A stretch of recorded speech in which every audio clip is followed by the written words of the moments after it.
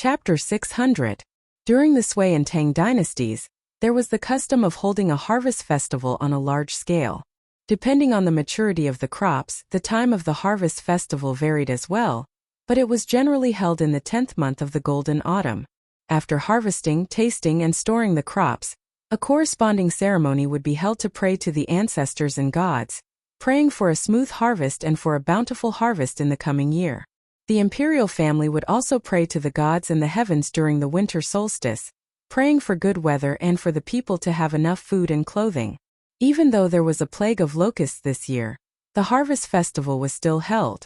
Only Hu County did not hold one. This was very normal. At the time, the fields in Hu County were still green, so how could they hold a harvest festival? Thus, at the end of the year, when the crops were ripe, the harvest festival of the second year of Chang'an began. When Li Wangyu and Yang Quan rode back to Hu County, they were shocked to find that the entire county had become a sea of joy. Before they even entered the county, they could see people on both sides of the road, preparing to enter the county to participate in the harvest festival. The black mass of heads caused Li Wangyu to involuntarily click his tongue. He had never seen so many people outside of the train stations during the spring festival. This was the first time Li Wangyu had seen such a lively scene in the Tang dynasty. He found it quite interesting and chatted with Yang Quan on horseback. However, Hu County was only a middle county, so it was not very large. Before Li Wangyu and Yang Quan could enter the city, they were blocked at the city gates. The bailiffs hurriedly sounded their gongs, trying to make way for Yang Quan and Li Wangyu. "Get out of the way, what are you all doing here? Don't you see that County Count Hu and Yang Mingfu want to enter the city? Get out of the way, all of you get out of the way." It would have been better if the bailiffs had not shouted. Now that they had shouted, not only did they not disperse the crowd, but they also made the crowd even more noisy. "It's County Count Hu. County Count Hu is at the city gates. Quick, let's go. County Count Hu is there. Mother of my child, let's go to the city gate. County Count Huxian is there." Following which, the crowd formed by countless commoners rushed towards the city gate where Li Wangyu and Yang Quan were. Seeing the black mass of people coming towards him, Li Wangyu's forehead was soaked with a few drops of sweat. Oh my God, what are they doing? Putting aside the fact that he only had Niu Wu and a few guards by his side, even if he were to mobilize the imperial army of the Chamberlain of Jin, they would still be trampled to death. "Brother Xuqing, what are you doing?" Li Wangyu couldn't help but turn pale. He didn't want to be trampled to death for no reason. Even Zhao Yebai, the horse he was riding, was snorting anxiously and scratching the ground with its hooves. Yang Quan was no better than him. When had he ever seen such a situation? With so many people, if an accident were to happen, the consequences would be unimaginable. Even if they were on horseback, it would not be of any help. Even Niu Wu and the Li family's guards unconsciously gripped the hilts of their sabers. The yamen runners were so frightened that they repeatedly sounded their gongs. "Halt! What are you all doing?" With so many people surging towards them, if a single person didn't abide by the rules and cause trouble, they would be drowned out by the crowd. But to everyone's surprise, when the crowd arrived in front of Li Wangyu and Yang Quan, they suddenly stopped. Everyone stared at Li Wangyu on horseback. For a long time no one spoke and the atmosphere became rather strange. Suddenly a loud cry came from the crowd. This commoner kowtows to County Count Hu. Then under Li Wangyu's flabbergasted gaze, the commoners all fell to their knees. Li Wangyu was dumbfounded by the sight of nearly 10,000 people kneeling in front of him. What was the meaning of this? Why were they kneeling to him for no reason? County Count Hu, Marquis Hu, for 10,000 generations, this commoner kowtows to County Count Hu. This commoner kowtows to County Count Hu for saving our lives. This commoner kowtows to County Count Hu on behalf of my entire family of 7. This commoner's family of 9 originally thought that we could only go out and beg for a living, but who would have thought that we would have a bountiful harvest of rice this year? This commoner is endlessly grateful. This commoner kowtows to County Count Hu. Tao ancestor, please bless County Count Hu with a long life of 100 years. Quite a few of them didn't forget to thank Yang Quan. This commoner kowtows to County Count Hu and Yang Mingfu. Yang Mingfu, you are a good official. The cries of the common people caused the fear in Li Wangyu and Yang Quan's hearts to fade away, and they let out long sighs of relief. Li Wangyu felt his scalp go numb and goosebumps rise all over his body. He felt like an electric current was running through his body. What ability did he have to make so many commoners kowtow to him?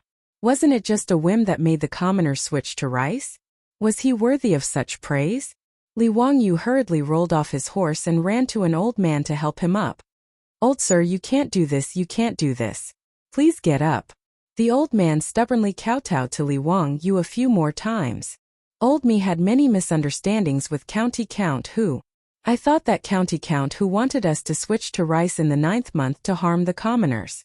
Old me was slow-witted and didn't understand County Count Hu's love for the commoners. Old me truly deserved to die. Please forgive me, County Count Hu. Li Wangyu's eyes also became somewhat moist. He motioned to Niu Wu to quickly help the old man up. "Old sir, you are too serious. I was just blindly giving you an idea. If you really want to thank someone, you should thank Yang Mingfu." However, he ordered people to build water wheels for each village, cultivate rice seedlings, and supervise you all to switch to rice.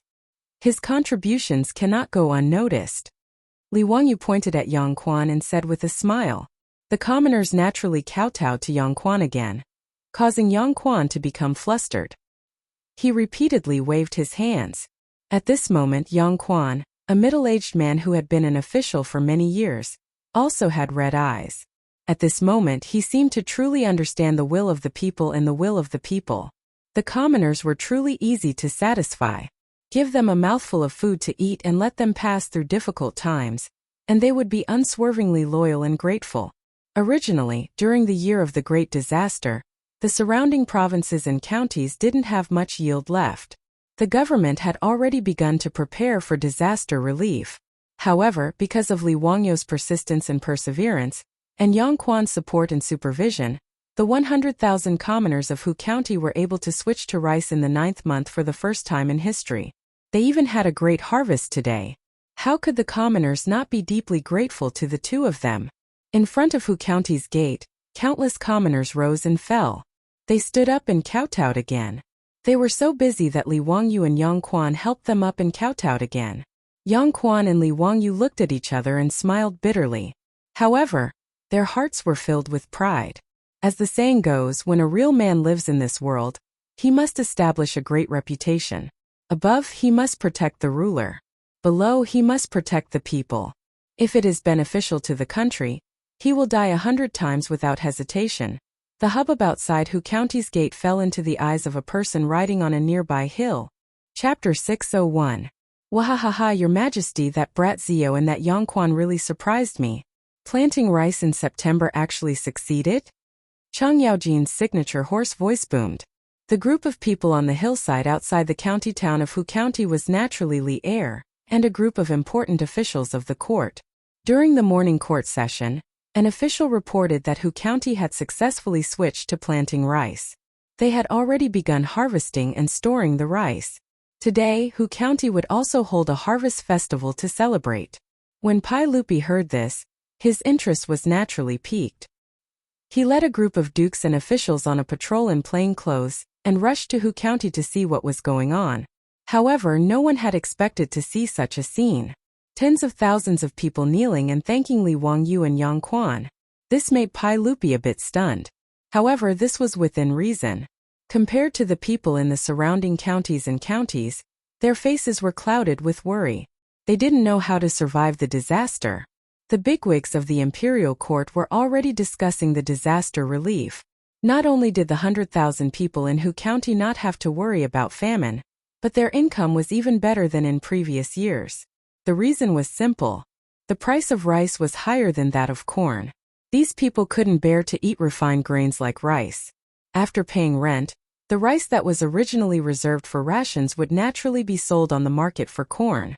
After all, corn was only 60% of the price of rice. This was equivalent to a 40% increase in income. How could the people of Hu County not be moved to tears by Li Wangyu and Yang Quan? In response to Chang Yaojin's words, Pai Lupi shook his head. Zio's way of doing things is truly difficult to fathom. On the side, Fang Xianling stroked his beard and smiled. I hope that Zio can do more unexpected things. Haha, Fang Xuanling's words are reasonable. Let's go. Everyone, Enter the city. Today we will celebrate with the people.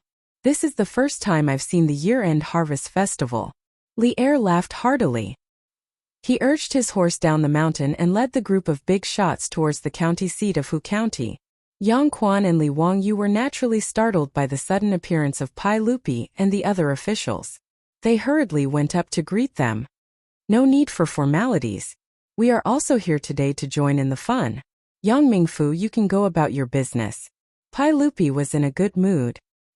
He smiled and waved his hand, indicating that Yang Quan did not need to be so courteous and should go about his business. The various harvest festivals were all led by the government. As the official, Yang Zhua naturally had to be present to lead the ceremony. After Yang Quan excused himself and left, Pai Lupi waved at Li Wangyu. Zio, it seems that what you said was true. Unfortunately, we did not listen to you and did not allow Guanzhong Road to switch to rice in August and September. Sigh. When Pai Lupi mentioned this matter, he felt that it was a pity. If Guanzhong Road's fields could be switched to rice in time, the officials in the imperial court would not have to rack their brains for disaster relief. Now, not only did Guanzhong Road not have to rent, but they also had to allocate large amounts of food for disaster relief.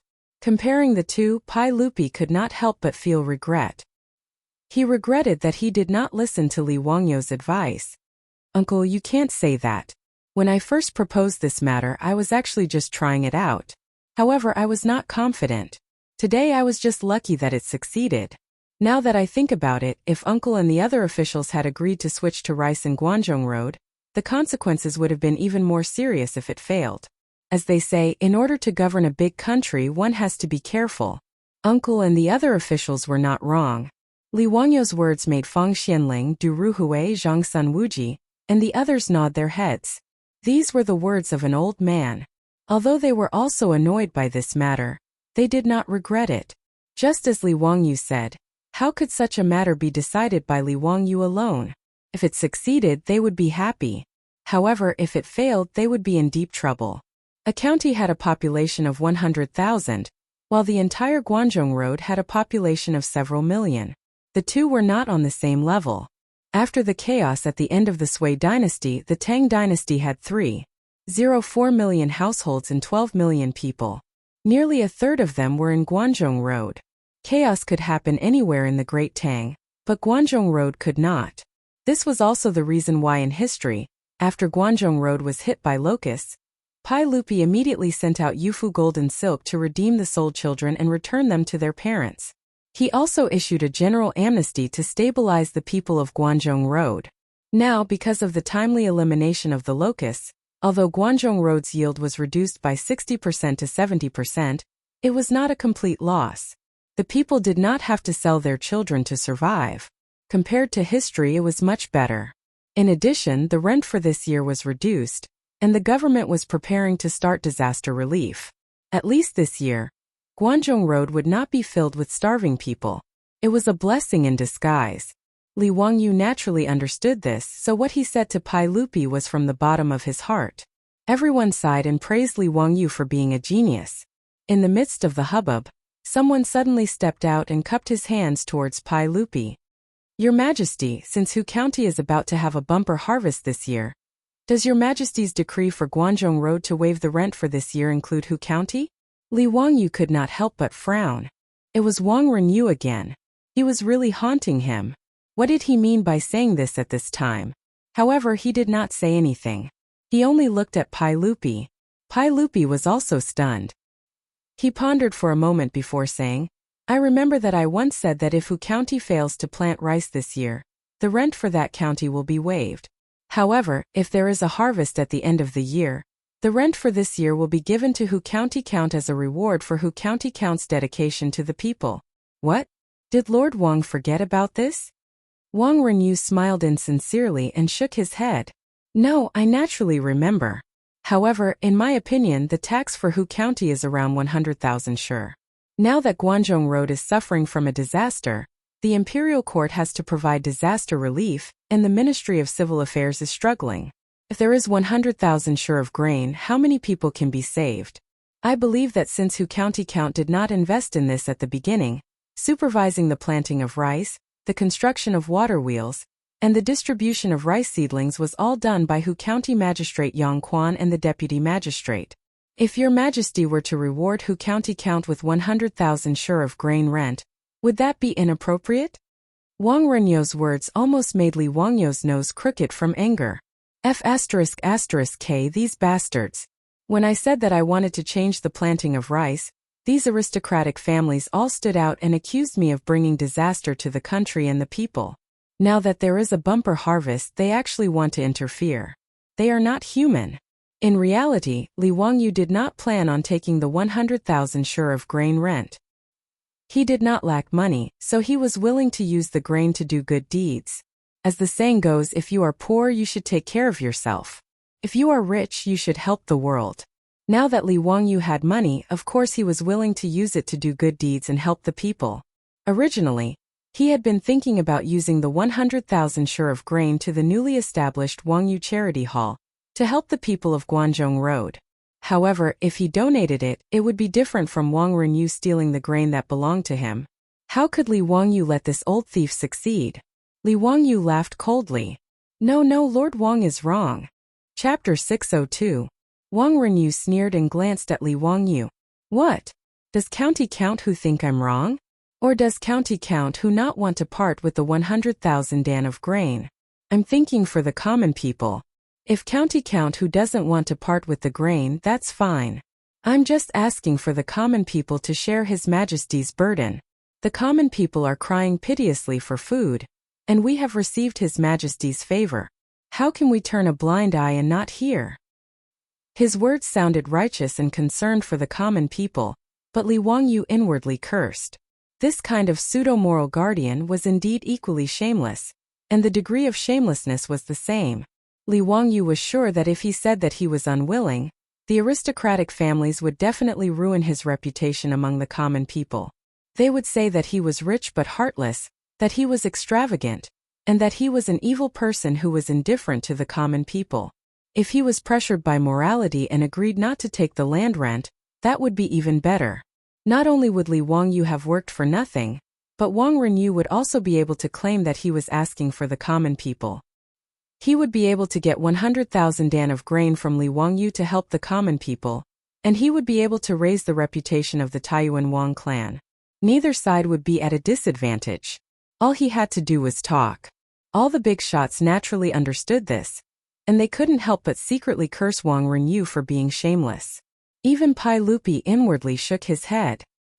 He felt that the Taiyuan Wang clan's table manners were too unsightly. Chang Yaojing glared at Wang Renyu with his bell-sized eyes. However, at this moment, even Chang Yaojing couldn't say anything.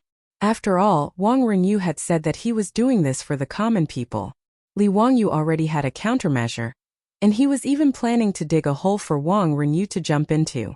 However, Li Wangyu slowly shook his head. No, Lord Wang, these words are wrong. It doesn't matter if I take the land rent or not, but I can't harm His Majesty. Nonsense, what does this have to do with His Majesty? How is it not related? His Majesty is the Emperor. How can he go back on his words? Was His Majesty's reputation only worth 100,000 dan of grain? You want His Majesty to take back his order for the sake of 100,000 dan of grain. In this way, does His Majesty's words not count? Lord Wang, what are you up to? Li Wangyu's rebuke made Wang Renyu somewhat at a loss as to how to answer. The Emperor's words were naturally the golden rule. He didn't dare to say in front of Pai Lupi that Pai Lupi's words didn't count. Wouldn't that be disloyal? Wang Renyu simply snorted coldly and said no more. Li Wangyu cupped his hands towards Pai Lupi and said, Uncle, back then you said that you would hand over the land rent in Hu County to me. Will I be able to do with the land rent as I wish? Pai Lupi stroked his beard and smiled. Of course. Zio, you don't have to worry. You deserve the 100,000 dan of grain rent. Back then, if it weren't for your guarantee and your willingness to bear a year's worth of food for the 100,000 people in Hu County after the failure of the rice transplanting, how could there be today's harvest? Therefore, the 100,000 dan of grain rent will naturally be given to you. You don't have to worry about this. As for how you want to deal with it, that is your own matter. I and the court will not interfere. Li Wangyu bowed towards Pai Lupi as a ruler and subject. I thank your Majesty for your kindness. Thus, I will shamelessly accept the 100,000 dan of grain rent. Seeing Li Wangyu so unceremoniously accept the 600,000 dan of grain, Wang Renyu felt sick of it. However, he couldn't say anything. He could only think about how to smear Li Wangyu's name in the scholarly circles when he returned. Just as Wang Renyu was thinking, he heard Li Wangyu continue. However, I was inspired by Lord Wang's words. I feel that as a subject, I should share your Majesty's worries.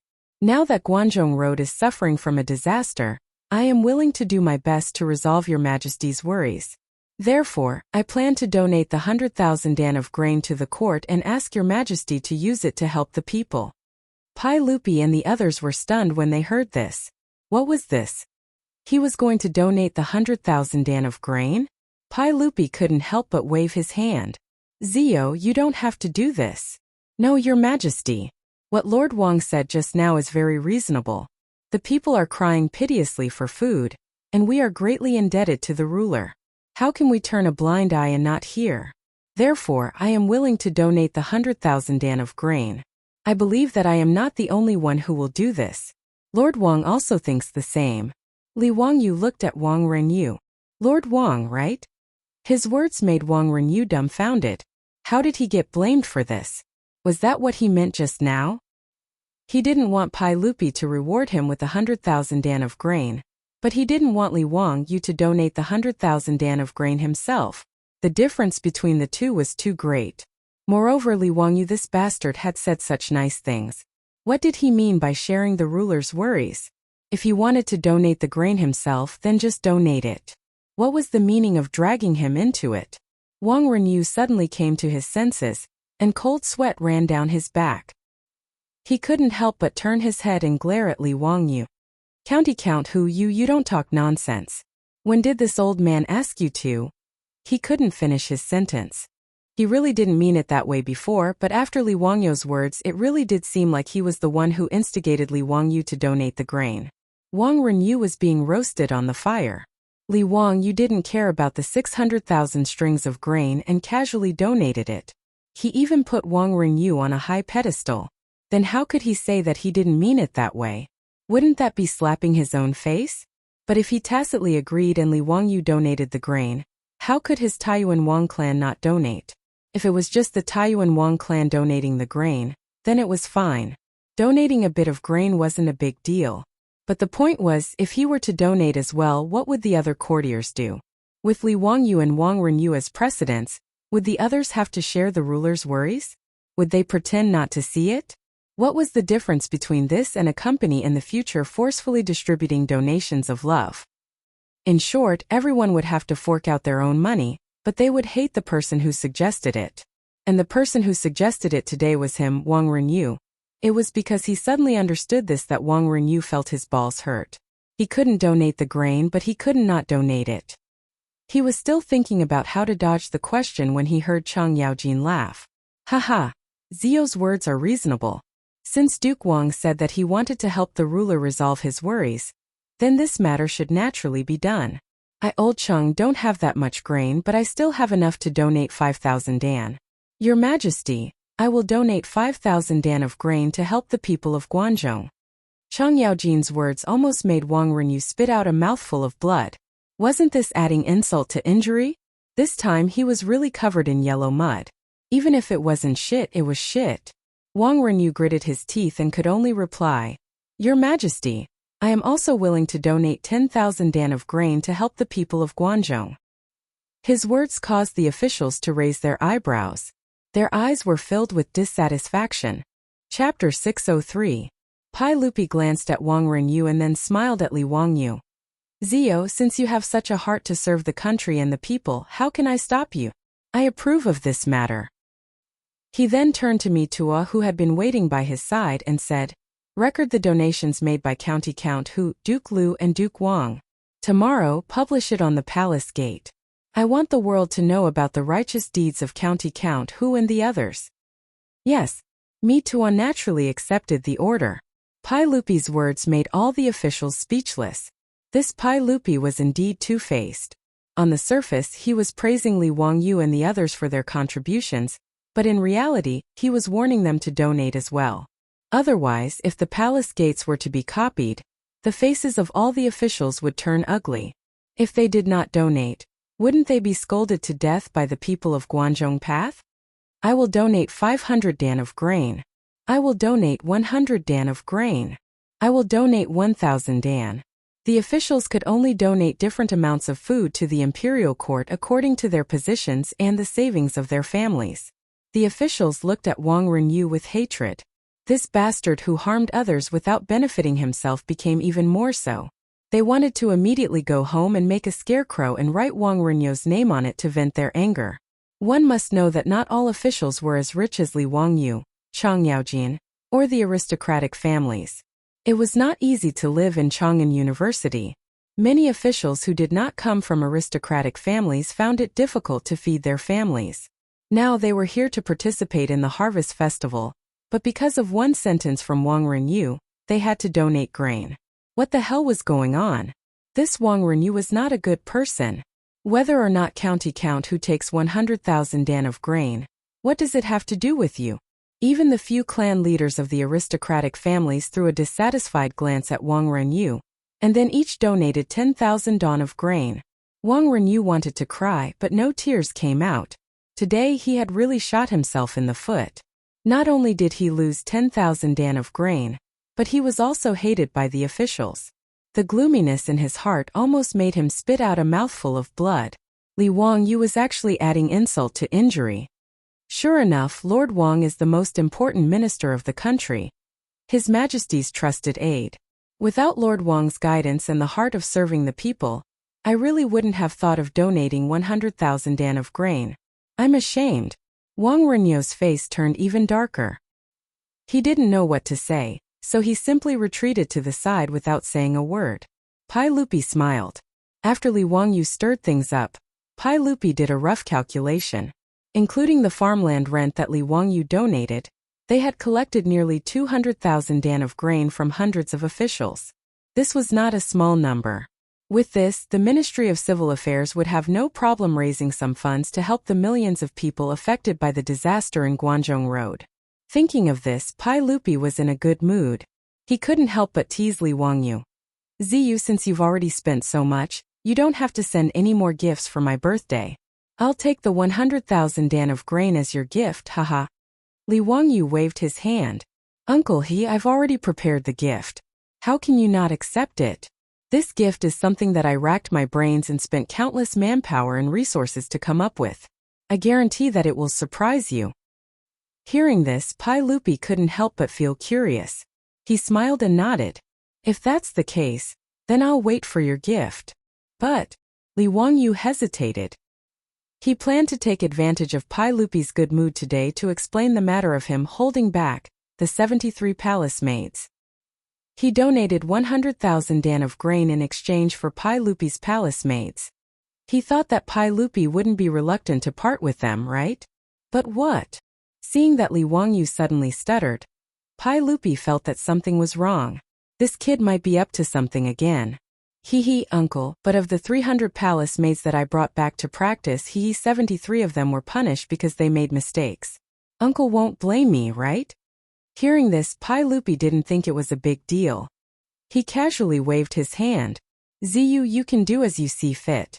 I've already said that if those palace maids are disobedient, you can punish them however you want. However, Li Wangyu's next words almost made Pai Lupi's nose crooked from anger. Li Wangyu lowered his voice and smiled embarrassedly. Yes. Since Uncle has said so, I'm relieved.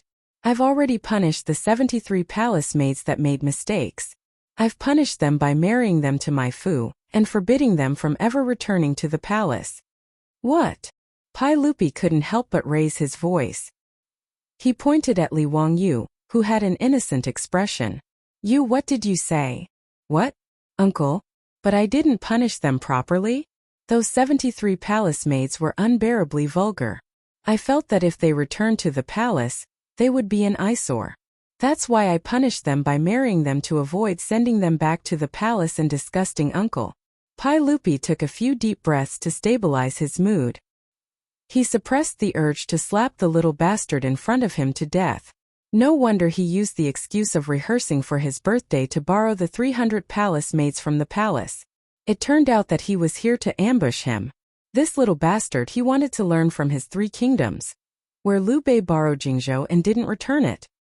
He still has the nerve to say that my palace maids are unbearably vulgar. Does he have any shame? Pai Lupi really didn't want to continue arguing with Li Wangyu. He coldly snorted and didn't say anything. He turned around and left. Mitua returned to the palace. Yes, Mitua didn't hear the conversation between uncle and nephew, so he didn't understand. Wasn't His Majesty in a good mood just now? Why did he want to return to Chang'an? However, Pai Lupi said that he wanted to go back, so he naturally didn't dare to say anything. He could only immediately order someone to bring a horse over and help Pai Lupi onto the horse's back. On the horse's back, Pai Lupi used the horsewhip in his hand to point at Li Wangyu. He angrily said, "In a few days, if I don't see the surprise you mentioned, you will go to the censorate prison to report yourself." After Pai Lupi finished speaking, he whipped the horse and left. Mitua and a group of palace guards naturally hurried to follow. Seeing this, although the officials didn't understand why Pai Lupi suddenly left, they also followed back to Chang'an. However, Cheng Yaojin didn't hurry to leave. Instead, he went to Li Wangyu and asked, "Zio, what did you say to His Majesty? What made him so angry?" Li Wangyu smiled and touched his nose. Uncle Cheng, nothing. Cheng Yaojin raised his big hand threateningly. "Are you going to say it or not?" It's really nothing. It's just that I detained dozens of His Majesty's palace maids." Due to Cheng Yaojin's threat, Li Wangyu whispered to Cheng Yaojin that he secretly married 73 palace maids. Cheng Yaojin raised his head and laughed. "Wahahaha, you're amazing. It's okay, I've wanted to do this for a long time, but I'm not as bold as you. TSK. Others say that I'm a pain in the ass, but now it seems that this title should be given to you. Don't worry, when I go back to the censorate prison, I'll let Chumo and the others see you, wahaha." Cheng Yaojin satisfied his curiosity, laughed, jumped on the horse's back, and chased after Pai Lupi. Li Wangyu was speechless. He raised 2 middle fingers in the direction of the old hooligan's receding figure as a sign of respect. The harvest festival didn't end because of the departure of Pai Lupi and the others. Li Wangyu didn't care what Pai Lupi thought. After all, what was done, so he could do whatever he wanted. Li Wangyu chuckled and threw this matter to the back of his mind. He led Niu Wu and the troops to find Yang Quan and joined the celebratory crowd in Hu County. It was very lively.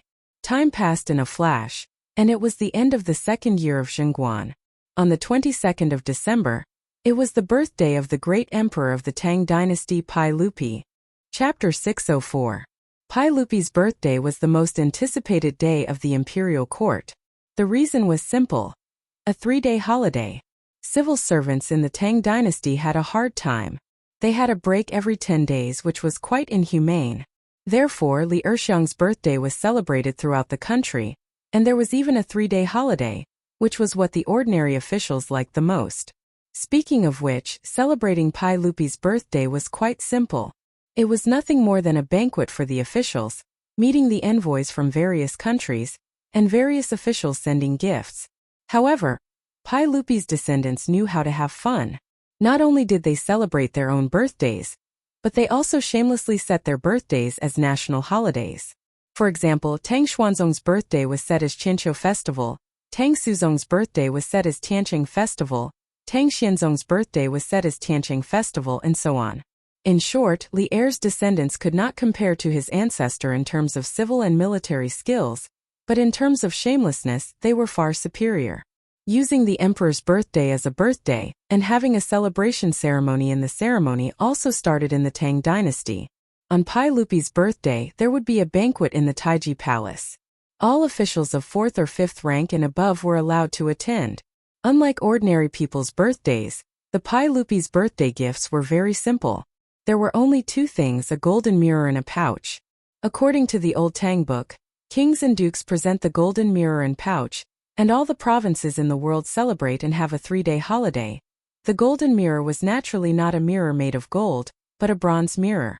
As for the pouch, it was just an accessory used to carry small items around the waist. In fact, it was a metaphor for the officials to bathe themselves in the king's grace. In other words, Pai Lupi's birthday gifts were only a few hundred bronze mirrors and a few hundred pouches. It was very pitiful. Not only did Pai Lupi not receive any gifts, but he also had to lose money. In addition to the banquet, Pai Lupi also had to participate in an archery competition with the officials. If he won, he would be rewarded, and if he lost, he would be punished with alcohol. When Li Wangyu found out about this archery ceremony, he couldn't help but feel depressed. Wasn't this king deliberately going against him? Was archery something that a jade-faced young man like him should know how to do? The archery ceremony was held in front of the Martial Virtue Hall. A target was set 90 paces in front of the palace gates for Pai Lupi and the officials to shoot. However, the archery targets used in the Tang dynasty were not circular targets. Instead, they were made of various animal skins and were called ho. When Pai Lupi shot bear skins, they were called bear marquis. When the officials shot deer skins, they were called deer marquis. On the left and right sides of the target, there were also piles of arrows to block the arrows. This was naturally to prevent officials like Li Wangyu, who were careless, from shooting arrows and accidentally injuring others. It was Li Wangyu's first time participating in this kind of activity. Everything was new to him. Pai Lupi and the officials sat in front of the Martial Virtue Hall. Taichung Temple began to play music. Everyone drank and enjoyed themselves. After 2 rounds of drinking, Mitu bowed to Pai Lupi and said, "Everyone, if there is a ceremonial bow, please shoot." "Yes, yes," Mitua ordered. The band played again.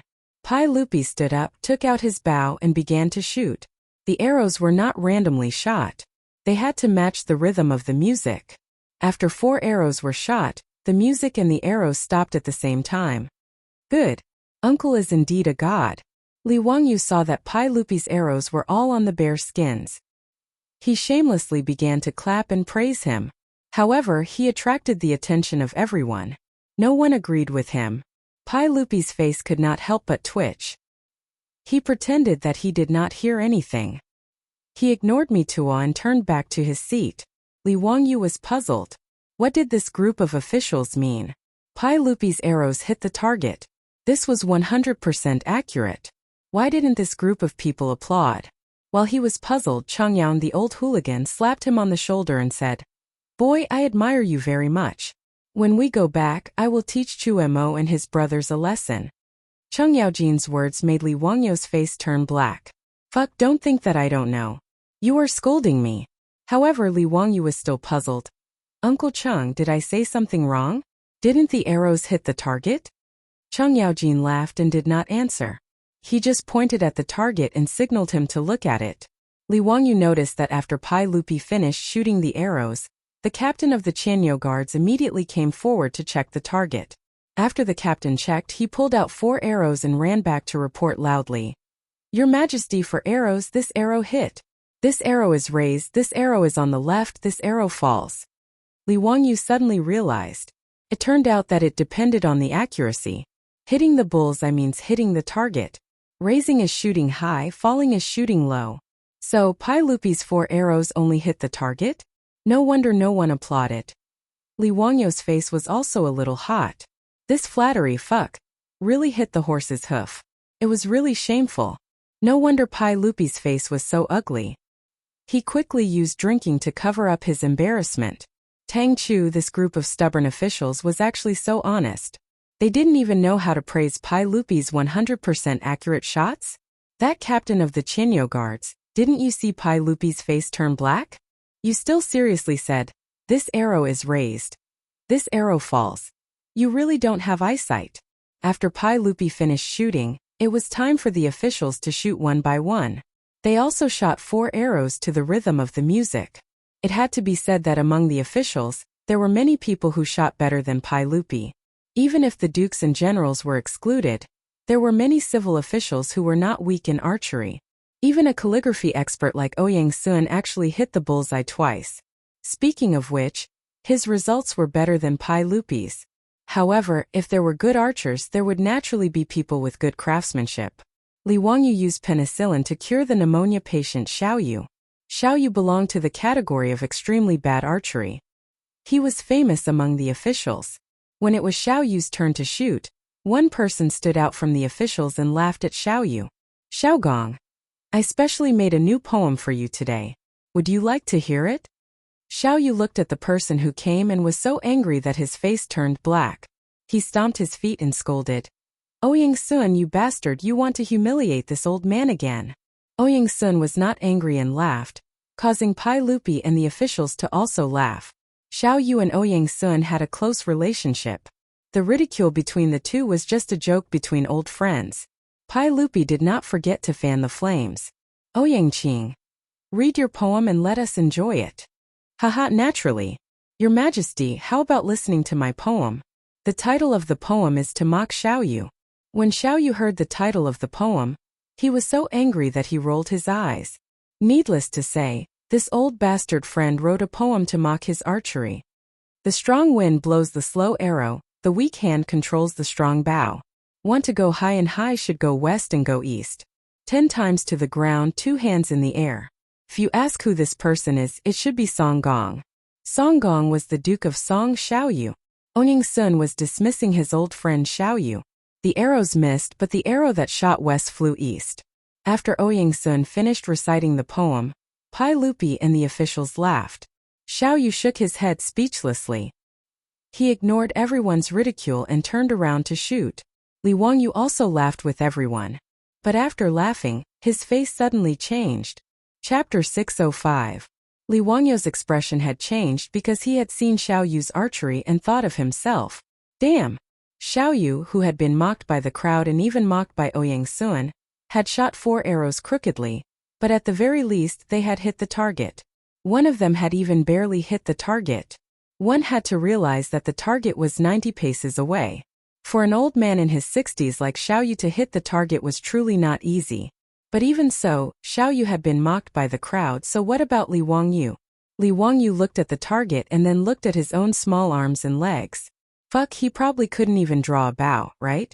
After today's shooting, would there be a poem mocking Li Wangyu for shooting that would be passed down to the future generations for ridicule? The thought of this caused Li Wangyu's back to sweat. His eyes darted around as he tried to think of a way to escape. Just as Li Wangyu was pondering, Duke of Lu Ho Junji stepped onto the stage. One had to admit that Ho Junji, as a famous general of the Tang dynasty, was extremely skilled in martial arts. All 4 of his arrows had hit the bullseye, eliciting cheers from Pai Lupi and the other officials. It was clear that the title of archery today belonged to Ho Junji. Ho Junji smugly tossed his bow to a nearby Qianyo guard officer, and happened to glance at Li Wangyu's worried face. He couldn't help but raise an eyebrow. County count who, you haven't shot an arrow yet, right? Why don't you demonstrate your archery skills to His Majesty and the other officials? Li Wangyu looked at Ho Junji's smug face and felt an urge to splash the wine in his cup. This bastard, what are you so smug about? Do you dare to compete with this old man in blind archery? This old man can even use one hand. But he reacted quickly. Standing up, he clasped his hands at Pai Lupi and said, Uncle, this little nephew doesn't have the strength to truss up a chicken, so I won't embarrass myself today. Little nephew is afraid that if I knock the bow and shoot the arrow, I won't be able to hit the target. Later on, I'll have to trouble the Qianyo guards to look for arrows everywhere. That wouldn't be nice. Li Wangyu's self-deprecating words made Pai Lupi and the other officials burst into laughter. No one wanted him to shoot anymore.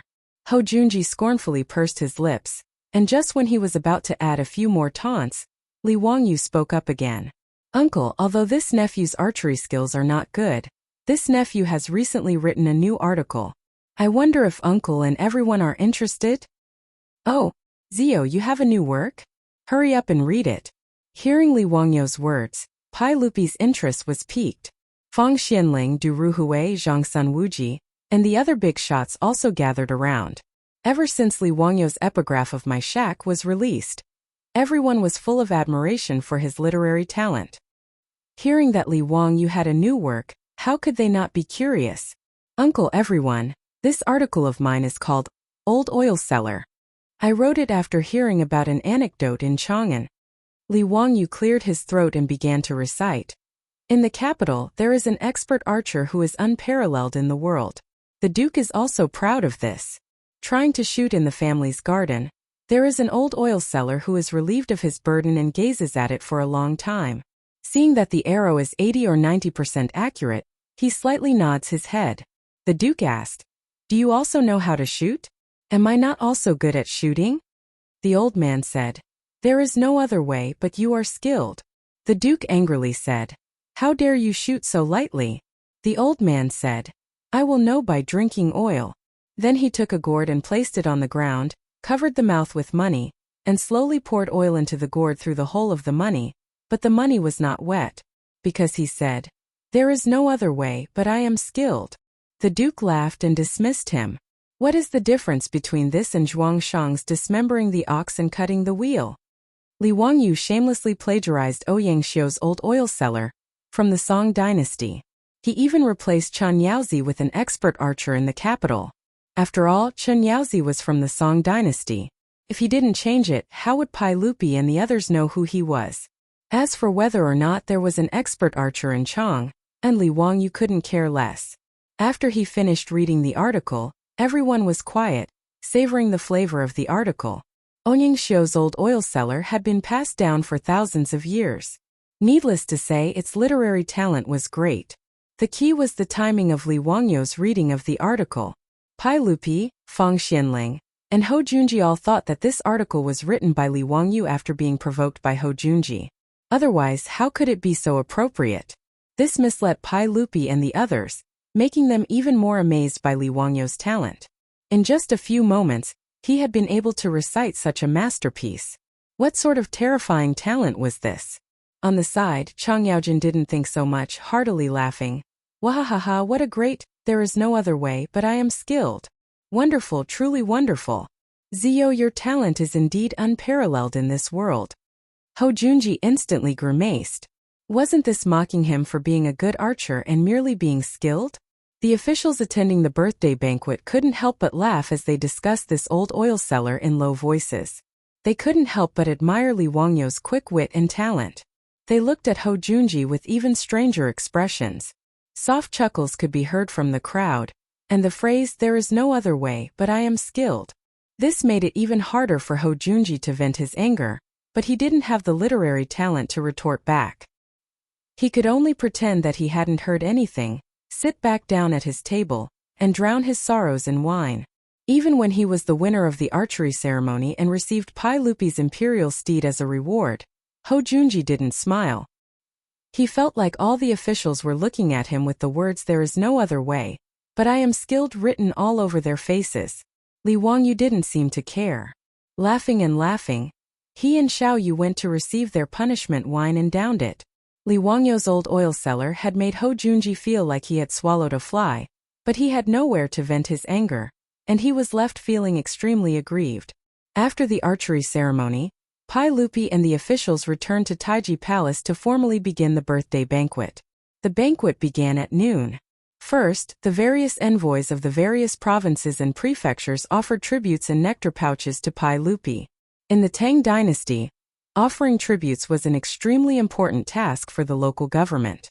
The copper used to forge these mirrors had been refined several hundred times to ensure its purity, and it was known as 100 refinements copper. The craftsmen would design exquisite designs for the 100 refinements mirrors and cast them on the backs of the mirrors. Then they would use jade shavings and gold paste to polish the surface of the mirrors until they shone brightly.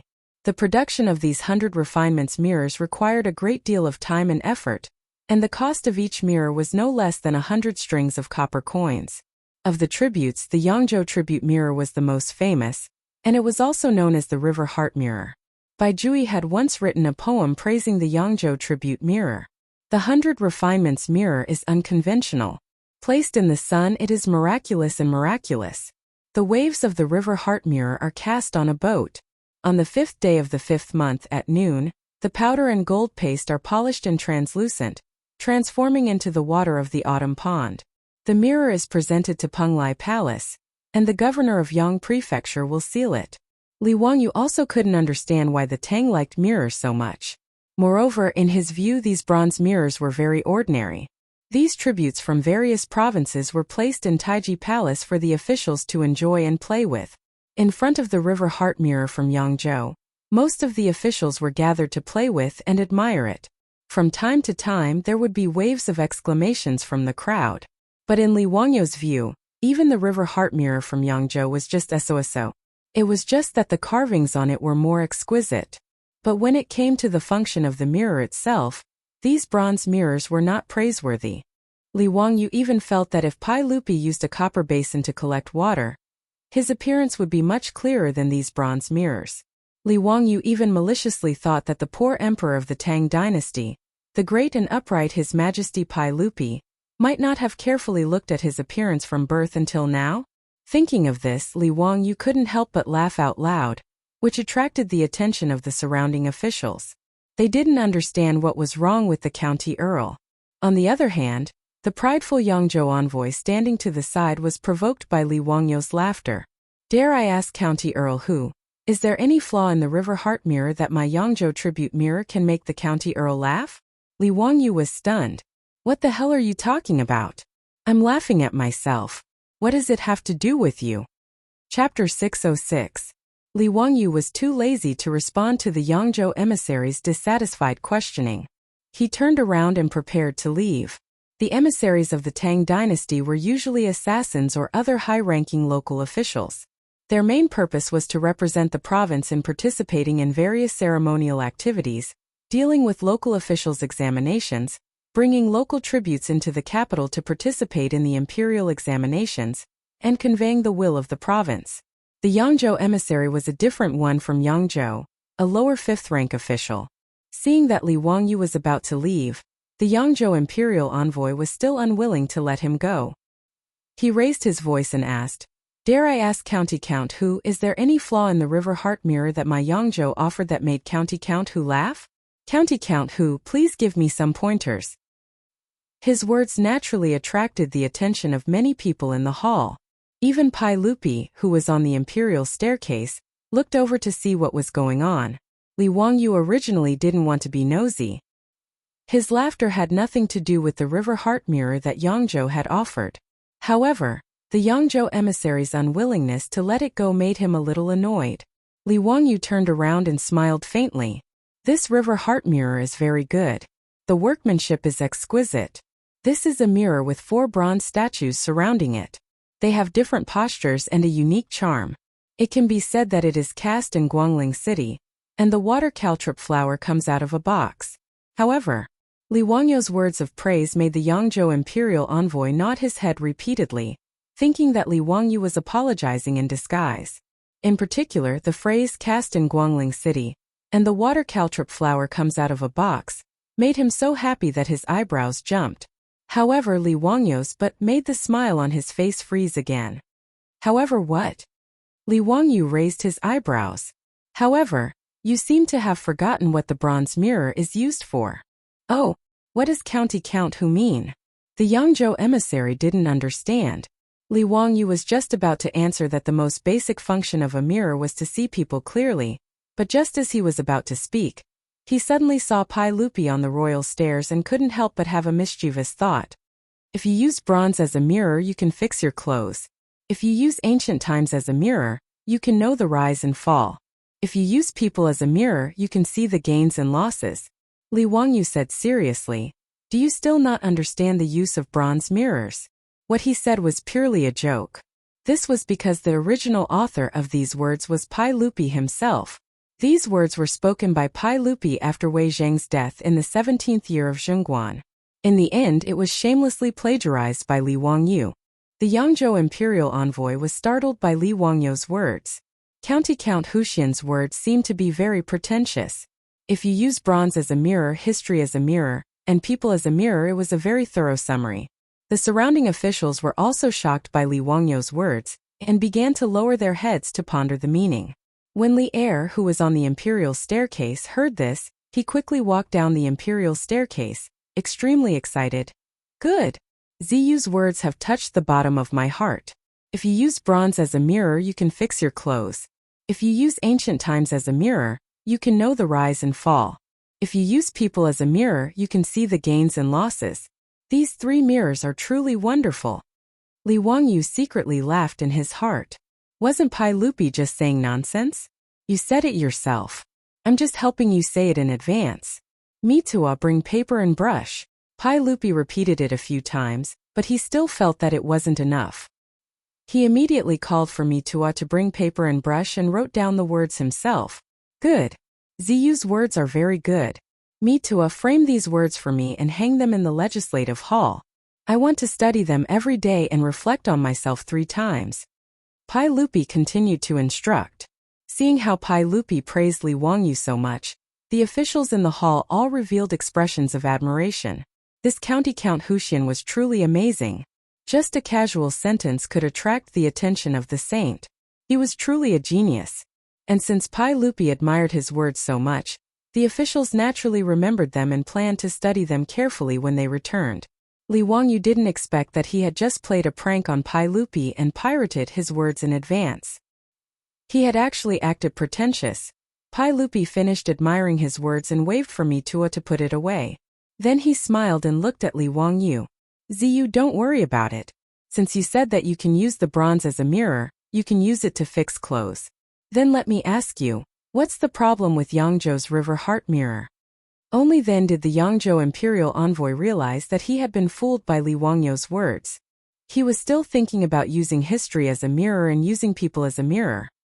He had forgotten to ask Li Wangyu what the words had to do with the use of the bronze mirror. After being reminded by Pai Lupi, the Yangzhou imperial envoy came back to his senses. He looked at Li Wangyu. County Count Huxian, what you said just now was thought-provoking. I admire you very much. But what does this have to do with the use of the bronze mirror? What's wrong with my Yangzhou's tribute mirror? Li Wangyu chuckled. If you use the bronze mirror you can fix clothes, but the key is that it has to be clear. But when I look at the Yangzhou tribute mirror, the surface of the mirror is not very clear. It makes people blurry. How can I fix clothes? His words immediately made the Yangzhou imperial envoy anxious. County Count Huxian, how dare you humiliate my Yangzhou tribute mirror? Take a look at the bronze mirrors in this hall. Are there any that are clearer than the ones from Yangzhou? His words were not wrong. Of the hundreds of bronze mirrors in the hall, the Yangzhou tribute mirror was the best. Not only was the workmanship exquisite, but the surface of the mirror was also polished the brightest. Li Wangyu nodded. That's right. In terms of the bronze mirrors in the hall, the Yangzhou tribute mirror is the best. But the Yangzhou imperial envoy rolled his eyes. As expected it was, but again he directly asked, but what? But compared to the mirror that I prepared to present to His Majesty, it is far inferior. Li Wangyu's words made the Yangzhou imperial envoy anxious. County Count Huxian, be careful with your words. Does Ruan dare to boast like this? Even Pai Lupi could not help but shake his head. Zio, don't boast like this. In Chang'an, you really can't find a better craftsman than Yangzhou. Where are you going to make a better bronze mirror than the Yangzhou tribute mirror? Chang Yaojin, this old man, also did not mind the commotion. He came over and said, Wahahaha Zio, I don't believe your words. But since you said so, you must have some confidence. Then quickly present the bronze mirror that you presented to His Majesty. I will judge it and see how it compares to the Yangzhou tribute mirror. Chang Yaojin's words made the officials in the hall nod. Even Pai Lupi nodded slightly, indicating that Li Wangyu could present his bronze mirror first. In response, Li Wangyu could only shrug his shoulders helplessly. Since Uncle Chang has said so, then this little nephew will present his bronze mirror. May Uncle and everyone else take a look and see how it compares to this river heart mirror. Not long after, a shocking scene appeared. The bronze mirrors of the Tang dynasty were about the same size. The largest bronze mirror that was unearthed in the future was the large doublefish pattern bronze mirror. It was only 43 centimeters in diameter and weighed 12 kilograms. After all, a large amount of copper was needed to make a bronze mirror. In addition to the limitations of the manufacturing process, it was impossible to make a bronze mirror that was too large. As for the bronze mirror that Li Wangyu had prepared to present to Li Heir, it was carried into the main hall by several palace attendants with great effort. The size of the mirror gave everyone a shock. Chapter 607. A few eunuchs laboriously carried a bronze mirror that was as tall as a person and covered in a red cloth into the hall, shocking everyone present. Chang Yaojin was dumbfounded, and only after a while did he say, Zio, is this the bronze mirror you prepared to present to His Majesty? Why is it so big? The Yangzhou imperial envoy burst out laughing. Haha. This is the first time I've seen such a large bronze mirror. Count Huxian is truly amazing. I wonder how such a large bronze mirror is polished? The most important part of making a bronze mirror was polishing the mirror. Using lead, tin, and mercury to make mirror polishing powder, and then manually polishing the mirror until it was bright enough to reflect a person was not easy. This was also the reason why there would not be a large number of bronze mirrors. Moreover, because of the materials used to make them, the bronze mirror would oxidize after a while, and the mirror would gradually become dim. At this time, the mirror would need to be polished again. The mirror's original brightness is obscured by dust. Through polishing, its brightness is revealed. This was referring to polishing the bronze mirror. The bronze mirror that Li Wangyu had presented was not only squarish, but it was also shockingly large. A mirror that was as tall as a person was not much different from a full-length mirror in the modern world. Just looking at the general shape of the mirror covered in red cloth made everyone shake their heads, feeling that Li Wangyu was just messing around. Li Wangyu did not explain to everyone's doubts. He chuckled, walked up and pulled away the red cloth covering the bronze mirror. When the red cloth was pulled away, revealing the bronze mirror underneath, everyone in Taiji Palace gasped. The commotion was so great that Li Wangyu wondered if all the oxygen in the hall had been sucked dry by Pai Lupi and the others. The clear reflection of the mirror seemed to have been immobilized, and everyone in the hall was frozen in place. Everyone who saw the mirror froze on the spot, as if they had lost their souls. Their eyes were fixed on the bronze mirror, and they didn't even blink. The hall instantly became deathly silent, and it was extremely strange. Behind Pai Lupi, there was an eunuch holding a horsetail whisk in his hand. Because he was too frightened, the whisk in his hand slipped out of his hand without him even noticing. The dust fell to the ground with a crisp sound, waking everyone up abruptly. Cheng Yaojin grabbed Li Wangyu's arm and said, Zizio, you tell me clearly. What is this? Is it an immortal treasure? Li Wangyu was grabbed by him forcefully and was in great pain. He hurriedly begged for mercy. Uncle Cheng, let go. It hurts, it hurts. This is the bronze mirror that your nephew is offering to His Majesty. How could it be an immortal treasure? Uncle Cheng, please don't make trouble. If it's not an immortal treasure, how could there be such a clear bronze mirror? After Cheng Yaojin finished speaking, he moved closer to the mirror and carefully examined his own appearance. This is the first time that I, old Cheng, have seen myself so clearly. Pai Lupi strode over and pushed Cheng Yaojin, who was in front of the bronze mirror, to the side. He stood in front of the bronze mirror and looked left and right. In Li Wangyu's eyes, the Pai Lupi at this moment was like a girl who was shopping in the future, standing in front of a full-length mirror and admiring her own graceful figure. He was just as narcissistic. Not only Pai Lupi and Cheng Yaojin, but all the officials in the hall also rushed over and stood behind Pai Lupi. Even though they could only see a little of their own appearance behind Pai Lupi's figure in the mirror, it was enough to make all the officials of the imperial court intoxicated. It was no wonder that Pai Lupi and these officials lost their composure. It was really because the bronze mirror that Li Wangyu offered was too shocking. It was almost no different from the clarity of the full-length mirror in the future. When had they ever seen such an exaggerated bronze mirror? The silver surface of the mirror clearly reflected everyone's appearance. It was so clear that even the pores on each person's face could be seen clearly. This bronze mirror was naturally made by Li Wangyu using the methods of the future. When Li Wangyu said that he wanted to make a mirror and present it to Pai Lupi, his beautiful superior snorted disdainfully at his whimsical ideas. The reason was very simple. There was no glass. In her opinion, to make a mirror that could be seen clearly in the future, glass was necessary. However, to make a mirror, glass wasn't necessarily necessary. The reason why mirrors in the future were made of glass was mainly because glass was the cheapest to make. The principle behind a mirror's image was very simple. The surface was smooth and had the ability to reflect light. The refraction of light was based on the principle of reflection. However, glass itself didn't have the ability to reflect light. Glass was only translucent. Therefore, whether or not a mirror was clear and could form an image had nothing to do with the use of glass. Using glass was firstly because it was cheap. Secondly, because of the smoothness of glass, It was easy to coat it with a film to form a mirror surface. Thirdly, the glass itself could protect the mirror surface. Mirrors in the future were usually made by adding a layer of reflective coating on the opposite side of the glass. In fact, the mirror surface that we see is the reflection of the light from the coating, not the glass itself. Therefore, using the same principle, Li Wangyu only needed to coat the copper mirror with the coating and the effect would be the same. Early mirrors were made by covering the glass with a layer of tinfoil, and then pouring mercury. The mercury would dissolve the tinfoil and form a tin amalgam. The tin amalgam would adhere to the glass and form a mirror surface. Finally, a layer of red paint would be painted on the back of the mirror to protect the mirror surface.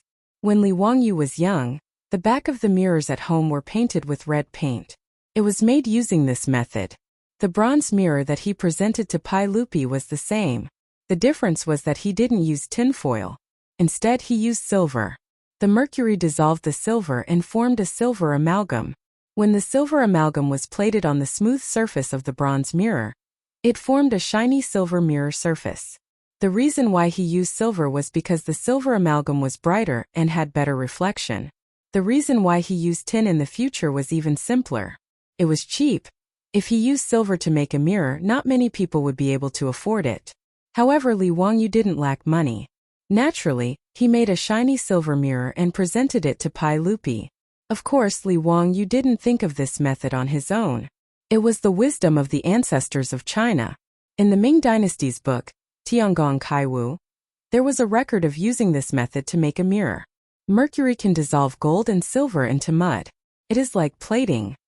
The effect was no different from the mirrors in the future. Of course, the silver amalgam was also poisonous. However, as long as it was not swallowed, there would be no effect. The effect of the mirror made with this method was also surprisingly good. This unprecedentedly huge mirror directly stunned the emperors and ministers of the Tang dynasty. They all stood in front of the huge mirror in a daze. As for the Yangzhou imperial envoy, he had lost the ability to speak. He turned his head stiffly to look at the dim Yangzhou imperial tribute mirror, and then looked at the huge mirror in front of him. The difference between them was like heaven and earth. He really didn't know how to express his feelings at this time. After a long time, Pai Lupi seemed to come back to his senses. He said in a low voice, "Zio, your bronze mirror is really a divine artifact. I like it very much." Cheng Yaojin, Fang Xianling, and the other big shots all looked at Li Wangyu with envy. Their eyes were full of naked resentment. They also wanted a mirror like this. Chapter 608. At Pai Lupi's birthday banquet, the original process of each province offering bronze mirrors and hundreds of officials offering bronze mirrors was all disrupted by Li Wangyu's shocking bronze mirror. With this bronze mirror in front of them, the other hundreds of bronze mirrors instantly became trash. Pai Lupi, who had always been fond of bronze mirrors, no longer had the slightest interest in them. Pai Lupi stood in front of the bronze mirror for a long time before reluctantly giving up his position to let the officials see it. After all, he also knew that this bronze mirror was a gift from Li Wangyu. In the future, he could use it however he wanted. Today, he had to let the officials in the hall enjoy it first. In order to not let anyone accidentally break this precious bronze mirror, Pai Lupi waved at Mitua and motioned him to arrange a few eunuchs to guard the bronze mirror, in case it was accidentally broken. Yes, everyone, don't worry. If there is the slightest accident with this bronze mirror, you will cut off this servant's head. Mitua, as the provincial supervisor of the Department of Eunuchs, had seen all kinds of good things. However, the bronze mirror that Li Wangyu presented to Mitua had really frightened him. If he didn't have to serve Pai Lupi, Mitua would have picked up his Xiao Dao and guarded the bronze mirror. In order to seize the opportunity to look at the mirror, the top officials of the Tang dynasty almost fought over it. The old gangster shamelessly took advantage of his strength to seize the first opportunity to look at his own full-body portrait. The other dukes like Yuqi Jingda were not as thick-skinned as this guy, so they could only obediently run to the back of the line. Just like the rush to buy train tickets during the Spring Festival in the future, the officials and dukes of the Tang dynasty, according to their official ranks, consciously lined up in front of the mirror, ready to look at it one by one. Even the Yangzhou imperial envoy ran to line up with a thick face. As for his previous questioning of Li Wangyu, he no longer dared to mention it. Although Chang Yaojin had snatched the first place and was flirting with the mirror for a long time, before he had his fill, he was chased away by the group of big shots behind him, lest he monopolize the bronze mirror all by himself. No matter how thick-skinned the old man was, he could not withstand the mockery of the officials and could only helplessly dodge. Zhang Sun Wuji, who was behind him, immediately went forward and looked around in the mirror, tidying up his clothes. Li Wangyu was speechless at these country bumpkins, who had never seen the world. Wasn't it just a mirror? Was it necessary? However, the behavior of this group of big shots made Li Wangyu rather satisfied. Even this group of men had such a reaction. Then what would the noble women and young ladies of the Tang dynasty be when they saw this mirror? How much do you think a mirror like this would sell for? I think it's at least 2,000 strings of copper coins. 2,000 strings of copper coins is the cost. Starting from 4,000 strings of copper coins, don't think it's expensive and not give a discount. You have to study the customer's shopping psychology. Customers who are willing to pay 2,000 strings of copper coins for a mirror don't care about paying another 2,000 strings of copper coins. Do you know what a successful person is? Successful people buy whatever they want. They buy the most expensive one, not the best one. Therefore, our slogan for making bronze mirrors is not to ask for the best, but to ask for the most expensive. Li Wangyu couldn't help but think of the classic lines from the movie Big Shot, which amused him. The reason why he spent so much effort to make this bronze mirror plated with silver amalgam was, of course, not just to show off or to please Pai Lupi. He wanted to rely on this bronze mirror to add another business to his family. Today, using Pai Lupi's birthday banquet as an excuse to present this bronze mirror with great fanfare, it was better to say that it was Li Wangyu's advertising and marketing activity. Of course, this idea was also given to him by his beautiful boss. Now, it seemed that the effect was surprisingly good. When the silver-plated bronze mirror appeared, it caused all the officials to lose their composure. Could be said that it was a great success. Li Wangyu moved to Pai Lupi's side and whispered, "Uncle, are you satisfied with this bronze mirror?" Pai Lupi's face was naturally full of smiles. "Great. Zio, I didn't expect that you would give me such a bronze mirror." "Good, it's really too good. Let me ask you, do you still have this bronze mirror?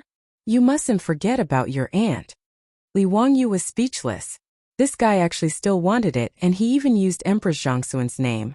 Shameless. Li Wangyu smiled. "Uncle, the bronze mirror is naturally not a problem, but uncle, are you willing to do a business with me?" "Oh? What business?" Li Wangyu pouted at the bronze mirror. "Selling bronze mirrors." Uncle, you see, all the officials love this bronze mirror. If we sell this kind of bronze mirror, do you think we can make a profit?"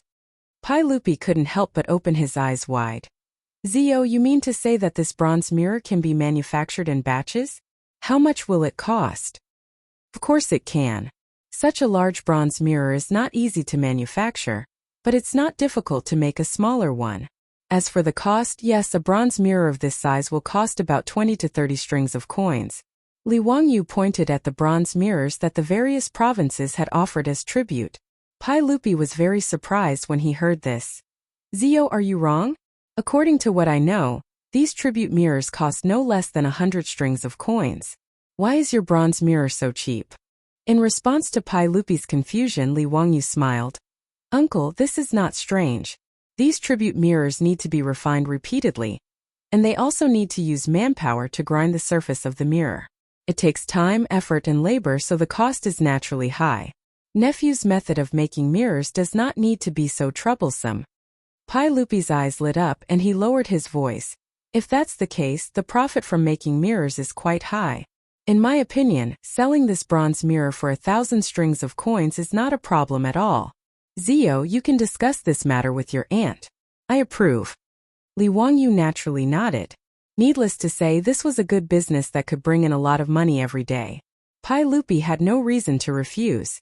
After the disturbance caused by Li Wangyu's mirror, the banquet that was supposed to start at noon could only continue after 2 hours. The palace musicians began to play again to liven up the atmosphere. As for the bronze mirror, Pai Lupi instructed me to carefully move it back to the legislative hall. After the banquet started again, the Yangzhou imperial envoy raised his wine cup and walked in front of Li Wangyu. He bowed. "Count, I have offended you before. Please forgive me." The bronze mirror made by County Count, who is truly a work of the gods. My Yangzhou River heart mirror cannot compare to it. I am truly ashamed. Li Wangyu was someone who went along with the temper of a donkey. Seeing the Yangzhou imperial envoy bow his head and admit defeat, he naturally would not harp on it.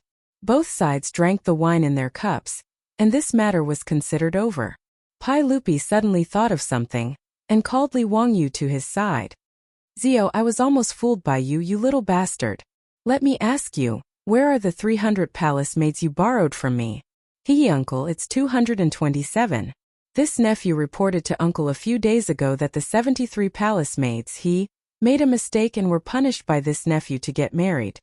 Pai Lupi saw that he still dared to say this and was so angry that he almost kicked him off the royal stairs. Good. Then 227. Where are they? I want to see what kind of tricks you have up your sleeve.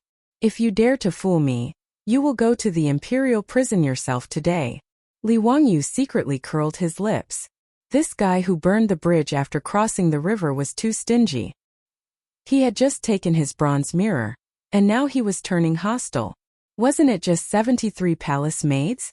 He actually threatened to send him to the imperial prison. He really didn't know how to act like a son. Uncle, how can this nephew fool you? Hehe, today I would like to invite uncle to take a look at the congratulatory gift this nephew has prepared for you. Li Wangyu gestured to me Tua, indicating that they could begin. If he wanted to cause trouble in Taiji Palace, he naturally could not avoid me Tua the imperial eunuch. After watching the performance of the palace maids, Mitua was also quite shocked. Naturally, he was willing to cooperate fully. Mitua even acted on his own initiative and hid it from Pai Lupi in order to give Pai Lupi a surprise at today's birthday banquet. Seeing Li Wangyu's gesture, Mitua nodded and gestured to the imperial eunuchs in Taiji Palace. Chapter 609. Taiji Palace was the largest main palace in Taiji Palace. The entire palace was 40 feet above the ground. Looking from afar, Taiji Palace stood against the blue sky, tall and majestic and breathtaking. There were 3 dragon-tail paths in front of the palace, which were stairs leading to the palace from the ground. The dragon-tail paths were divided into 3 levels. The middle and lower levels were the passages for officials to go to court, and the top level was deep into Taiji Palace, forming a 2-story corridor inside Taiji Palace. Every day during the court meeting, the imperial censor and the imperial censor would stand at the railings of the upper corridor to supervise the officials in the palace below. Today was Pai Lupi's birthday banquet. Naturally, there were no imperial censors standing at the second-floor corridor of Taiji Palace to supervise on the dragon-tail path. Following Mituo's signal, the musicians in the palace immediately changed the music they were playing to the cheerful music of the western region's Chotzi style. Chotzi music was known for its enthusiasm and excitement.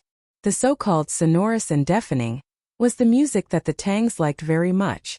Chotzi dance was also very popular in the Tang dynasty. The Dunhuang Mogeo grottos, Yungang grottos, and Longmen grottos all originated from Chotzi dance.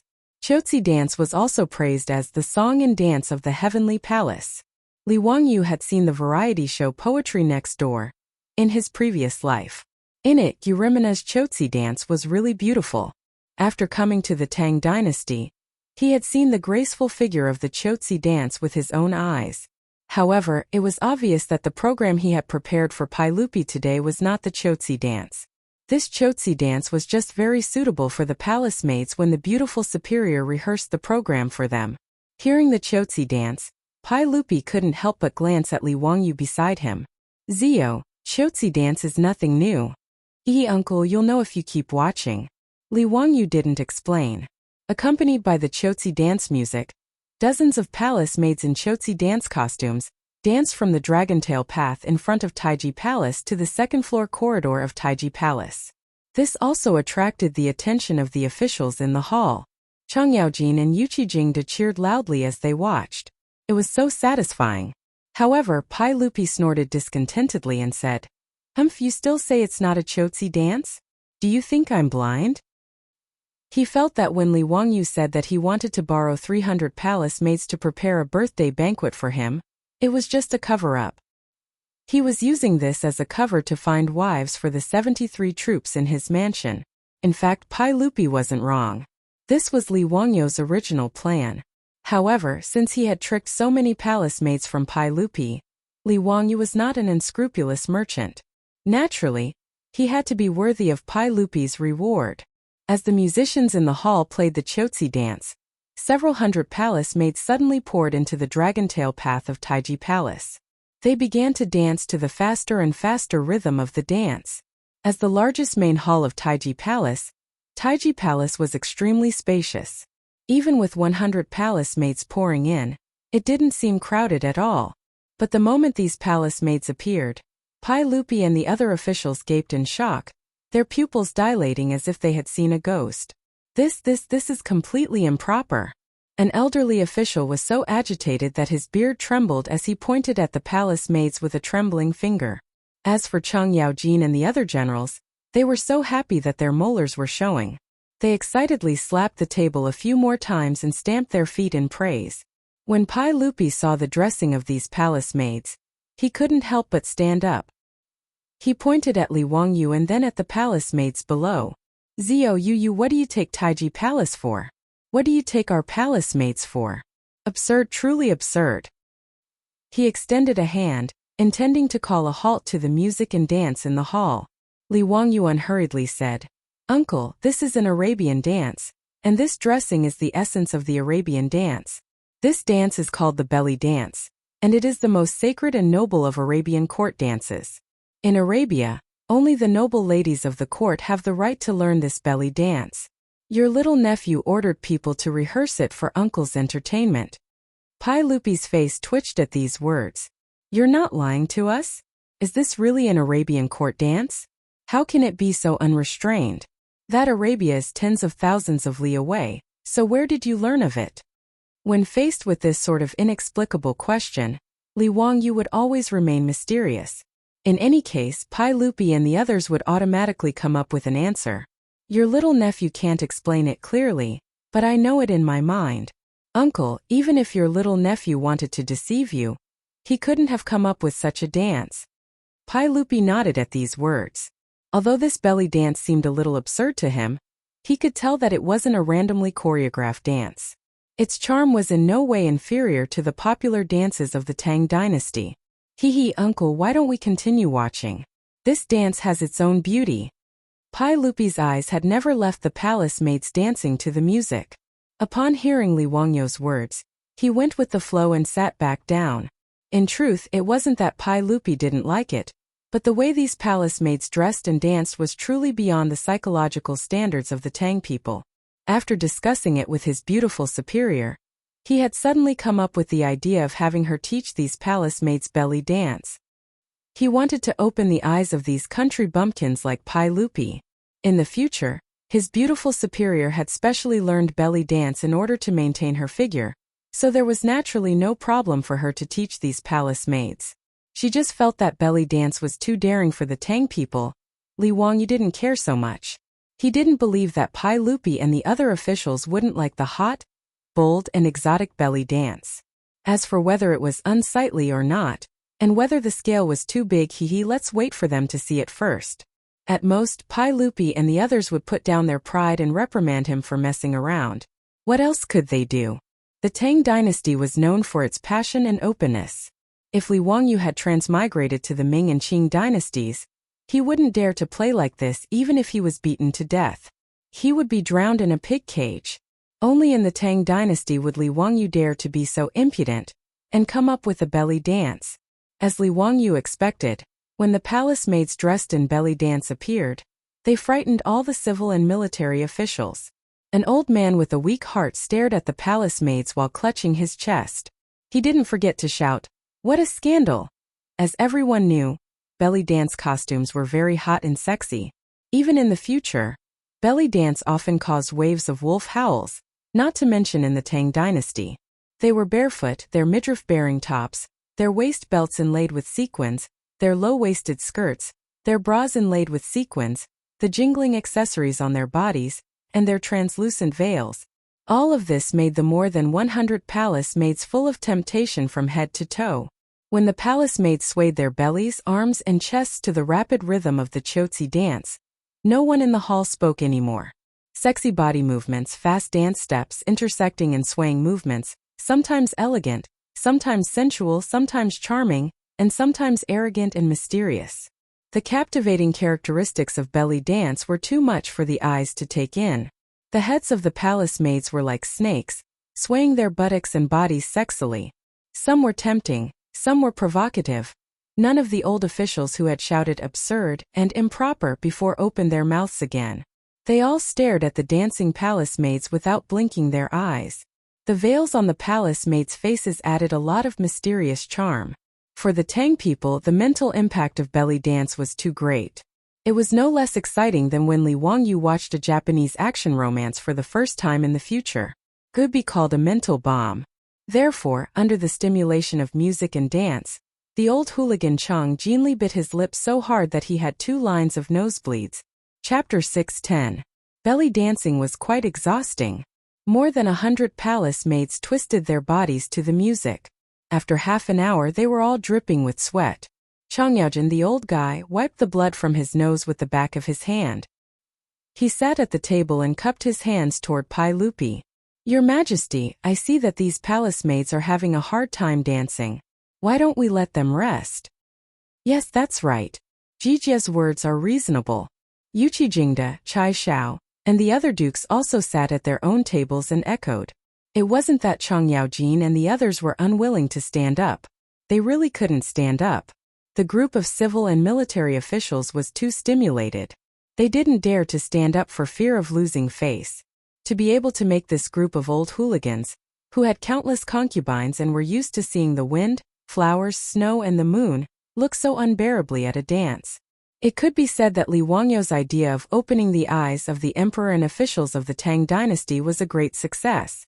Although the Tang dynasty also had bare-chested clothes, how could the effect of the shape be compared to the bras on these palace maids? The palace maids with well-developed bodies were all set off by the bras, and their cleavage was abnormally prominent. Coupled with the faintly discernible veils on their faces, these more than 100 palace maids exuded a fatal temptation from head to toe. Even Pai Lupi was like this. He sat upright on his throne and was too embarrassed to stand up. Although the robes of the Tang dynasty were loose, they were still not elegant. Li Wangyu heard this and was a little surprised. When did this group of old hooligans become so protective of the fairer sex? They even knew that the palace maids had a hard time dancing? But in the next second he was speechless. This group of old hooligans was indeed hooligans. Chang'an, the old guy, actually shamelessly cupped his hands toward Pai Lupi and said, "Your Majesty, I really like this Western region's dance. I wonder if Your Majesty can reward me with a palace maid, and let me take her back to the residence to teach the dancers in the residence?" "Your Majesty, I also have the same plan. Your Majesty, this subject also likes this dance. May Your Majesty bestow this subject with a palace maid?" After Chang'an took the lead to speak, all the dukes and nobles in the hall unceremoniously agreed and asked Pai Lupi for palace maids. Li Wangyu was dumbfounded. This group of old hooligans was really not reserved at all. In the main hall, apart from a few old officials like Yu Shinan, Feng Xianling was the only one who didn't make a sound. Li Wangyu glanced at the restless comrade old Feng, and couldn't help but sympathize with him. He rolled his eyes and couldn't help but have a mischievous thought. "Master Feng, this dance is called the belly dance, a dance of the Abbasid Caliphate. Practicing this dance for a long period of time was very beneficial to a woman. It could slow down aging and protect the body. Master Feng, why don't you also bestow a palace maid to your residence to teach Lady Feng?" Li Wangyu's words caused Feng Xuanling's face to redden. After a moment of hesitation, he really did ask Pai Lupi for a palace maid. Li Wangyu inwardly laughed. He wondered what the famous jealous madam in history would think when she saw Comrade Old Feng bring back such a temptress. When he returned, he had to ask Feng Yai about this matter, and see if Comrade Old Feng would be jealous when he returned home. Wahahaha, when he thought of this, Li Wangyu almost laughed out loud. Since all the dukes and nobles were asking for palace maids, Pai Lupi naturally couldn't refuse. Fortunately, there were still more than 200 palace maids who had been sent to Li Wangyu's residence to learn the belly dance. And in this hall, there were only about 100 people who had the right to ask Pai Lupi for palace maids. Pai Lupi wasn't that stingy. Today was his birthday.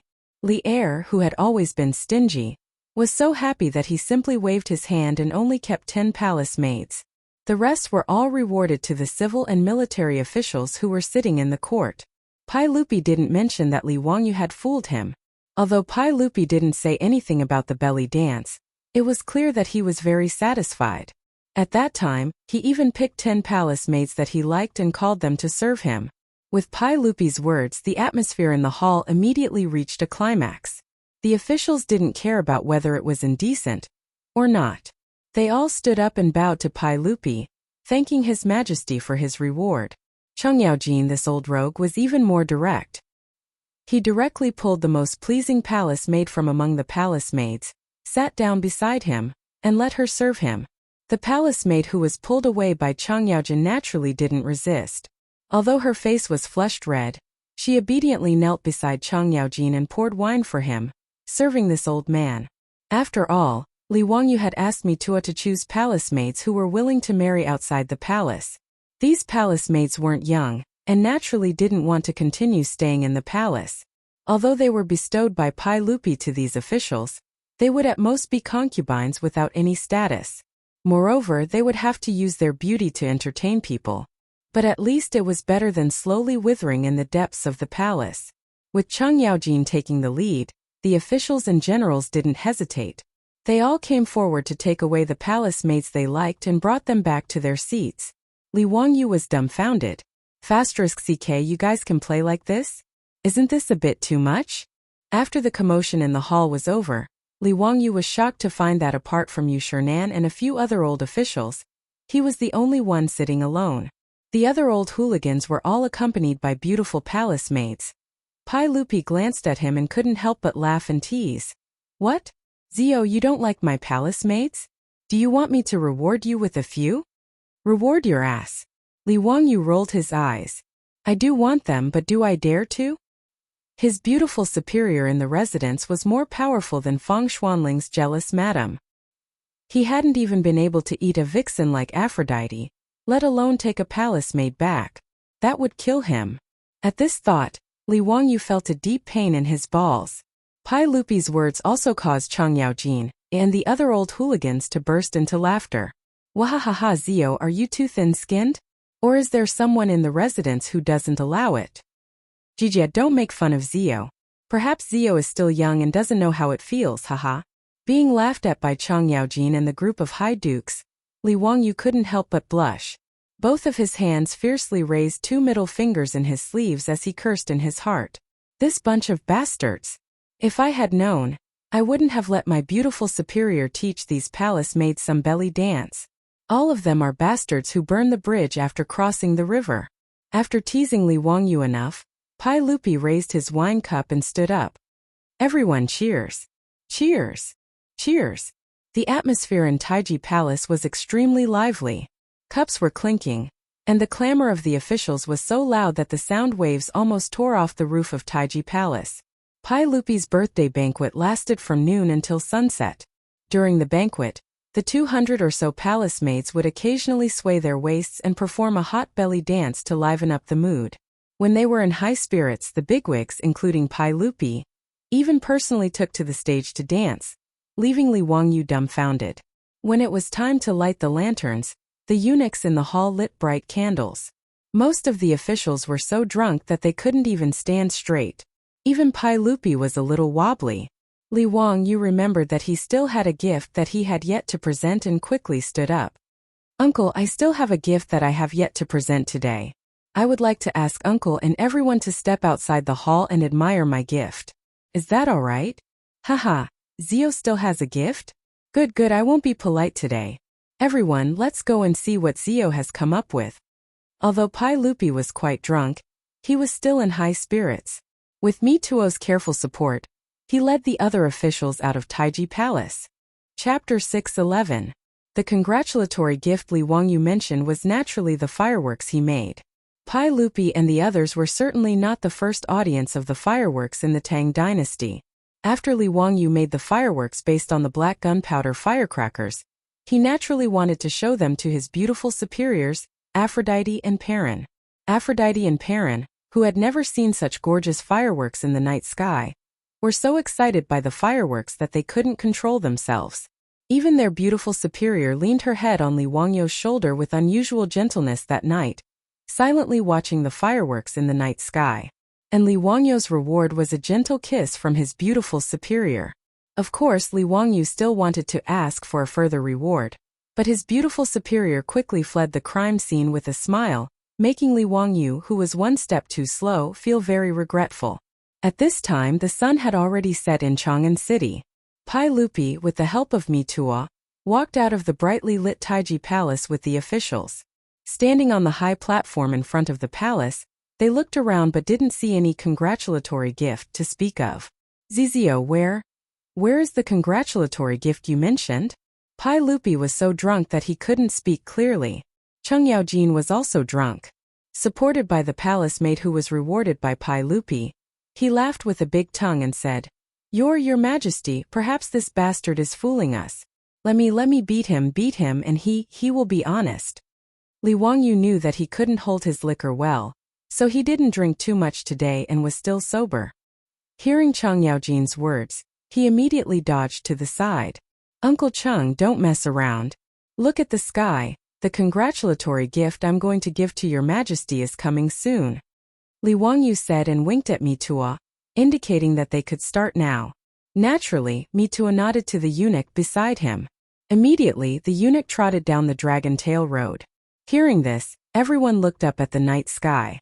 But in the night sky, other than the stars and the bright moon, where was the so-called congratulatory gift?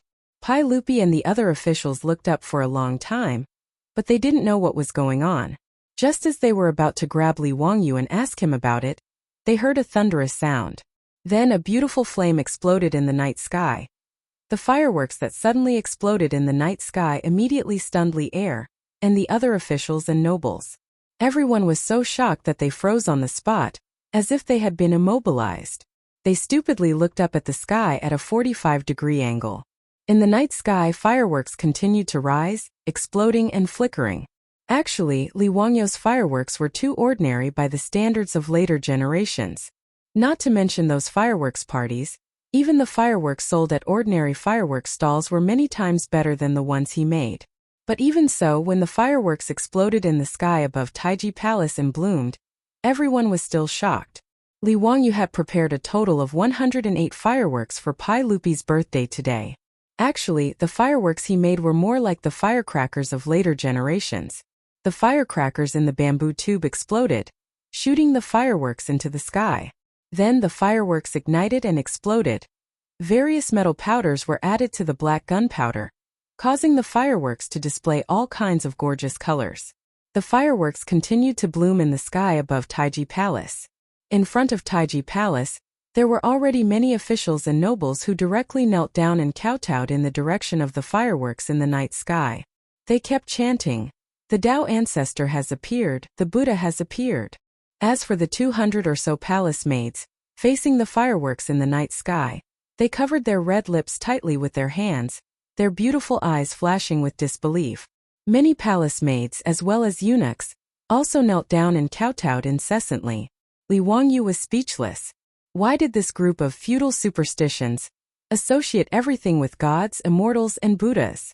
If the fireworks in the sky were a miracle, then wouldn't he be a god? 15 minutes later, the 108 fireworks Li Wangyu had prepared were all set off, and Taiji Palace regained its calm.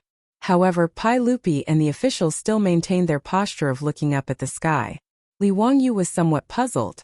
Had they all twisted their necks or something? Stimulated by the fireworks in the night sky, the originally drunk Pai Lupi sobered up a little. After a long while, Pai Lupi quietly said, "Zio, is this the congratulatory gift you are giving me? Uncle, are you satisfied with this congratulatory gift?" Pai Lupi let out a long sigh. "Zio, I can't believe you were able to create such a miracle. I really don't know what to say. Does this item have a name?" "Uncle, this little nephew has named this object firework." Fireworks. When a young woman is forbidden to sleep, fireworks twirl around her. Not bad. This item blooms in the night sky like a flower in the mist. It is illusory, beautiful, and regretful. Pai Lupi thought for a moment, then nodded and praised. As long as uncle likes it. Haha Zio, you have given me many pleasant surprises today. Whether it is the bronze mirror, the belly dance, or the fireworks, I like them all very much. Zio, you are very thoughtful. Pai Lupi was extremely satisfied with Li Wangyu today. This nephew of his really gave him, the emperor of the Tang dynasty, face. Li Wangyu, this flatterer, also had a smile on his face. To be able to receive Pai Lupi's praise meant that his efforts had not been in vain. As for flattery, Li Wangyu didn't care whether it was lacking in strength of character or not. Trying to show strength of character in front of a feudal emperor was just a waste of time. He wouldn't do such a stupid thing. After the fireworks were released, the officials and nobles finally woke up from the shock of seeing fireworks for the first time. County Count who, the fireworks that bloomed in the night sky just now were called fireworks? Good, were these fireworks made by County Count who? Zio, I didn't expect you to be able to create such an ingenious item. Is there anything in this world that you Li Zio can't do? County Count who, are these fireworks really not miraculous? How could someone create such a commotion in the night sky? This old man doesn't believe it. In response to everyone's shock, Li Wangyu could only explain over and over again what fireworks were. Hearing this, the officials and nobles repeatedly let out surprised cries. Looking at Li Wangyu, who was surrounded by everyone, Chang'an heavily slapped Yuqi Jingda's shoulder. Jingda Xiong, why do Laozi have the impulse to return to the Fu and slap those 3 disgraceful brats to death? Jijia, this old man also has the same idea. I really want to go back and beat up Dalong and Erlang to vent my anger. Yuqi Jingda looked at Li Wangyu and thought of his own twins, feeling very stifled. If Chang Chumo and the others knew that they would have such an unexpected calamity, who knows what they would think? This was probably the result of the terrifying Great Demon King, a kind of other people's children. Whether or not Chang Yaojin and Yuqi Jingda would beat up their sons to vent their anger when they went back, Li Wangyu didn't care that much. After attending Pai Lupi's birthday banquet, Li Wangyu began to get busy again. In 8 days, it would be the first Chinese New Year after he and his beautiful boss transmigrated to the Tang dynasty. Chapter 6:12. In fact, there was no such thing as the Spring Festival in the Tang dynasty. The first day of the new year was called New Year's Day, Yuan Day, Yuanzhang, or Sui Day. However, there was a holiday on New Year's Day, which was called New Year's Eve Yuanzhang holiday. There were 7 days of holidays in total, including the 27th, 28th, 29th, New Year's Eve, New Year's Day, the second day, and the third day, which was no different from the Spring Festival holiday in modern times. In the Tang dynasty, people also stayed up late on New Year's Eve. When midnight arrived, bells and drums would ring in the streets, which was the moment to bid farewell to the old and welcome the new. Li Wangyu still remembered the nursery rhyme that was sung every New Year when he was a child. Don't be greedy, kid, it's New Year after laba. Eat laba congee for a few days. Lilalala 23 sweet melon sticky. 24 sweep the house. 25 grind tofu. 26 buy meat. 27 slaughter a chicken. 28 make dough. 29 steam mantus. 30 cook a night. On the first and second day of the new year, walk the streets.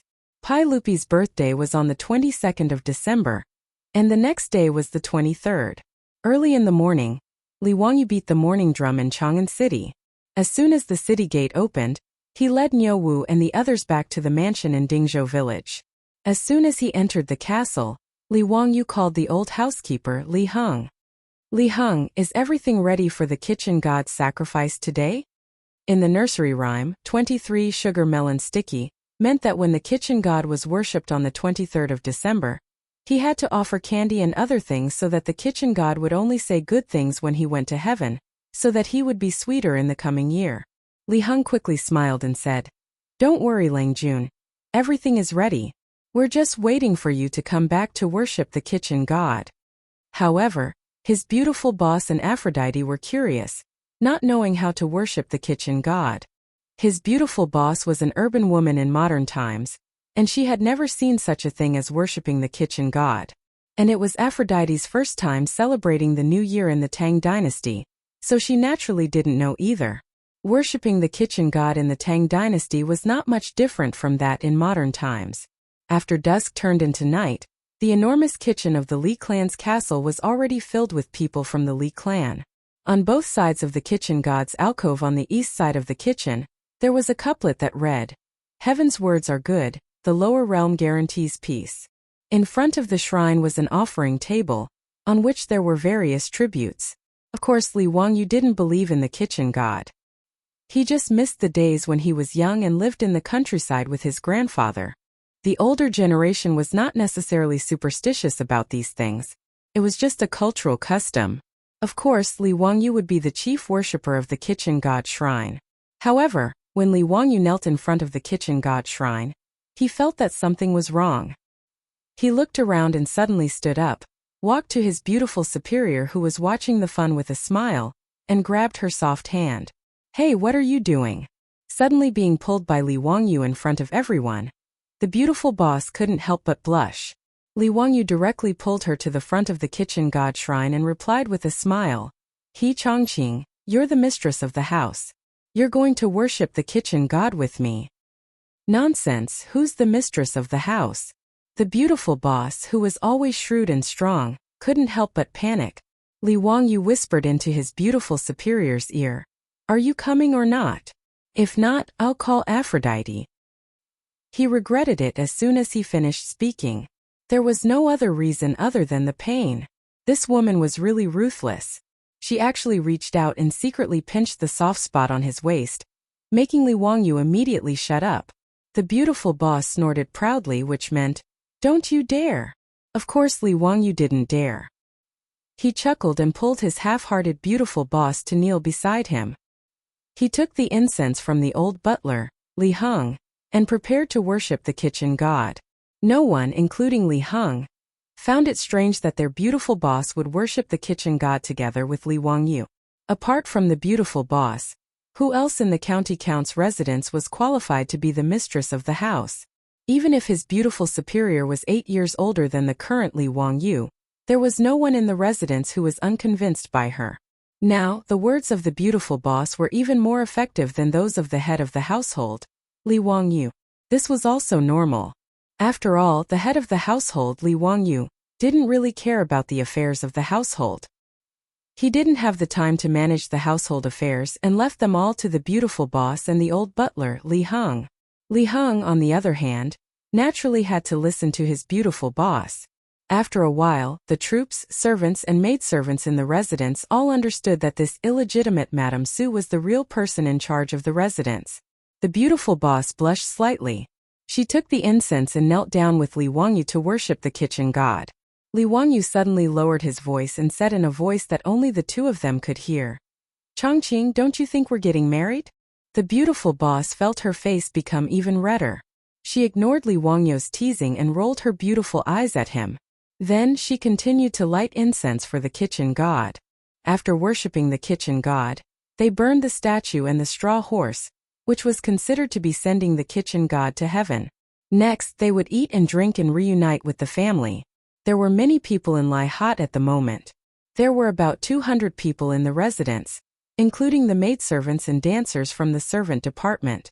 In addition to Niu Wu, Niu Yong, and a group of women from the troops, there were almost 300 people. Fortunately, when Li Wangyu built the castle, he had considered holding banquets and so on. Therefore, he built a huge dining hall, which could accommodate so many people. When they heard that their Lang Jun wanted everyone to have a meal together in the residence's dining hall, they were almost scared out of their wits.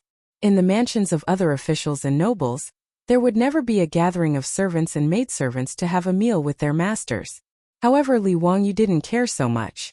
He and his beautiful boss didn't have the idea of dividing people into different classes like the Tangs. Even though they had bought many maidservants and recruited troops, they had no other choice. After all, they lived in the Tang dynasty. If they wanted to protect themselves, this was the only way. However, it didn't mean that the two of them would really treat these maidservants and servants as slaves because of this. In the eyes of Li Wangyu and his beautiful boss, this kind of gathering of everyone to have a meal together was as common as a company dinner in the modern world. However, the hundreds of maidservants in the residence were so moved that they almost cried. Who would dare to believe that they could have a meal with their masters after the sacrifice of the kitchen stove? Not to mention the maidservants and servants in the residence. These slaves were so moved that they almost burst into tears. Even the 73 women of the troops, who were maidservants, didn't expect that Li Wangyu, the county earl who founded the country, would invite them to have a meal together. After the 73 women of the troops returned to their homes that night, they all pulled their husbands over and repeatedly urged them to work hard. It was their good fortune to meet such a pure master. They should know how to cherish and be grateful. However, the reunion dinner after the sacrifice to the kitchen god had won the hearts of everyone in the Li residence. This was something that Li Wangyu and his beautiful superior did not expect. However, even if Li Wangyu knew, he wouldn't care. He had more important things to do. That was how to seize the third base and attack the fourth base in the war with his beautiful boss. Chapter 613. At Pai Lupi's birthday banquet, Li Wangyu watched the group of palace maids perform a hot belly dance and was very angry. Even when he woke up the next day, he had a few acne on his face. It was impossible for Li Wangyu to not want to do something embarrassing with his beautiful boss. He had been scheming for a long time. He and his beautiful boss had already broken through the first base and reached the second base. Now, when there was no one around, the two of them often kissed and hugged. But every time Li Wangyu wanted to do something further, he would always encounter various obstacles. In fact, if it was in the future, the two of them would have already rolled in the sheets. But in the Tang dynasty, his beautiful boss lacked a sense of security and couldn't let go. Although in her heart, she didn't refuse to do something. On the night when Li Wangyu made the fireworks, his beautiful boss gave him a sweet kiss on the cheek on the top of the castle and then ran away with a smile. But Li Wangyu was secretly happy.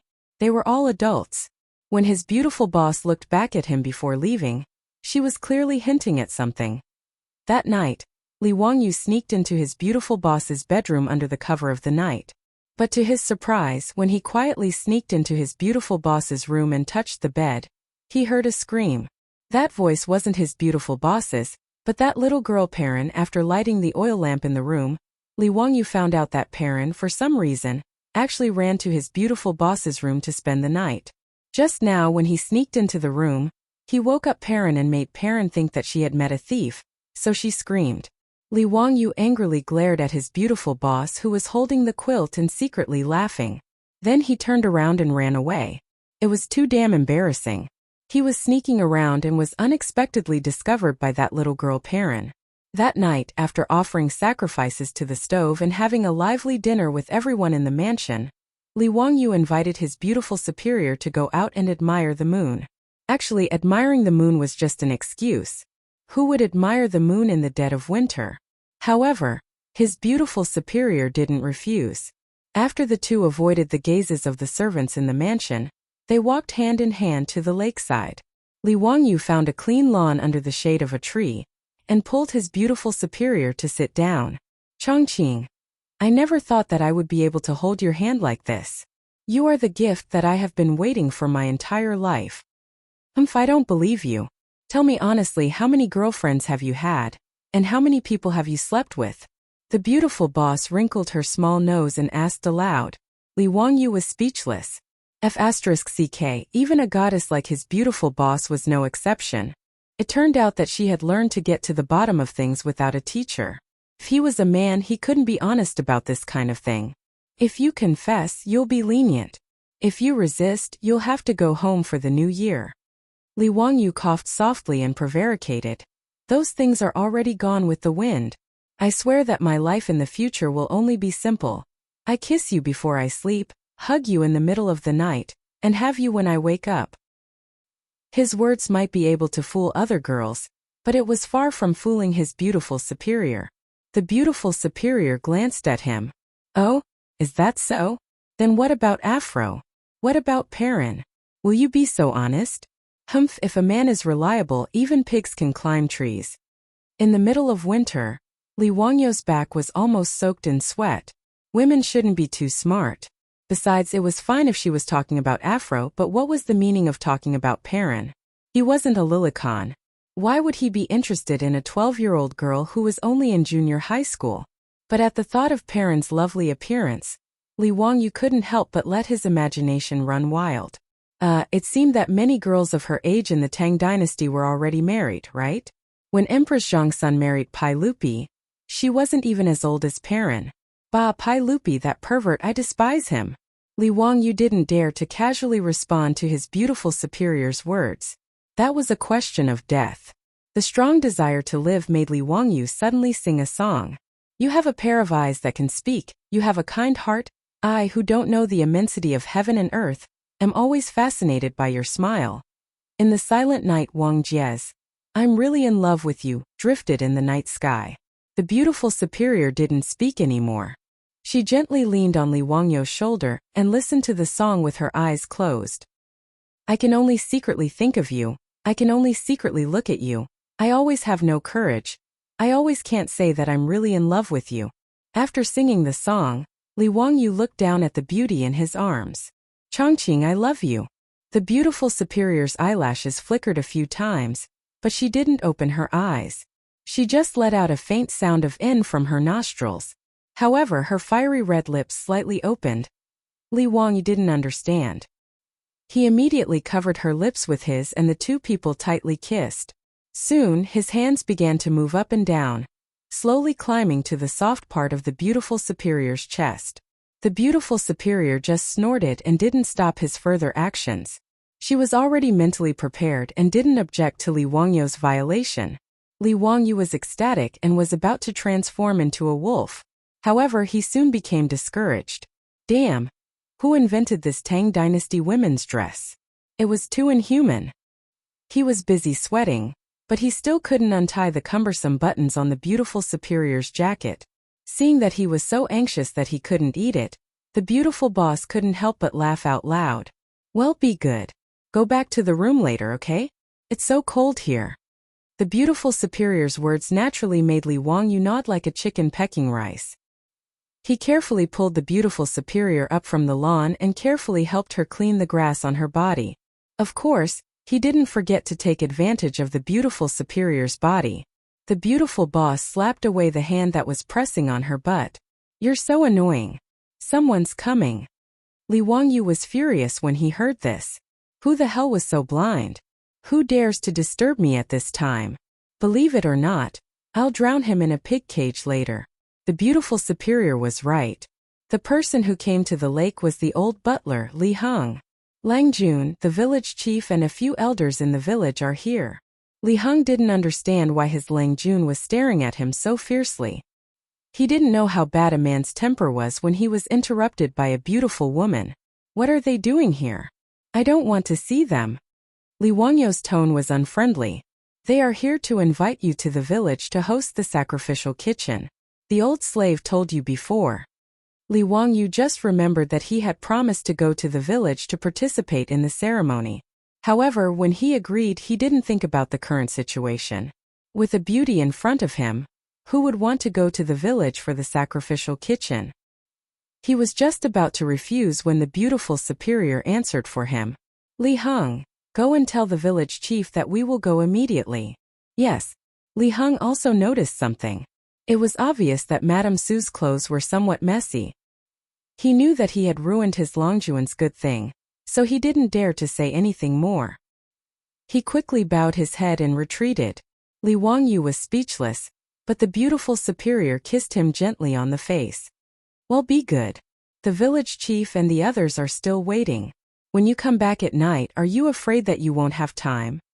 Hearing his beautiful boss say this, Li Wangyu revealed a smile and pulled his beautiful boss to walk back. Chapter 614. In Dingzhou village, every household had already paid their respects to the kitchen god in their own homes. The reason why the village chief and the elders came to invite Li Wangyu and his beautiful superior was that the village was preparing to hold a collective sacrifice in the name of the kitchen god tonight. Originally, Dingzhou village did not have such a custom, but it was different this year. The reason was simple: they had money.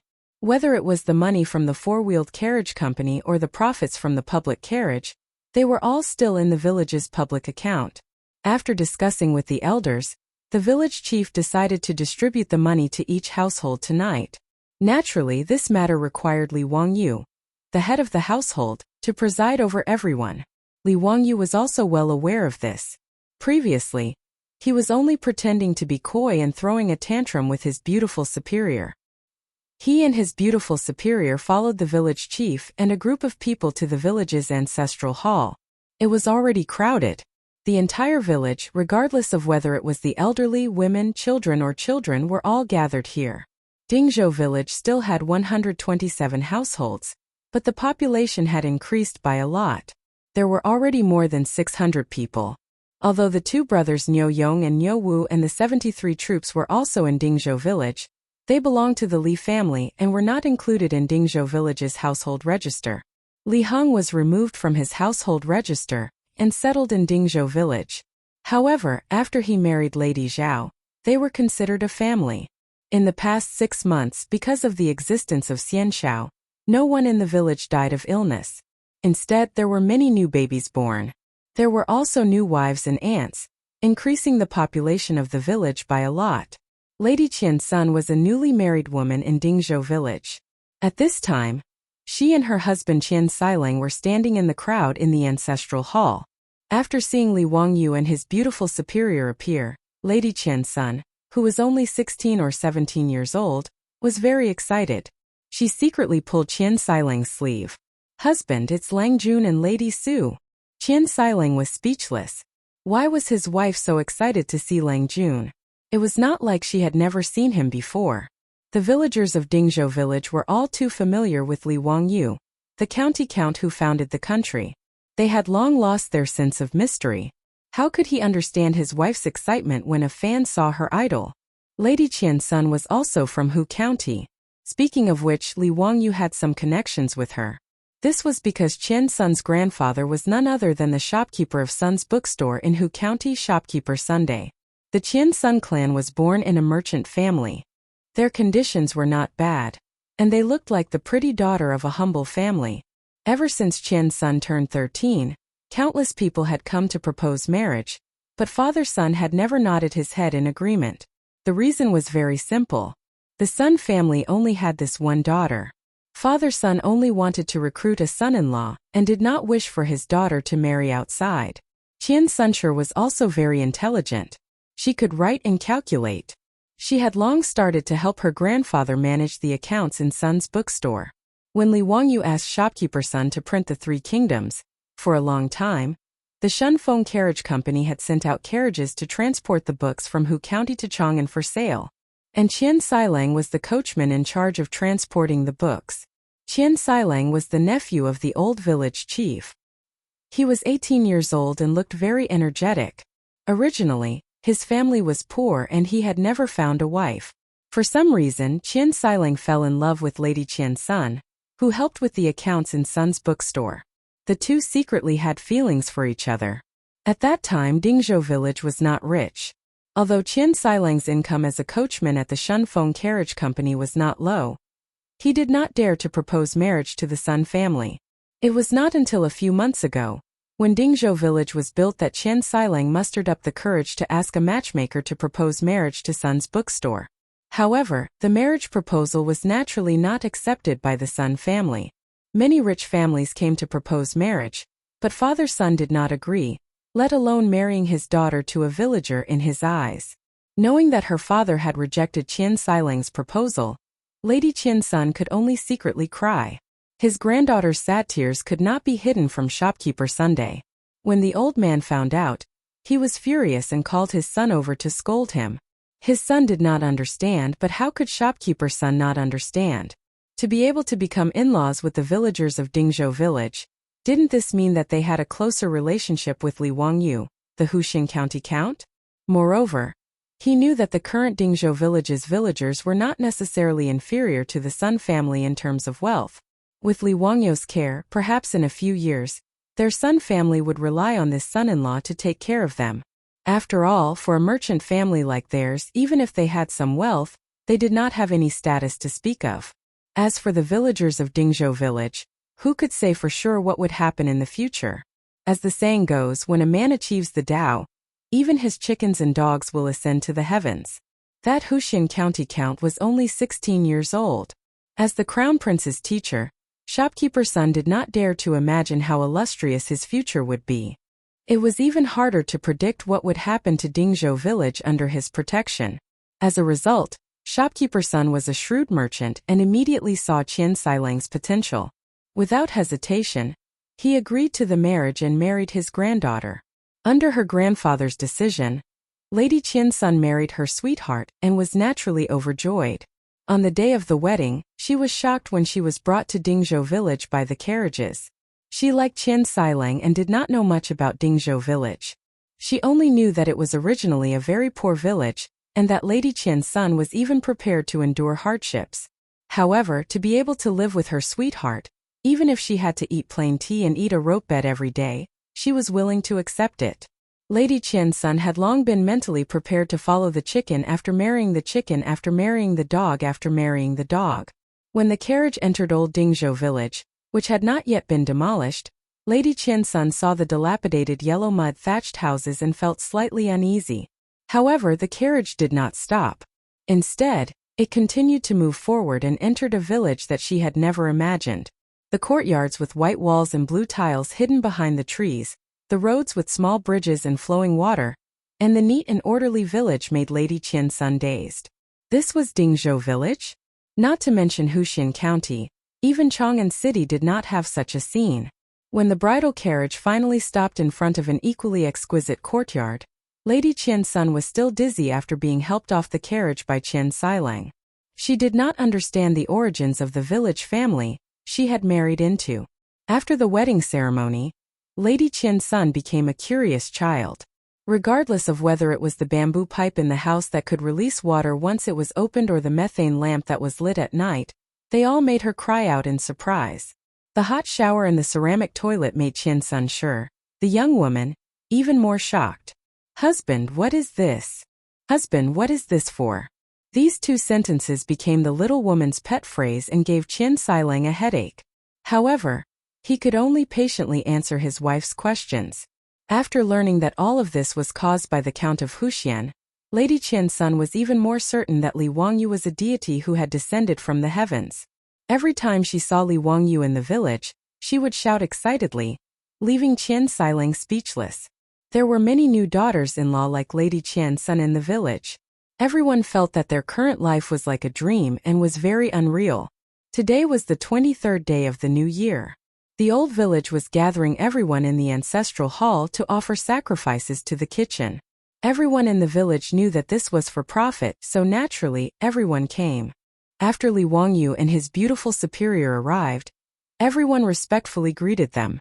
Li Wangyu laughed. "Don't be so polite. I know what you are all waiting for. Old village chief, don't talk nonsense. Let's start."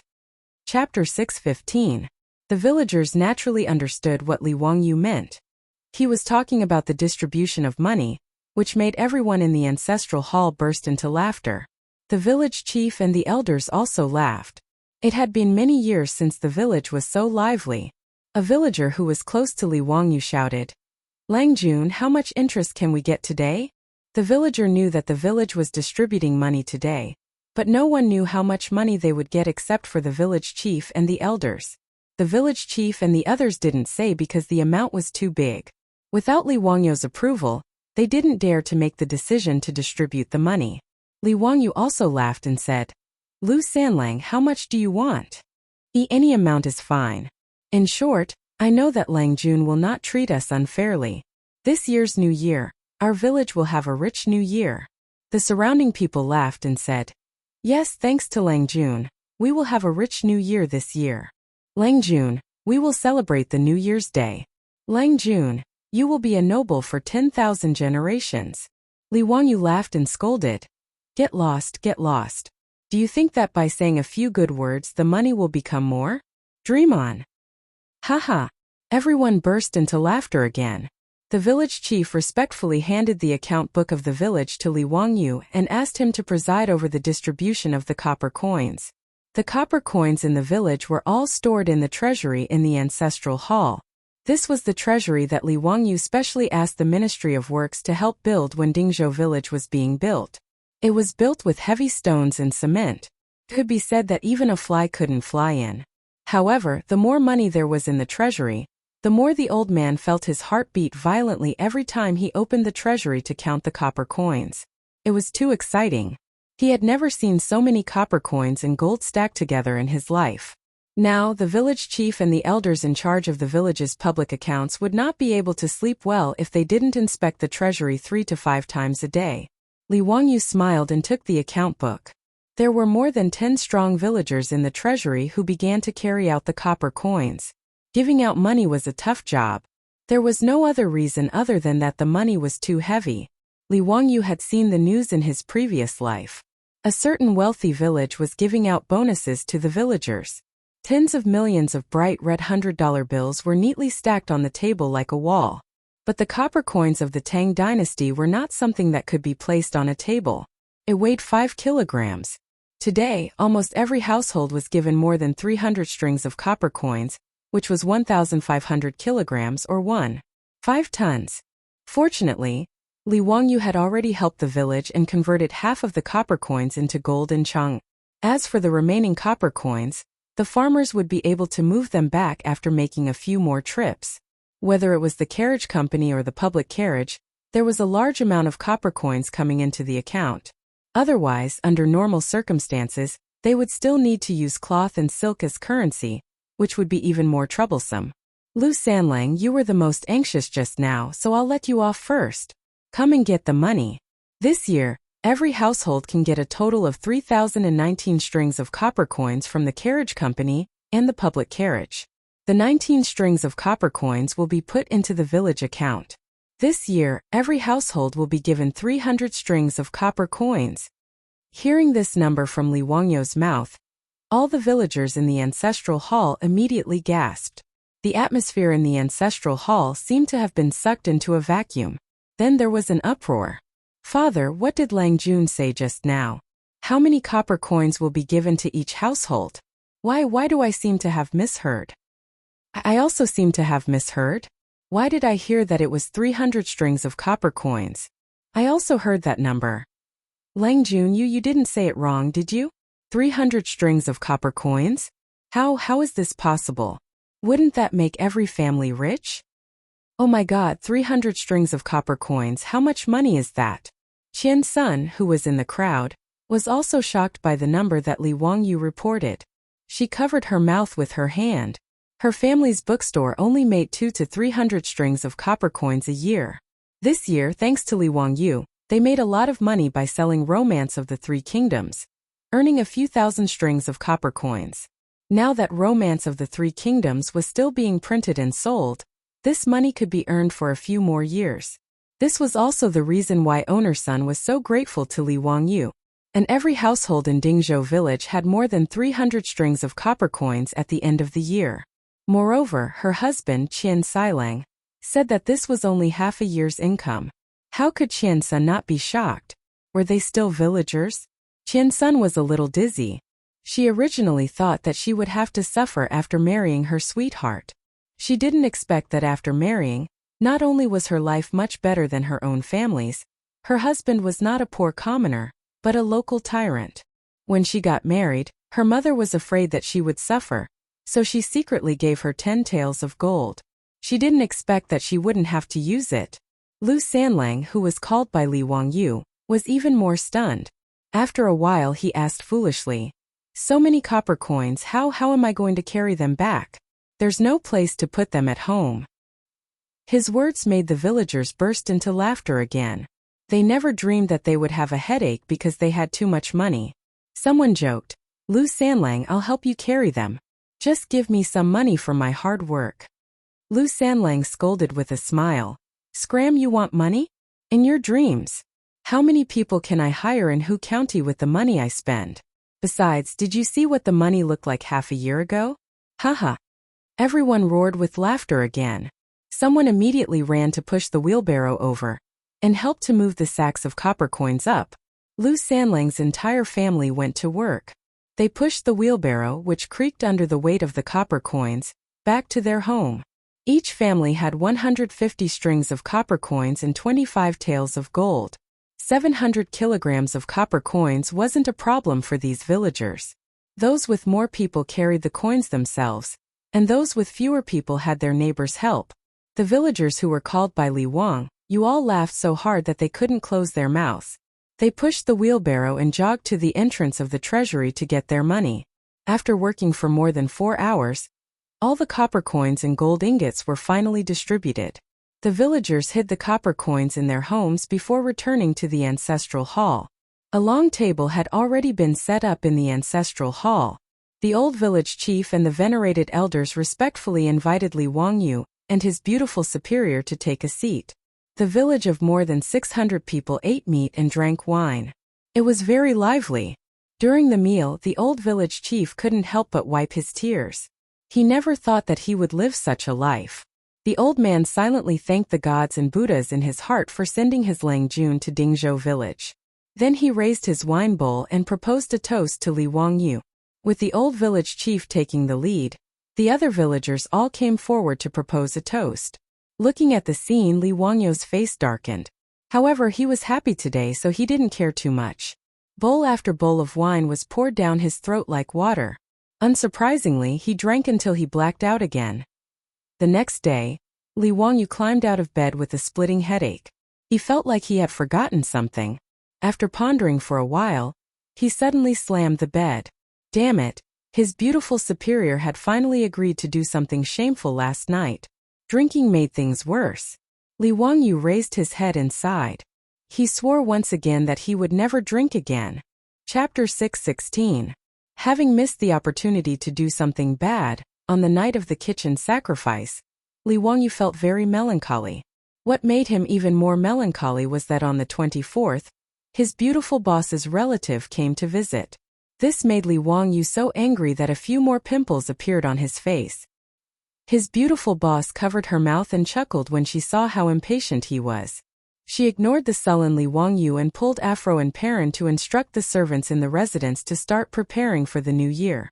On the 24th, the foppish sons also swarmed over to Dingzhou village's Lai Hot.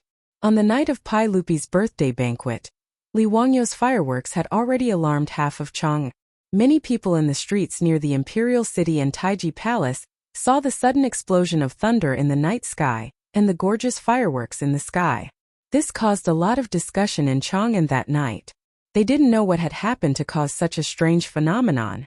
It wasn't until the next day that the officials at the birthday banquet spoke a few words that everyone understood that the fireworks that had bloomed in the night sky last night had been the work of the Count of Huxian, Li Wangyu.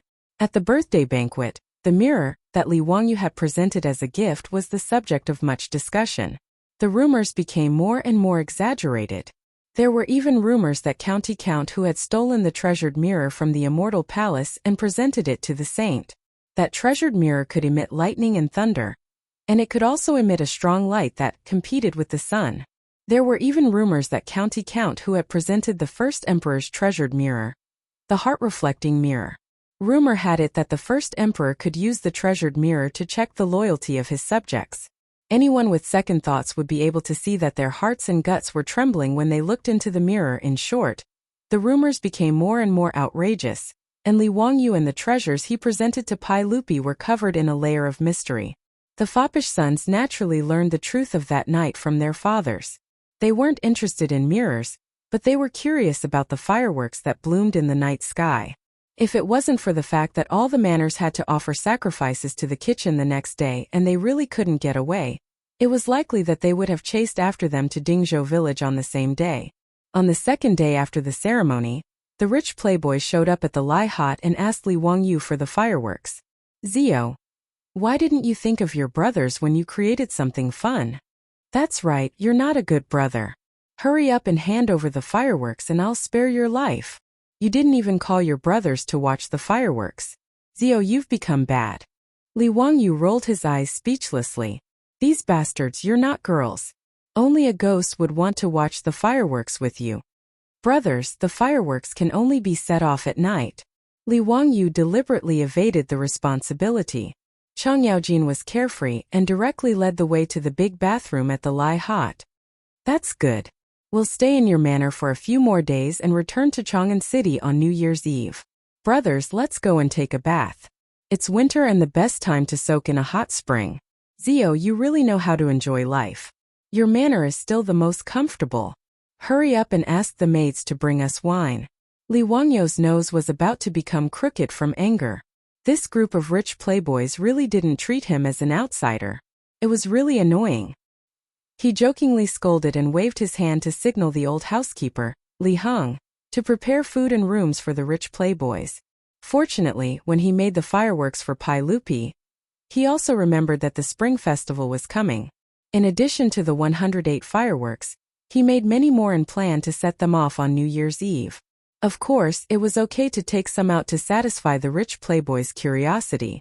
Since he couldn't have sex with his beautiful boss, Li Wangyu could only play with the rich playboys in the manor.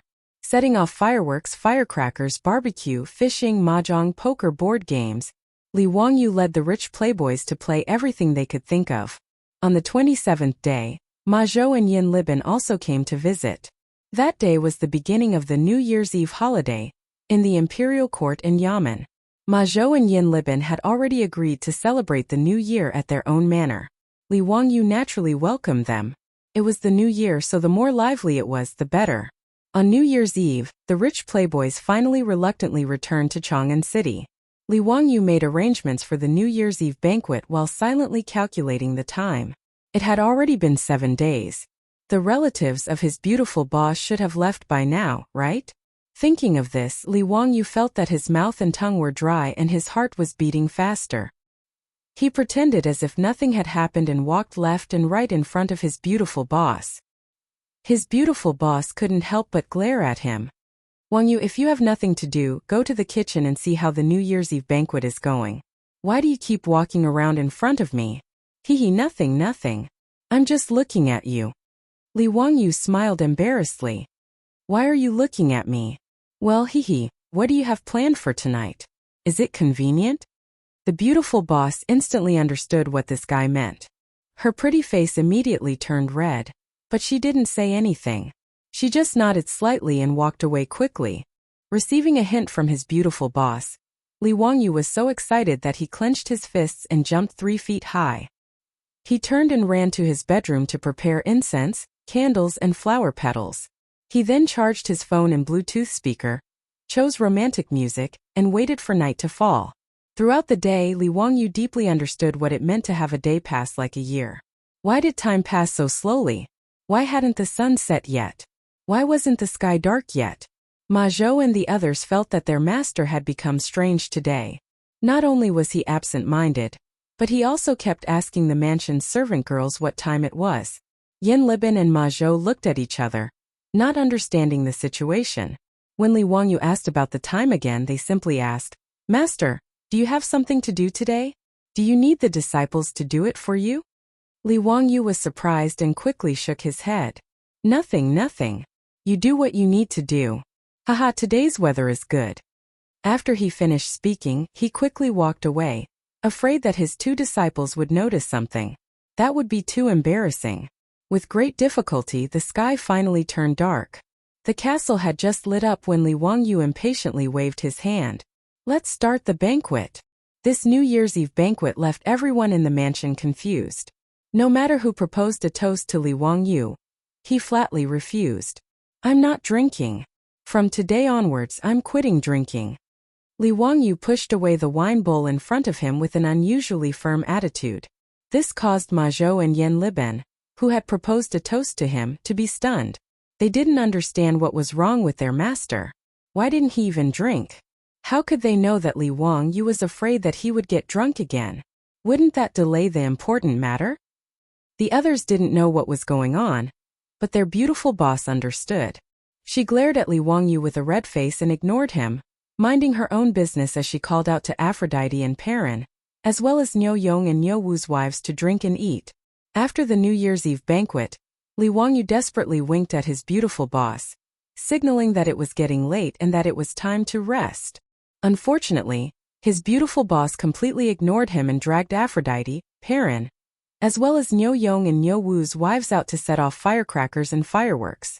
This made Li Wangyu so angry that the roots of his teeth itched, but there was nothing he could do.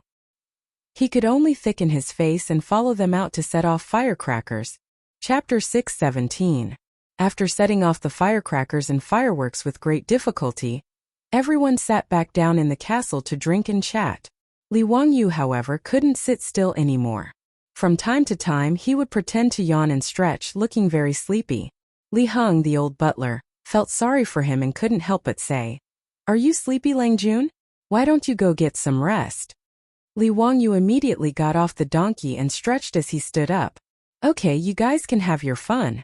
Don't worry about me, I'll go back to my room first." With that, he turned around and left, not forgetting to secretly give his beautiful boss a look, indicating that she should go with him. But his beautiful boss turned her head away as if she didn't see it and continued talking to Aphrodite and the other daughters-in-law of the Niu family. Li Wangyu was so angry that the roots of his teeth itched, but there was nothing he could do. He could only look back every few steps and dawdle back to his room. His room was naturally the largest in the castle. Not only was there a living room outside the bedroom for receiving guests, but there was also a huge cloakroom and washroom inside the bedroom, just like the mansions in the future. There was also a thick carpet on the solid wooden floor. The bed in the bedroom was even bigger, which Li Wangyu had the craftsman build for him. Not to mention 2 or 3 people, it wouldn't even be crowded even if 5 or 6 people were to lie down. After returning to his room, Li Wangyu sat on the sofa in the living room, scratching his ears and cheeks anxiously. He grabbed the Book of the Three Kingdoms, flipped through a couple of pages and threw it aside. He walked around the room several times but still didn't see his beautiful boss. Feeling that he had been tricked by this woman again, he stomped his feet in anger. Feeling really uneasy, he simply ran to the bathroom to take a shower and extinguish the anger in his heart. He planned to go to bed and find trouble with his beautiful boss tomorrow. But when Li Wangyu finished his shower and walked out of the bathroom in a bathrobe and wiping his wet hair with a towel, he was stunned when he looked up. Who else could it be but Su Changqing, who was looking at him with a sweet smile under the dim light of the room. "Changqing, you." As soon as he opened his mouth, his beautiful boss gently pressed a finger to his lips, indicating that he should not speak. Su Changqing gently leaned her head on his shoulder, her slender fingers drawing circles on his chest. "Wangyu, will we never be able to go back?" "Aye." Li Wangyu opened his mouth, but he didn't know how to answer. There was no answer to this question, and he felt that the possibility of returning to the future was almost zero. "Listen, I don't care how many women you marry in the future, but if you dare to treat me badly, I'll kill you." After the beautiful boss finished speaking, she proudly raised her snow-white slender neck, stretched out her right index finger and middle finger, and made a peace sign. Su Changqing's mentality had changed a lot, since he had been in the Tang dynasty for almost a year. Originally, she had thought that she would at most allow Li Wangyu to cheat on her once, and accepting Afro was already her bottom line. But as time passed, Su Changqing had already become a little numb to the Tang dynasty's multiple wives and concubines. She was not afraid of how many women Li Wangyu would have in the future, but she was afraid that he would forget about her. After all, she knew that she could no longer leave this little man. Now, Su Changqing's only request was that this man who came from the same era as her not let her down. That was all. Li Wangyu immediately felt a chill down his lower body in the face of his beautiful boss's threat, and his strong desire to live immediately made him reply without hesitation. "How is that possible? I swear that I will always treat you well, dote on you and love you." "Humph, big pig trotter, I don't believe you." The beautiful boss began to pound Li Wangyu's chest with her small fists. Li Wangyu was speechless. "Can't you speak properly?" He quickly reached out and hugged his beautiful boss tightly in his arms. Without saying a word, he kissed her directly. At this point, even a fool would know that it was useless to say anything. Between the two of them, their breathing began to quicken. Li Wangyu's hands also began to slowly grope up and down dishonestly. When his hands finally touched Su Changqing's perky bottom, the beauty in his arms could not help but twist her body. Li Wangyu was about to continue, but Su Changqing suddenly pushed him away. "I'll go take a shower first." The beautiful boss bit her lower lip, her face flushed red and her eyes watery as she ran to the bathroom. The bathroom door slammed shut, making Li Wangyu, who wanted to chase after her, feel regretful. He could only sit back on the bed and wait anxiously. Of course, he knew what the beautiful boss meant. In the future, if he had a goddess like Su Changqing, he would be courting death if he still dared to be snobbish, eating from the bowl and looking at the pot. But Li Wangyu felt that he was deceiving himself if he had to pat his chest and promise his beautiful boss that he would only marry her in the future without any second thoughts. Let's not talk about the distant future, just take Avro in the residence. Could he bear to send her out of the residence and marry someone else? Even the little lowly Perrin, Li Wangyu's heart twitched at the thought of this lovely girl being pleasured by someone else. Bah, scumbag! Li Wangyu despised himself deeply in his heart. Sure enough, the beautiful boss was right. Men were all bad. But Li Wangyu dared to swear to his heart that Su Changqing was the love of his life, and he would never let her down no matter what. His words just now were definitely not perfunctory to the beautiful boss, but his heartfelt words. Just as Li Wangyu was letting his imagination run wild, the bathroom door finally opened. Su Changqing's beautiful black hair was still dripping with water. She had casually tied it into a bun and secured it with a hairpin. Her creamy skin was fair and flawless with a faint pinkish hue. What a picture of a beauty coming out of the bath. Li Wangyu's heart began to beat violently again. Changqing. Li Wangyu only felt his mouth go dry and wanted to say something. But before he could say anything, he saw Su Changqing slowly undoing the belt around her waist. The beautiful boss's clothes fell to the ground piece by piece. Li Wangyu stared blankly at the naked beauty in front of him. The beautiful boss stretched out her two jade arms and wrapped them around Li Wangyu's stiff neck. She whispered in his ear and whispered, "Fool, why are you in a daze?" Li Wangyu was an idiot. At this moment he knew what he should do. He lowered his head abruptly and kissed his beautiful superior's red lips fiercely. Her fragrance was thick and smooth, and his hands couldn't help but start to move up and down. When his hands climbed to the soft part of the beautiful boss's chest, Su Changqing only felt her ears burning and her heart beating wildly. There was even a moment when she had the thought of running away. The two people were entangled and slowly fell to the spacious bed. In the bedroom, waves of stirring moans continuously came out, and the air was filled with the smell of hormones. Midnight came. In the castle and in the nearby Dingzhou village, bells and drums sounded together. Chang'an had come for 3 years. End of Book 1. Blossoming Countless Gold Coins. Chapter 618. The panting in the bedroom quickly subsided. Li Wangyu stared blankly at the ceiling, his face ashen. His beautiful boss covered her mouth and chuckled. She drew circles on his chest with her finger. "Hey! Didn't someone say that he was in good health?" Li Wangyu covered his face with both hands. He was speechless. What was going on with this damned body? He wasn't like this in his previous life. Although he didn't dare to brag that he could do it 7 times in one night, he still thought that his ability was pretty good. But before he could even get to the point, he had been killed in an instant. This made Li Wangyu want to die. Was there a problem with this body? Or was there something else? No, I was too nervous just now. Yes, that's right. Let me rest for a while. Today, I must let you know what a man's dignity is. Li Wangyu cried in his heart, but he refused to admit defeat. In fact, Li Wangyu was already on the verge of tears.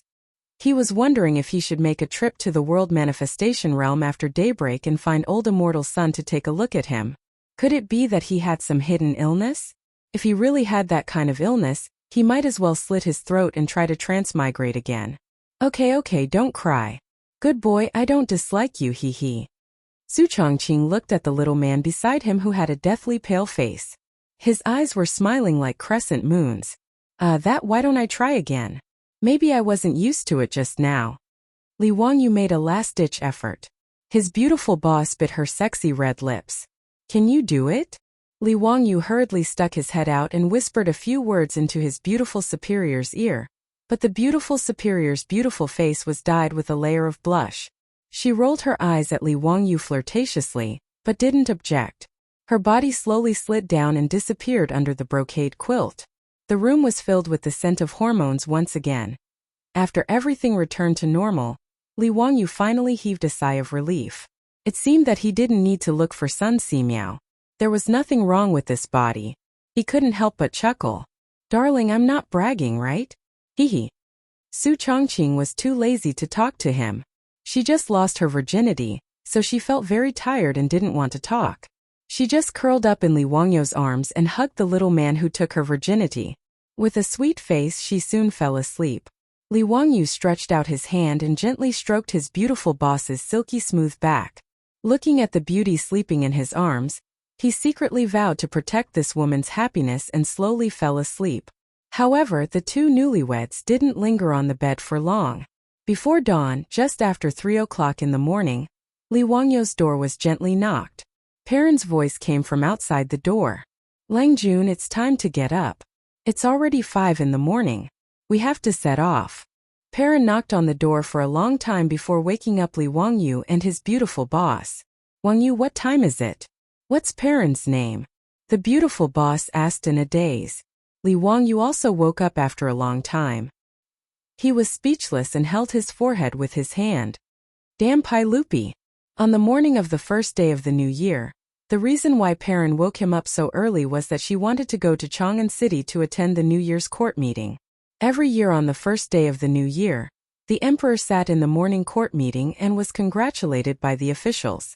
In the capital, the ministers, civil and military officials, and the envoys of various countries all had to attend. The New Year's court meeting was the grandest of the year. Li Wangyu, as the county earl who founded the country, naturally had to attend.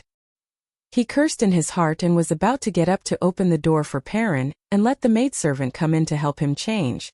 It had to be said that it was easy to go from frugality to extravagance. Li Wangyu was now very used to having maidservants to help him change clothes and wash up. However, after the beautiful boss woke up, she pulled him and anxiously whispered, Don't let them in." Li Wangyu was stunned and then realized that the beautiful boss was embarrassed to let others know what happened between them last night. "Hey Chongqing, the ugly daughter-in-law has to meet her parents-in-law. Perrin and the others will know about this sooner or later." "No, I don't care. Anyway, you are not allowed to tell anyone. You go out and don't let them in." The beautiful boss pulled the brocade quilt and hid herself in it like an ostrich. Li Wangyu could not help but smile that the mature and steady beautiful boss also had such a side. Since the beautiful boss wanted to keep it a secret for the time being, he naturally would not meddle. Li Wangyu got up and put on his clothes casually and kissed the beautiful boss's red lips. Then he got up and opened the bedroom door, but did not let Perrin and the maidservants in. He turned around and closed the door. "Okay, you can change clothes here." Li Wangyu stood in the living room and ordered. The maidservants naturally did not dare to say anything. They busily brought a copper basin and helped Li Wangyu wash his face and comb his hair. They tied his hair into a bun and helped him put on the court robes that represented the founding of the country.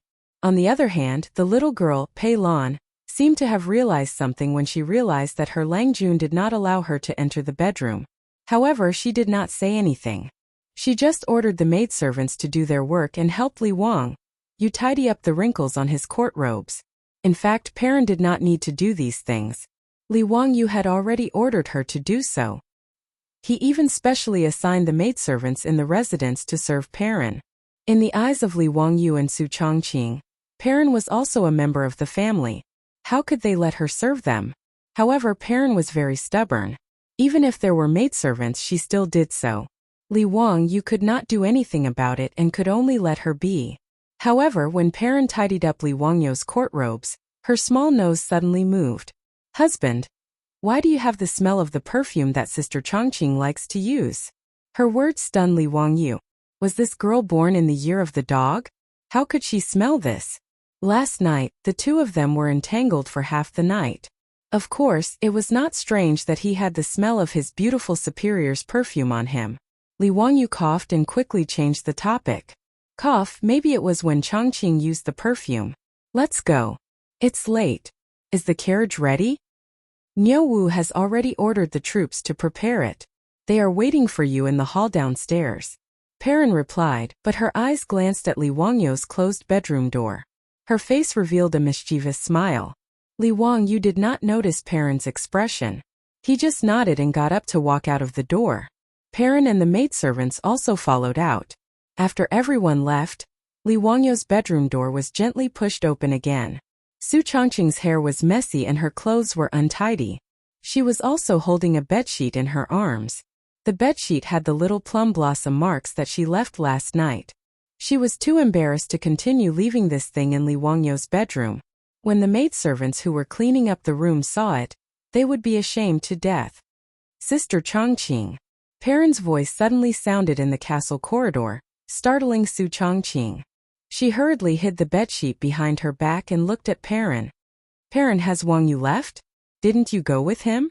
Yes, Lang Jun has left. He said that he would stay in Kaihua Square for a few days. He asked me to wait for Sister Changqing and Sister Aphrodite. We will set off for Kaihua Square together later. Perrin smiled and made a funny face at Su Changqing. Sister Changqing, last night you... Before she could finish, Su Changqing covered her mouth. Shua, don't talk nonsense. Nothing happened last night. Be good, it's still early. Go back and sleep for a while. We will set off after daybreak.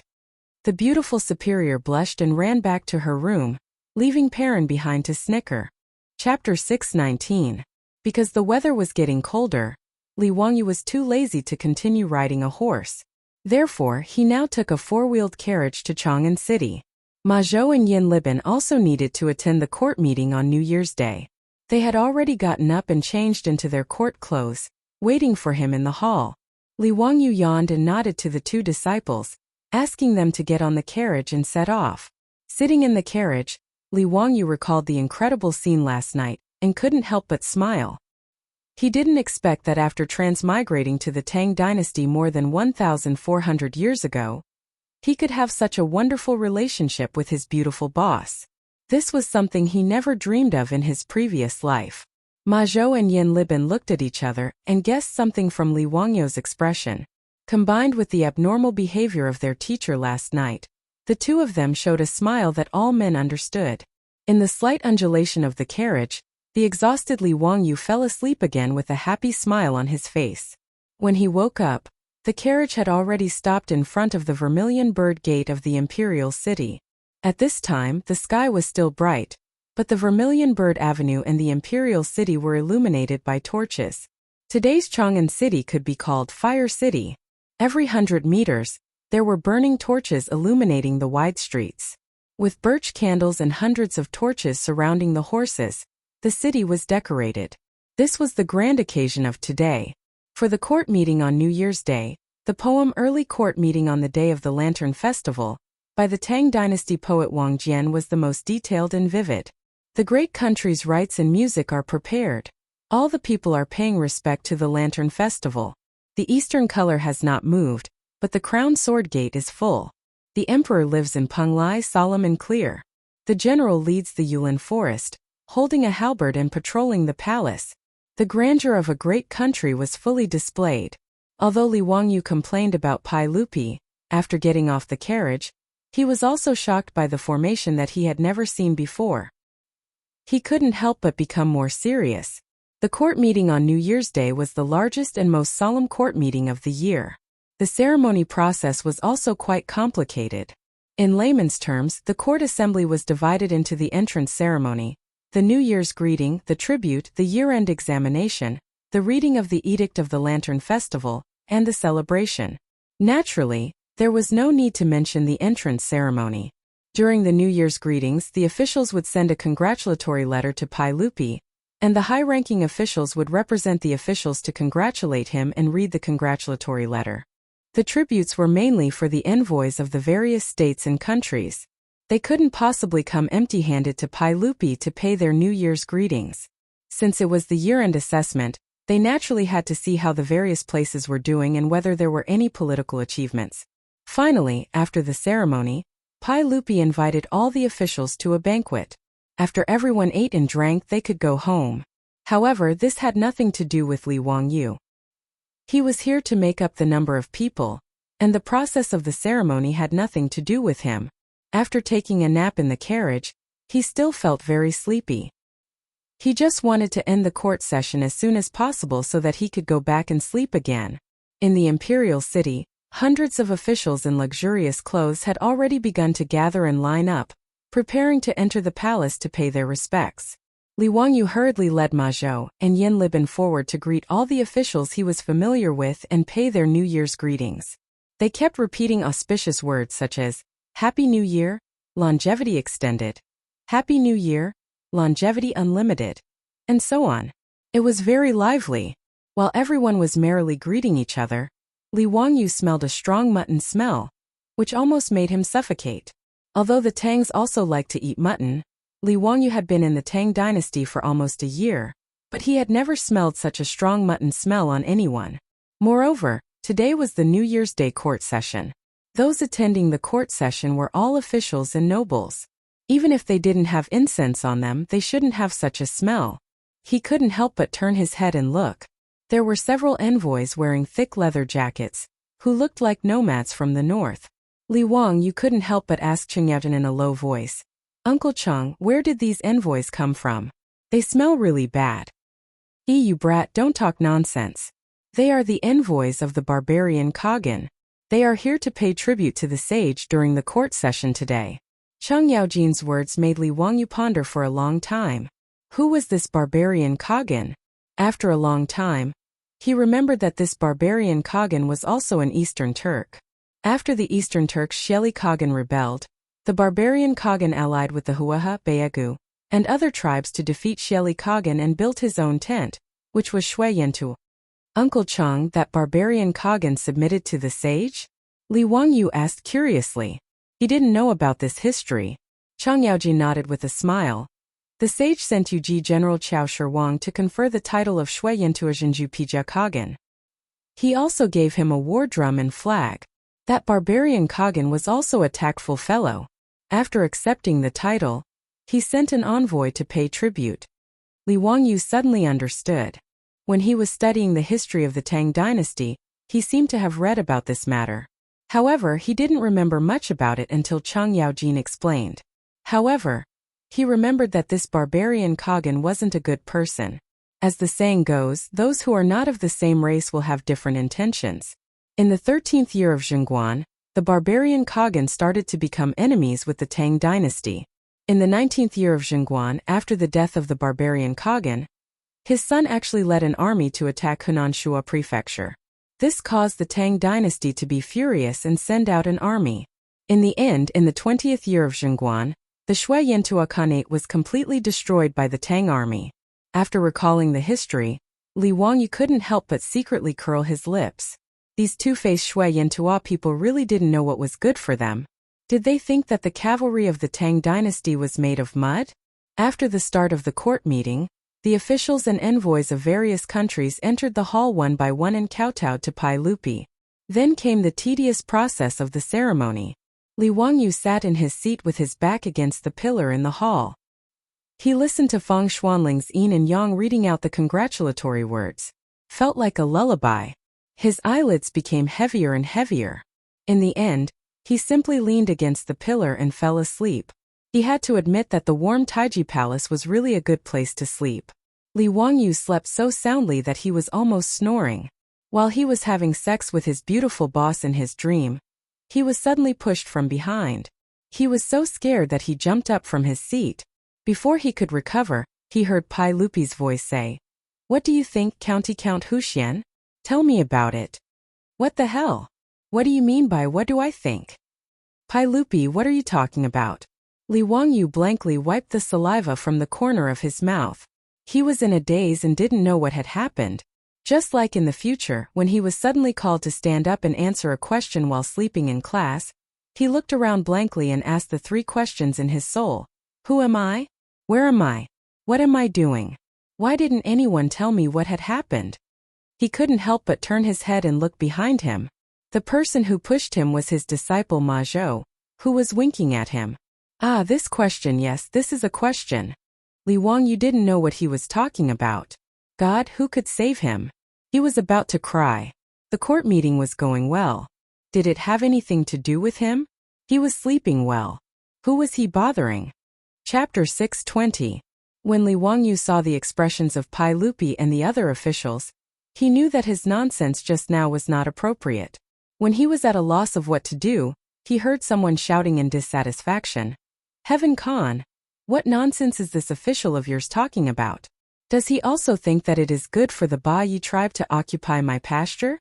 Heavenly Khan, are you humiliating me, Shui Yantua? Li Wangyu looked towards the direction of the voice. The one shouting in the hall was the envoy of Shui Yantua that Chang Yaojin mentioned earlier. However, the words of the envoy made Li Wangyu even more confused. What the hell? The Baiyu tribe occupied Shui Yintua's pasture? What does it have to do with what he said just now? Before he could recover, he saw a group of people dressed as envoys from Mo Bay laughing. Haha, the official of the Heaven Khan said it well. Isn't this good? Since Shui Yintua has already set up camp at Overseer Yu Mountain, then the pasture of Luoluan River belongs to us, Baiyu tribe. What's wrong with that? Bullshit. God above, the pasture of Luoluan River has always belonged to us, Shui Yintua. Ba, if it wasn't for us, the Ba Yegu tribe, who helped you defeat Xieli Khan's army, you would have been finished long ago. Now, giving the grassland of the Krulin River to us is a reward. You bastard, do you want to duel with me? Come on, God above, are we, the people of Baiyu tribe, those cowardly guinea pigs? I will let you know what it means to be an eagle on the grassland. Li Wangyu continued to be confused. What the hell is going on? I just said a few words of nonsense, why are these envoys arguing? Seeing his teacher's confused face, Ma Zhou was helpless. While Shui Yintua and the envoys of Baiyu tribe were still scolding each other, he quickly got up and whispered a few words in Li Wangyu's ear. Only then did Li Wangyu realize what was going on. F***ck, this was really a pain in the ass. It turned out that when the envoys of various countries were paying tribute, the Shui Yintua envoy, who had recently submitted to the Tang dynasty, suddenly said that he hoped that Pai Lupi, the Heavenly Khan, would uphold justice for Shui Yintua and punish the Bei tribe. The reason was that the Bei ancient tribe had forcefully occupied the grassland of the Krulin River, which was located between the two tribes.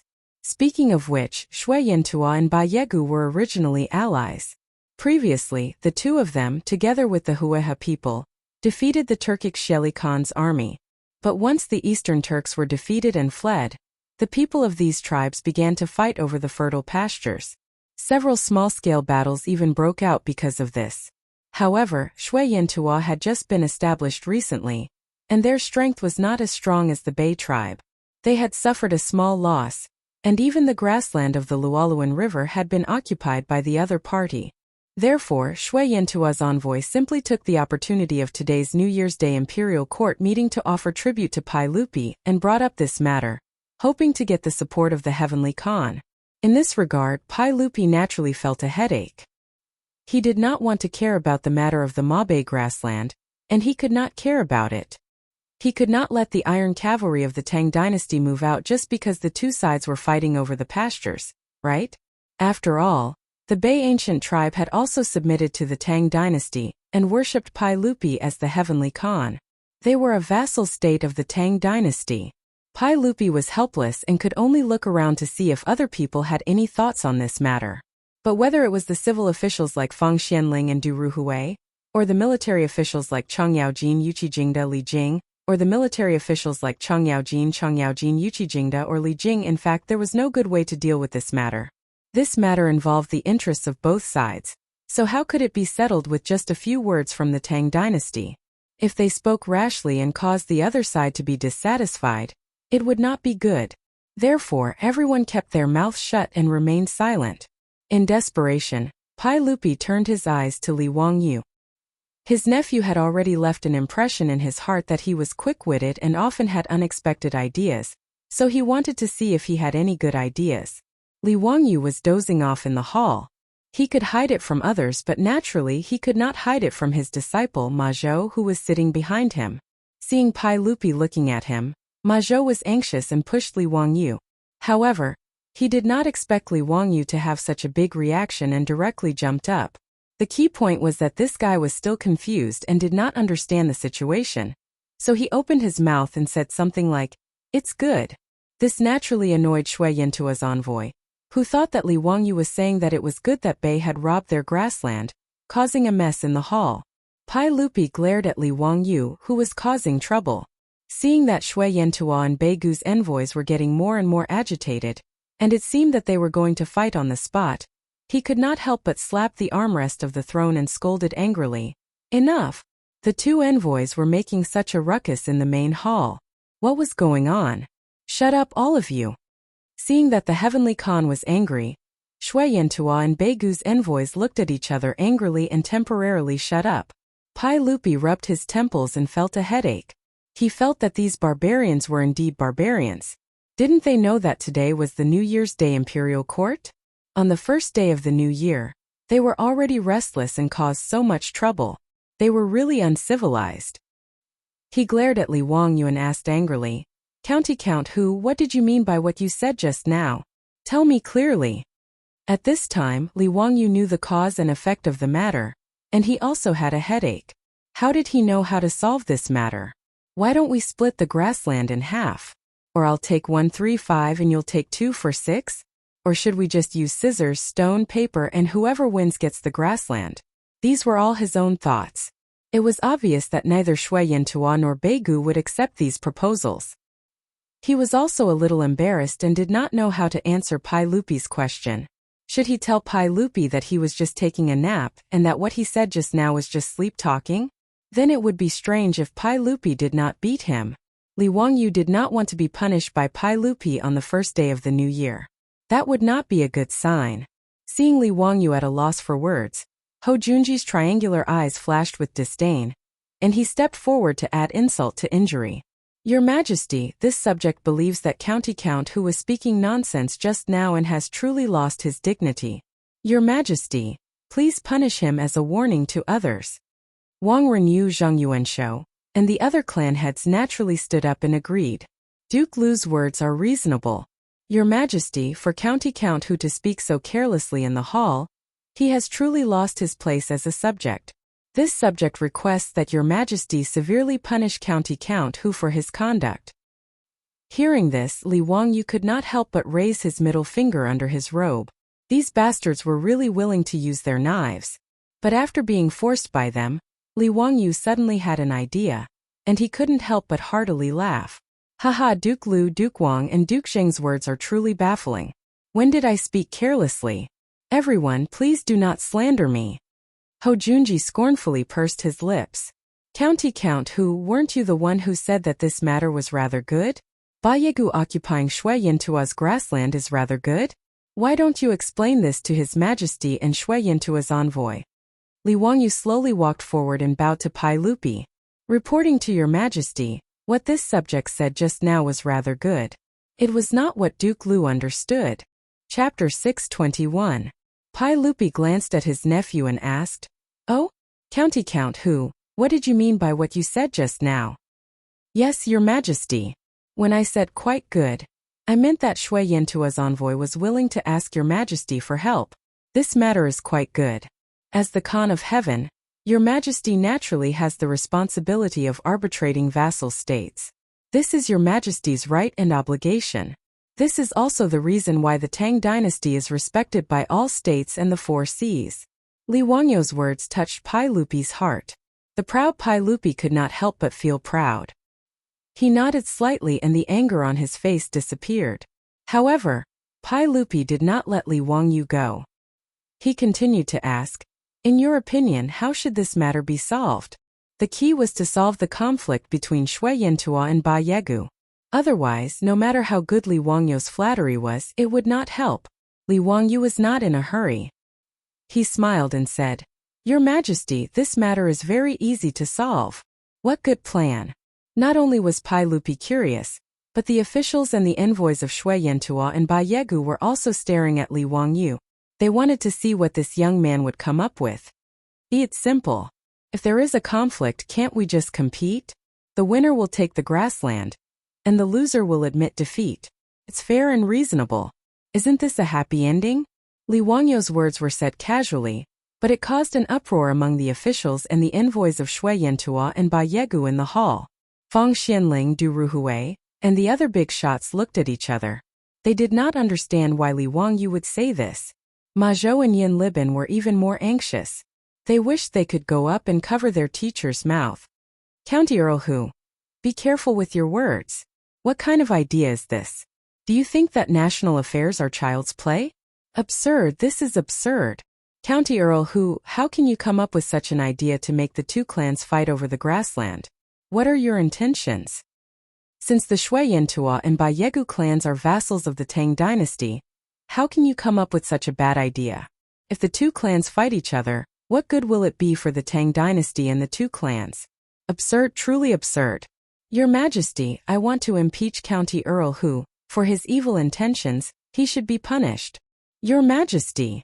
County Magistrate whose words were filled with evil intentions and could not be forgiven. County Earl who, Your Majesty, please punish him. The Shui Yintua and Ba Yegus, and the officials of Yegu and Baz didn't say anything for the time being. The officials, were. This was especially true for the officials from the aristocratic families. They were all filled with righteous indignation, looking as if they were sworn enemies with Li Wangyu. A large group of people who wanted to impeach him came out on their knees. Yuqi Jingda and the other generals didn't know what to say. They looked at each other and didn't say anything. It was Chang Yaojin who stood out and laughed. Wahaha, Your Majesty, I think County Earl whose words are reasonable. Since neither side can convince the other, then let's fight. We'll listen to the one with the bigger fist. Pai Lupi stared at Chang Yaojin with a headache. He didn't find it strange that this old man would be so unreasonable. However, Pai Lupi never expected Li Wangyu to come up with such a bad idea. He was caught unprepared.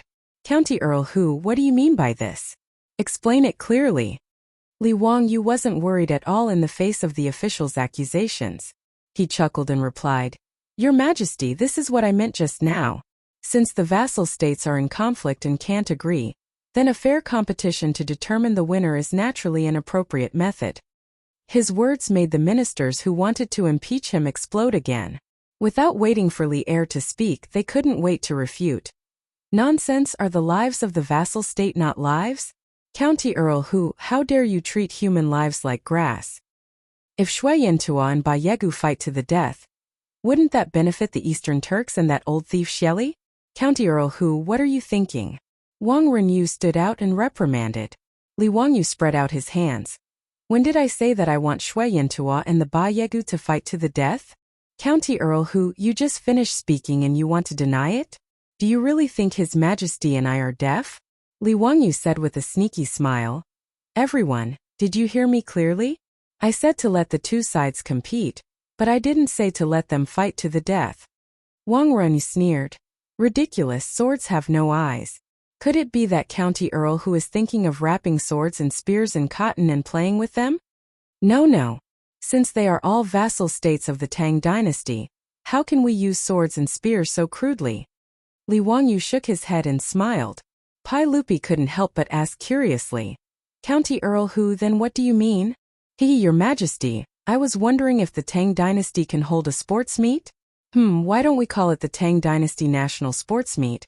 Or the National Sports Meet for short. This war is about who is stronger, faster, more accurate in archery, and better in horsemanship. Since that's the case, we can turn these events into sports meets, and let the soldiers of the Tang Dynasty compete with the vassal states. This way we don't need to use swords and spears, and we can show the strength and bravery of the soldiers. Why not? Li Wangyu smiled very proudly. This was the idea he came up with in a flash of inspiration. Holding the Olympic Games in the Tang Dynasty could solve the disputes between the vassal states, and it could also add to the entertainment life of the people of the Tang Dynasty.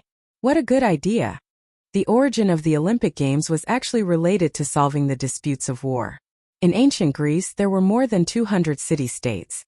There were also endless disputes between the city-states, and conflicts and wars often broke out. The continuous wars disgusted the ancient Greek people, and they all desired a peaceful environment to rest and recuperate.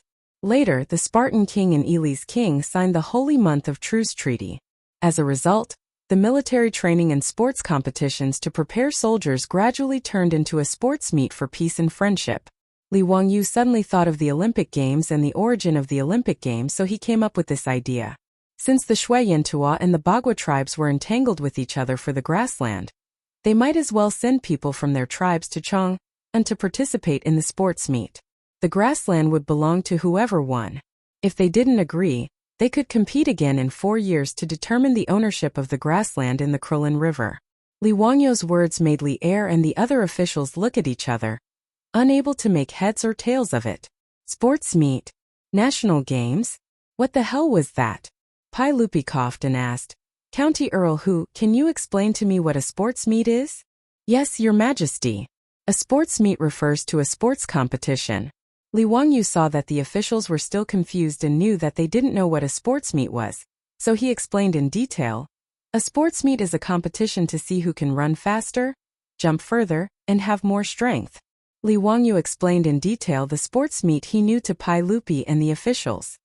Your Majesty, this sports meet can not only resolve disputes like the one between the Shui Yantua and the Bagua tribes, but also make the soldiers and people of the Tang dynasty braver and stronger. This sports meet can also allow the people to participate and fight for the glory of the winner. There are many benefits and no harm. After these words were said, the officials who had stepped forward to accuse Li Wangyu were all stunned. They opened their mouths but didn't know how to refute. Even Wang Renyu, Ho Junji, and the others didn't know what to say. Sports meet, this idea was too outrageous. They hadn't even thought about it yet, so how could they comment? Pai Lupi narrowed his eyes and suddenly asked, County Earl Hu, this sports meet you speak of, is it similar to a baseball meet? Your Majesty is wise. Baseball can also be a part of the sports meet. The winner will be awarded a gold medal by Your Majesty and announced to the world. Everyone will hear about it as a reward. Pai Lupi nodded and looked at the officials. Everyone, what do you think of what County Earl Hu has said? For a moment, no one spoke in the vast Taiji Palace.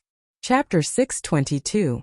When Li Wangyu proposed the Tang Dynasty National Games, that no one had ever heard of, Pai Lupi and the other officials didn't know how to evaluate it.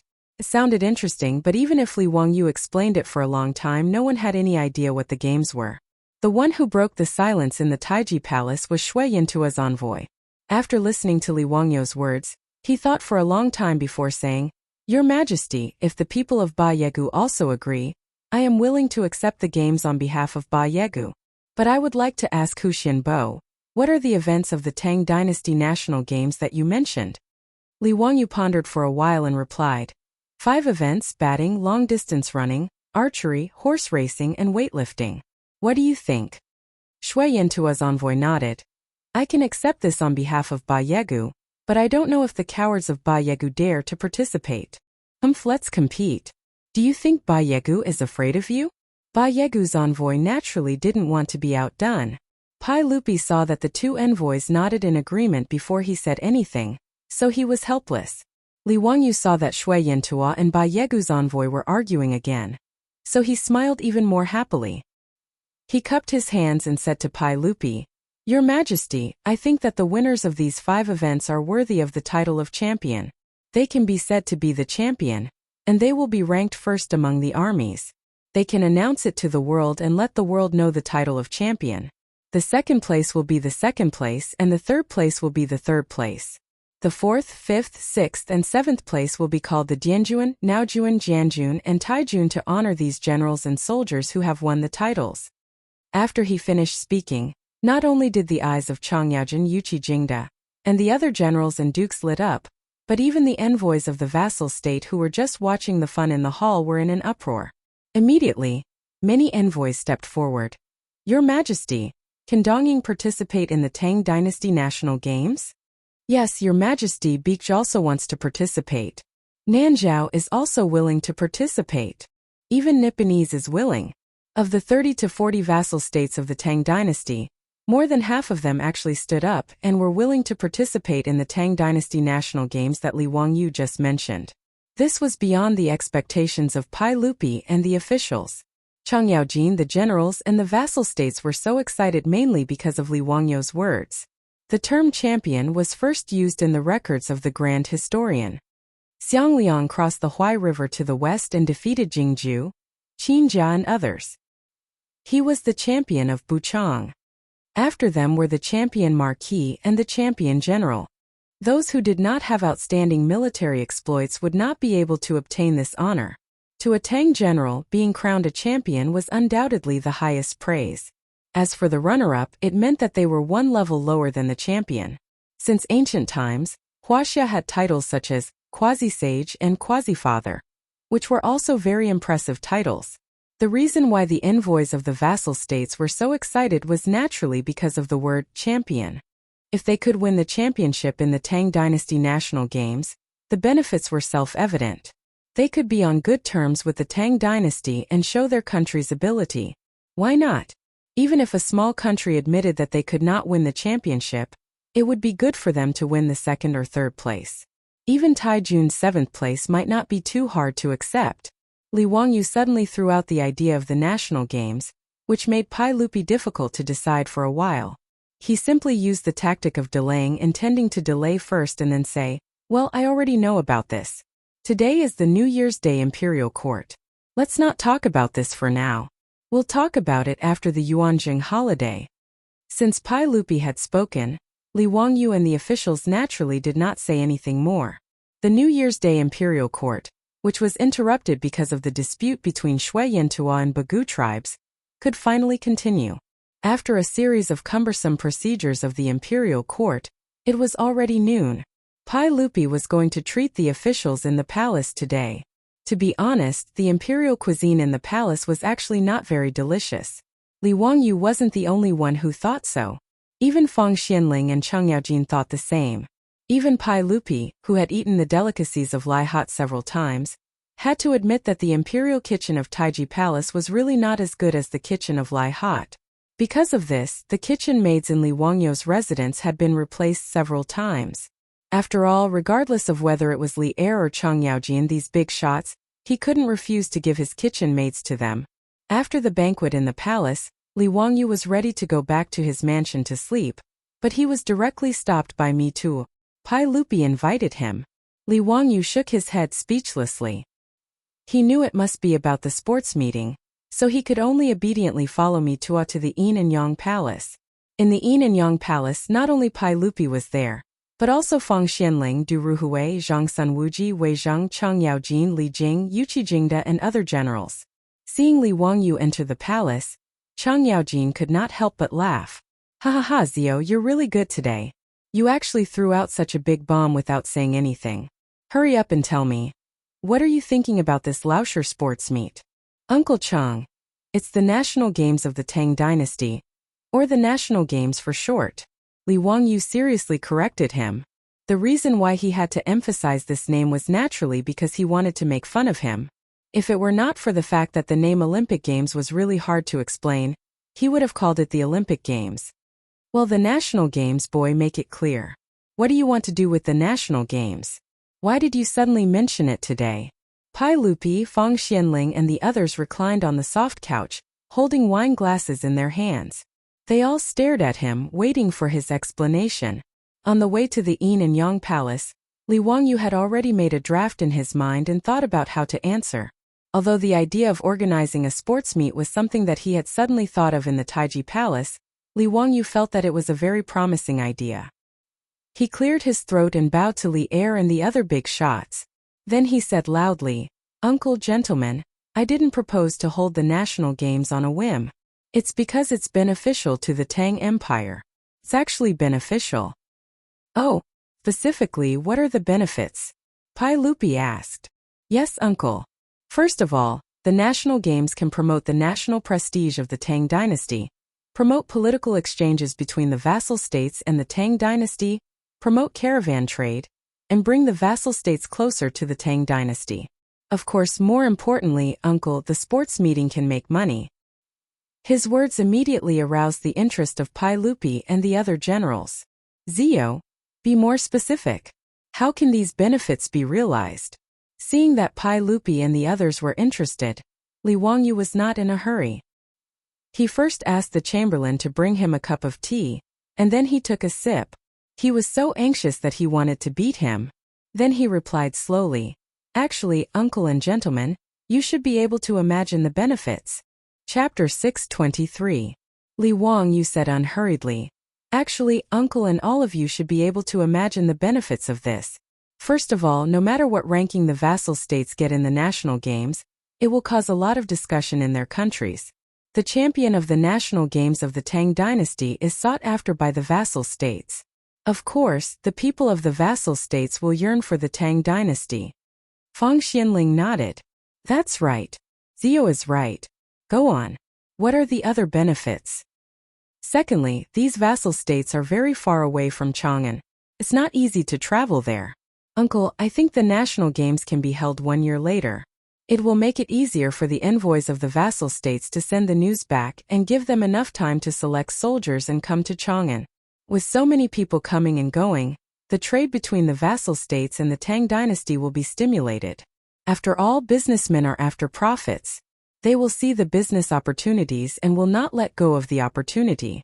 Pai Lupi and the other bigwigs looked at each other and nodded in agreement with Li Wangyu. Zio, tell me, how can we make money from the national games? Pai Lupi already had a plan in mind, but he still asked. Uncle, it's even simpler. Collect tickets and sell advertisements. Tickets? Advertisements? Yes. The national games should be open to the public. Everyone can enter and watch the games after buying tickets. Li Wangyu answered matter-of-factly. Everyone looked at each other in dismay. It was beyond everyone's expectations that tickets could be sold for this competition. Li Wangyu said with a sneaky smile, Uncle, my Dezhou batting field was completed a few days ago. The national games of the Tang dynasty can be held in the batting field. Haha, the Dezhou batting field can accommodate 100,000 people. 10 coins per person is not a lot, right? That's 1,000 strings of coins per day.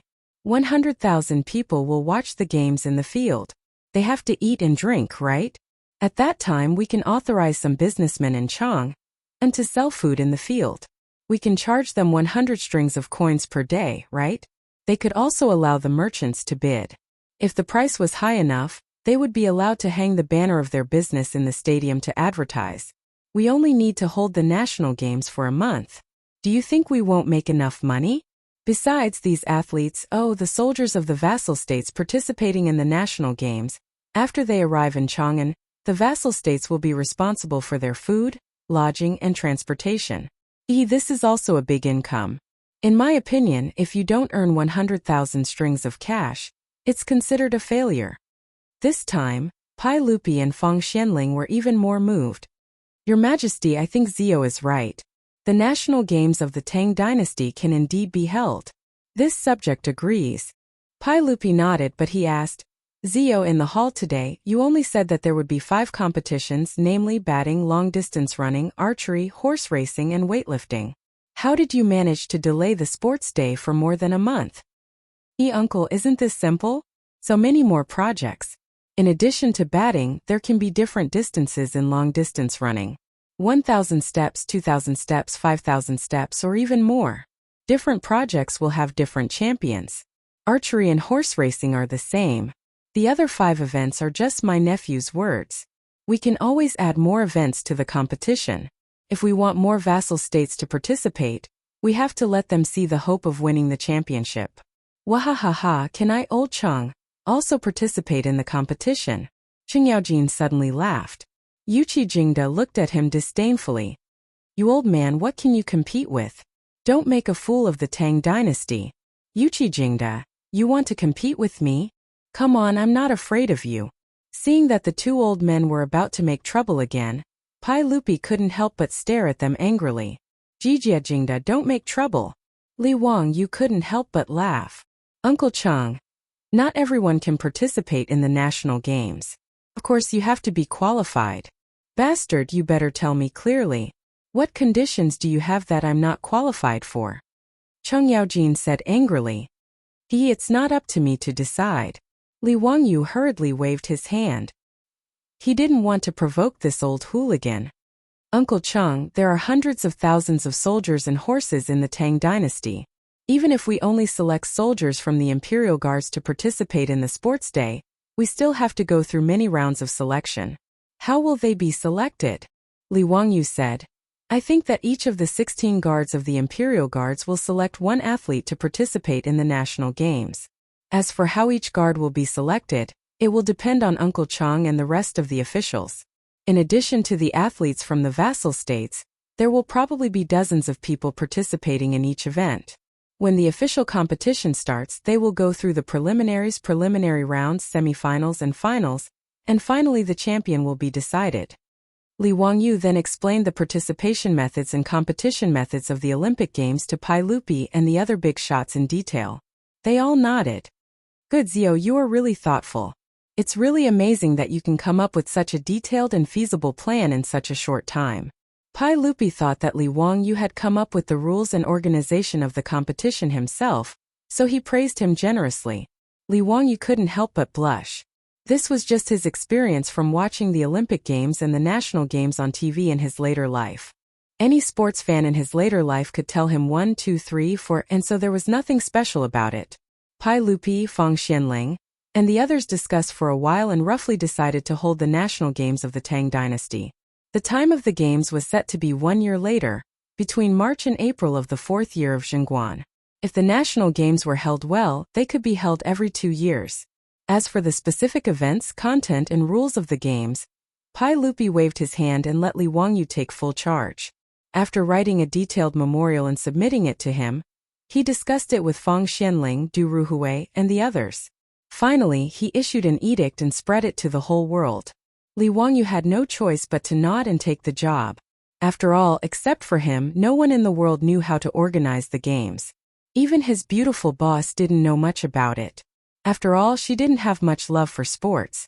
After discussing the matters of the national games, Pai Lupi and the other big shots chatted and drank in the Yin and Yang Palace. Li Wangyu was about to leave, but he remembered something and hurriedly stood up to report. Uncle, I spent a lot of gold on the construction of the Dazhao batting field. Do you still remember that I asked to hold the Tang dynasty's Royal Batting League? Pai Lupi certainly remembered this. Li Wangyu had spent a lot of money to build the batting field in order to hold the Royal Batting League. Zio, you just said that the Dazhao batting field had been built? Yes, uncle. It was completed before the end of the year. Pai Lupi was interested. Since Li Wangyu had spent 20,000 taels of gold to build a batting field, he had never seen it with his own eyes. Now that he heard that the batting field had been built, he was interested to see what the 20,000 taels of gold had built. Gentlemen, why don't you come with me to the batting field today? Let's see what this guy has built after spending 20,000 taels of gold. Since Pai Lupi had spoken, the big shots naturally had no objection. However, Chang Yaojin laughed and said, Your Majesty, why don't I order someone to call a batting team from the left Jinwu Guards?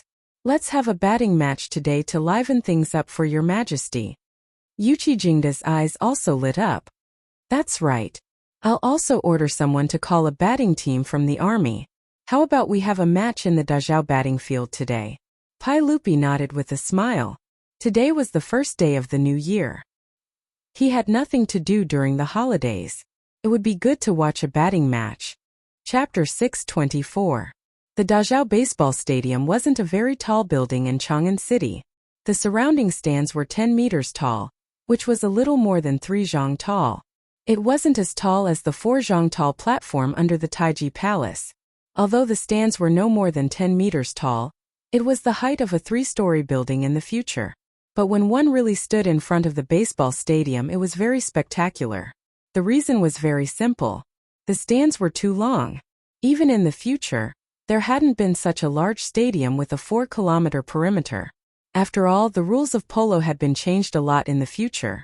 Not only did it reduce the number of people on the field, but the field was also much smaller.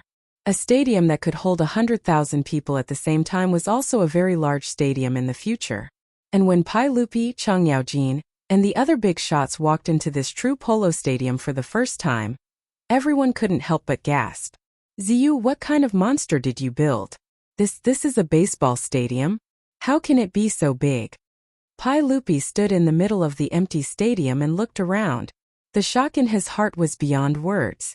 Chang Yaojin also clicked his tongue. Damn.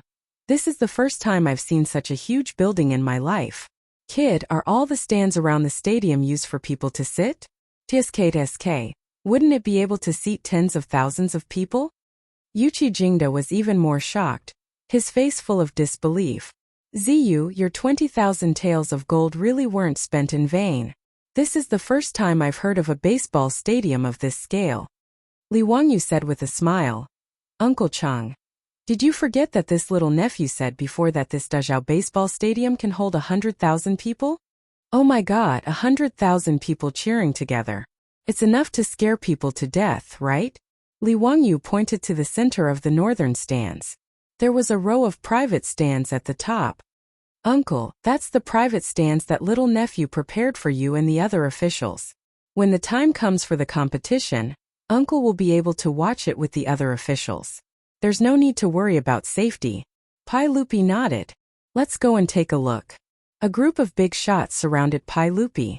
Under the guidance of Li Wangyu, they passed through a special passage and entered the stands of the box. Looking down from here, the entire baseball field could be seen at a glance. There was nothing blocking the view. There were also all kinds of exquisite seats in the box for people to rest while watching the competition. Pai Lupi didn't need Li Wangyu's introduction. He walked straight to the spacious chair in the middle. After sitting down, he looked around. It was obvious that he was quite satisfied. He then pointed to the other boxes on the uppermost level of the spectator stands and asked, Zio, what are those boxes for? Uncle, I'm going to sell tickets for this stadium. Seats of different grades naturally had different prices. The cheapest seat cost 10 copper coins, while the best seats cost 50 to 500 copper coins. As for those private rooms, it won't do if it's less than 10 copper coins. Li Wangyu's answer stunned Pai Lupi, Fang Xianling, and the others. After pondering for a long time, they shook their heads and smiled bitterly. Zio, what's in your head? Pai Lupi was too lazy to care about his greedy nephew anymore. He called out to the group of big shots. Everyone sit. Today we'll be here to watch the game. Jijia Jingda, is the batting team ready? Yes, Your Majesty. It's ready. We're just waiting for Your Majesty's order to start the competition. Good, then get ready to start. Cheng Yaojin and Yuqi Jingda nodded. When they were about to go and inform the officials, Li Wangyu stretched out his hand to stop them. Wait, Uncle, this stadium is empty. Isn't it boring to watch the game like this? It's not lively at all. Pai Lupi was surprised. Zio, what do you mean? Uncle, you can see that the stadium is empty. Why don't you immediately let the Imperial Guards go to the surrounding houses to inform the officials? Tell them that the Dazhao batting field is open for free today. Let the people enter and watch the game as they wish. What do you think? Pai Lupi laughed. Sure. Today I'll have fun with the people. Pass down the order. Let someone inform the officials. The game will start in 2 hours. The Tangs love to socialize and liven things up, even the ordinary people. On the first day of the Lunar New Year, the people of Chang'an held banquets in every house. Neighbors would greet each other and eat at whichever house they went to. There was a special name for it, which was heirloom. The days of the Lunar New Year were the busiest times except for the Lantern Festival. Although the houses in the south of the city belonged to the slums of Chang'an, there were still people coming and going. It was very lively. Just as everyone was paying their New Year greetings to each other, they heard the sound of gongs and drums being struck in the square. Li Zheng's voice followed. Dear neighbors, the saint has decreed that the Dazhao baseball stadium will be free of charge today. Enjoy with the saint. The game will start in 2 hours. Everyone go quickly. Li Zheng's shout entered everyone's ears, causing everyone to be stunned. Dazhao batting field? Enjoy with the sage? Watch the game for free. The crowd immediately rushed out from every house and surrounded Li Zheng, who was still beating the gongs. Li Zheng, is what you said true? Where is the Dazhao batting field? Why does it sound so familiar? You fool, it's the original Den House in Zhaoxing House. Wasn't it changed into a batting field by County Earl Hu? Oh right. Is it that prodigal County Earl who spent 20,000 taels of gold to renovate the batting field? I forgot about it. TSK, I have to go take a look. 20,000 taels of gold. What prodigal? Don't talk nonsense. Be careful that the officials don't catch you and beat you with a plank. County Earl Hu is the god of fortune. What do you know? Li Zheng scolded jokingly. Don't care what it is. Li Zheng, you can enter the batting field as you wish today. The sage is there too? We can even watch the game? Nonsense. The sage ordered the Imperial Army to inform us. How could it be fake? Everyone go quickly. Be careful that there won't be any seats left if you're late. After I inform everyone, I have to hurry over to watch the game. After Li Zheng finished speaking, the crowd immediately dispersed. Some ran directly toward the batting field. Some ran back home to call their aunts and children. There were also some who called their friends. For a moment the houses were in chaos. This scene was happening in dozens of houses in the south of Chang'an City. Not long after, Countless people ran out of the houses and headed toward the Dazhao batting field. The news quickly spread to the east and north of the city. Many merchants and wealthy merchants immediately rode their horses and carriages toward the south of the city. Those without horses or carriages naturally chose to take public carriages. Even the officials and nobles immediately ordered their servants to prepare carriages and horses, and hurried to the south of the city when they heard about this. After all, even Pai Lupi was there. The officials naturally couldn't pretend that they didn't know. Moreover, even the officials were extremely curious about the batting field that County Earl Hu Li Wangyu had built. Everyone wanted to see with their own eyes what the County Earl Hu had built after spending 20,000 taels of gold. Because of Li Wangyu's suggestion, Chang'an City was in an uproar. Chapter 625. When the crowd surged toward the Dazhao baseball stadium, Pai Lupi was still chatting with the dukes in the box above the stadium. The sudden influx of people into the stadium made Li Er and the others feel surprised.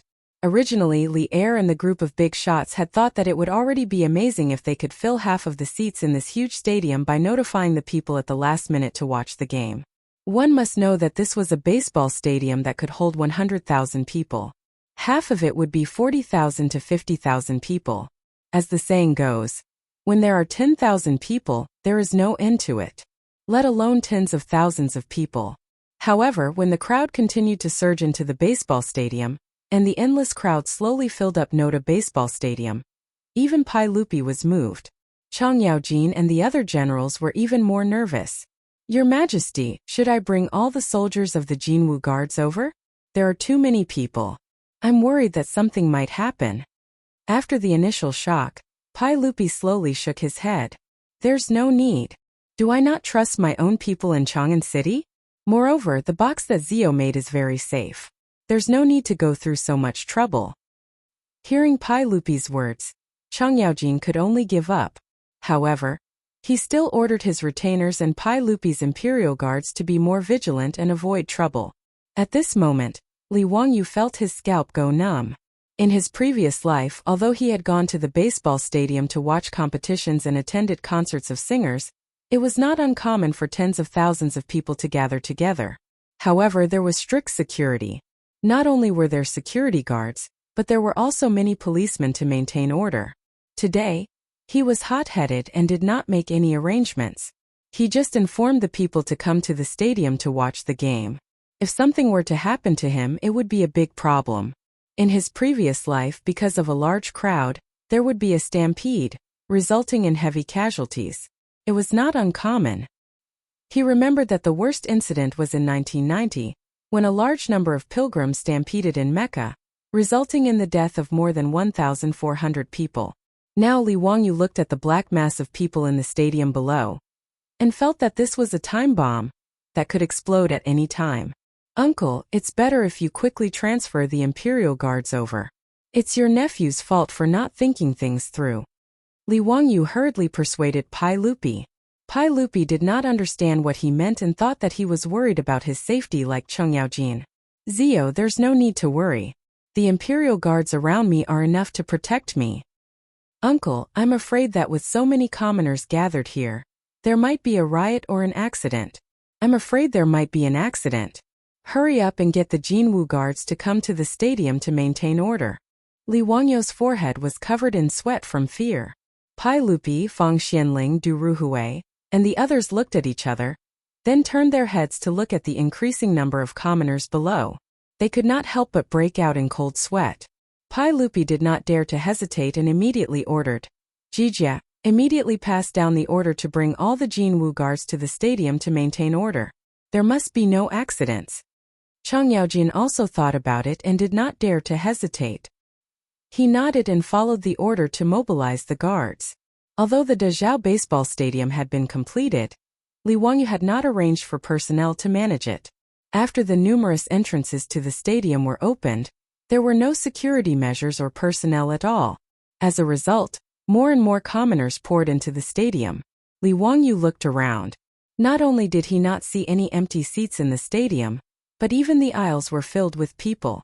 It was clear that there were more than 100,000 commoners gathered in the stadium at this time. In this regard, Li Wangyu could only secretly pray to the gods and Buddhas that there would not be any accidents. Fortunately, the commoners who came to watch today knew that the saints were here, so they did not dare to cause trouble. Although there were more than 100,000 people in the stadium, the order was still acceptable. At the very least, Li Wangyu did not see any signs of unrest. Not long after, a large group of Imperial Army soldiers dressed in shining armor and wielding gleaming sabers and swords entered the field and began patrolling the area to maintain order. Only then did Li Wangyu's tense heart finally relax. After a series of twists and turns, it was finally time for the baseball match to begin. When the batters of the two teams entered the field on horseback, the drums on the side of the field sounded. The originally noisy field suddenly exploded like a pot of boiling oil. Long live! Hua hua hua! Barely! Victory! Today Pai Lupi had called for the two teams of the Jinwu Guards to compete on a whim. It was a civil war of the Jinwu Guards.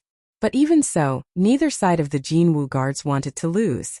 Putting aside the fact that there were saints watching the battle, just the fact that after the two batters rode into the field and heard the tsunami-like shouts and cheers, the group of batters felt their blood surging and their bodies brimming with energy.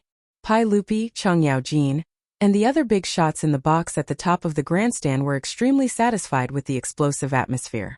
Chang'an, that old man, even rushed to the railing and waved his fist as he shouted, "Bastards! Kill! Kill! Kill!" The Tang people who had never experienced such an atmosphere were instantly infected by the atmosphere of the stadium. One by one they shouted as if they were intoxicated. Those who had never watched a match in the stadium would find it difficult to understand the shock and emotional resonance. That kind of excitement could be said to be very high. The crowd who sat in such a stadium for the first time to watch a match entered such a crazy state at this time. Although the match had not yet started, the crowd was already high. In this regard, Li Wangyu could only shake his head helplessly. He was really speechless about the shouting Pai Lupi and the others. If they were to see the atmosphere of the World Cup in the future, wouldn't they explode on the spot? What's more, Li Wangyu listened to all kinds of cheers in the stadium and still felt that it was not enough. Naturally, the Tang dynasty did not have a slogan like "Do Your Best," nor did it have a unified standard. So in the stadium 100,000 people were shouting their own words, and it was very chaotic. He rolled his eyes and simply pulled the group of Imperial Guards in the box over, and whispered a few words in their ears. At this time the Imperial Guards were also excited by the atmosphere of the stadium. If it were not for their duty, they would probably jump and shout along with the crowd. Hearing Li Wangyu's order, their eyes lit up and they hurriedly nodded in agreement. In the stadium, the gong had already sounded to start the match. More than 20 strong horses seemed to be stimulated by the atmosphere of the stadium and galloped happily. The rumbling sound of the horses' hooves stimulated the audience in the stands, and all kinds of cheers were heard again. Today, the batters of the Jinwu Guards were also greatly stimulated and played their strength beyond their usual standards. On the field there was an endless stream of wonderful performances, and the crowd was fascinated by them. The momentum of the applause and the stomping of the feet was very vast. Li Wangyu even suspected that if the spectator stands around the stadium were not made of solid soil, with so many people stamping their feet and shouting together, the spectator stands would have collapsed.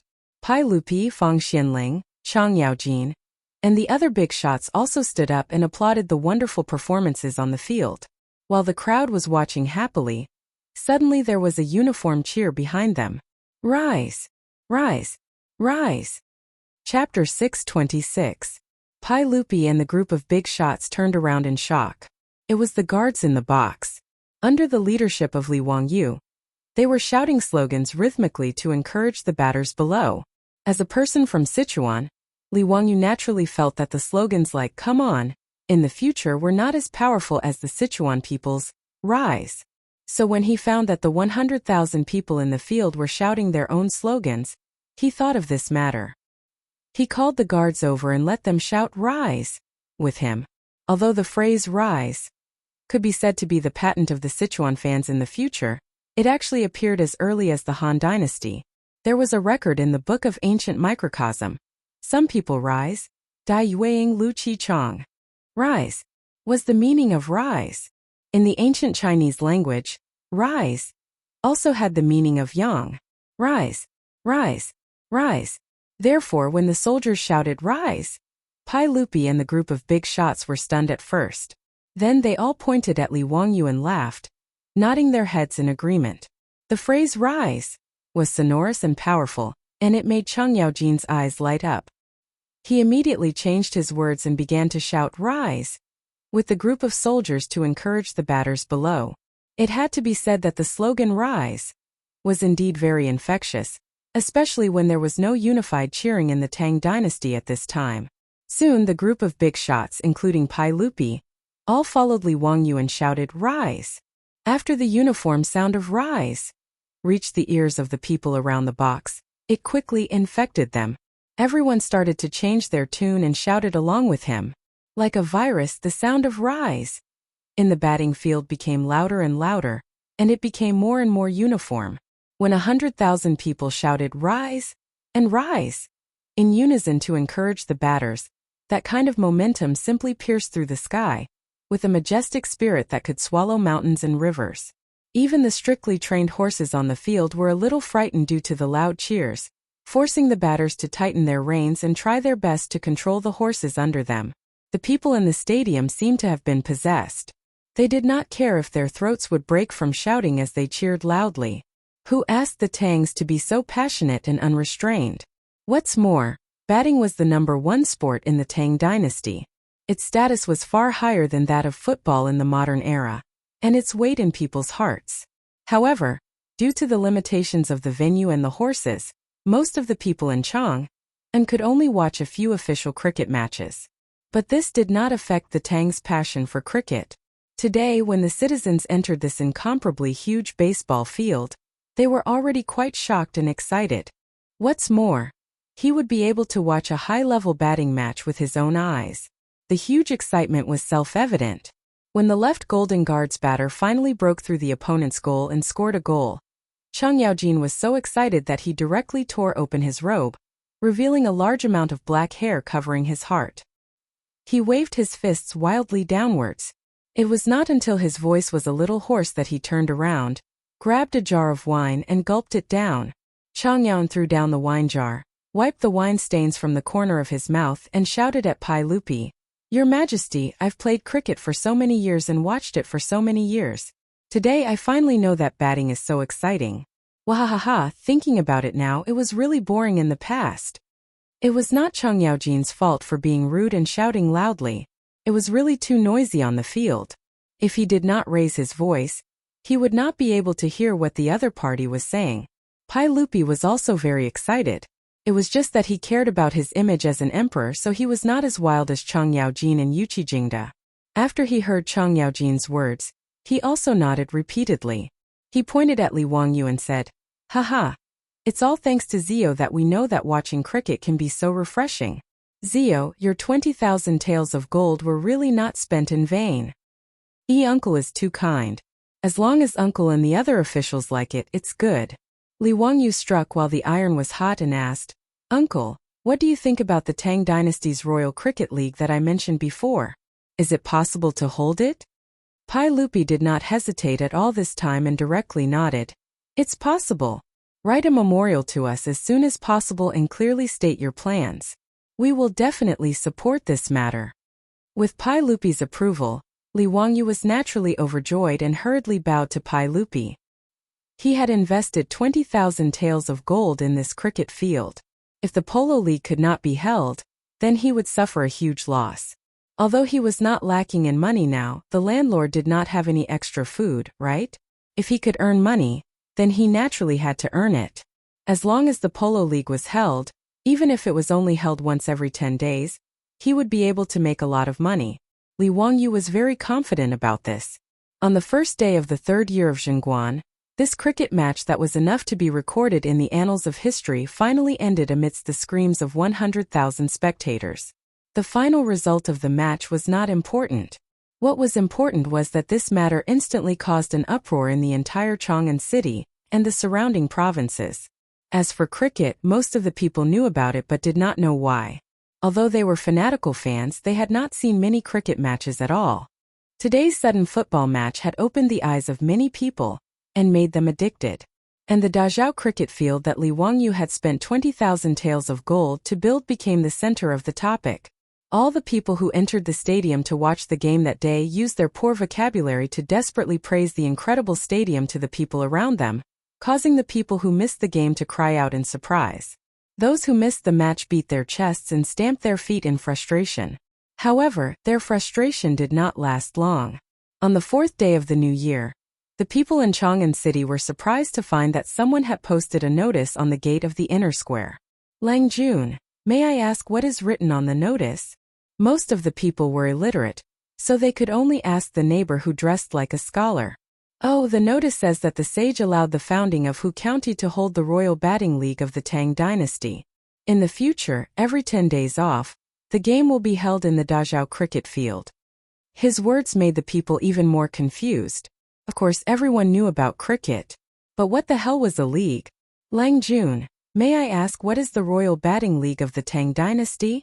It says that there are 22 teams in the royal batting league, which are the 6 armies of the northern Yamen and the 16 guards of the southern Yamen. Every 10 days off is the day of the match, and 11 cricket matches will be held on that day. The 22 batting teams will fight against each other. The winner will get 3 points, the draw will get 1 point each, and the loser will get no points. Each batting team will play a total of 21 matches against the other 21 teams.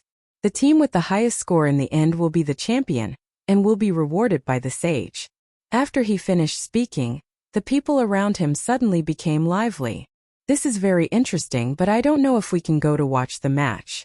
Yes, Lang Jun, look at the notice. Does it say what the league is? Can we go and watch it? The man nodded and said, yes, it says here that the Royal Batting League will sell tickets. The cheapest ticket is 10 copper coins. You can watch the match in the Dazhao cricket field for a day. As soon as he said that, the people were in an uproar again. Chapter 627. On the first day of rest after New Year's Eve, Chang'an City was unusually lively.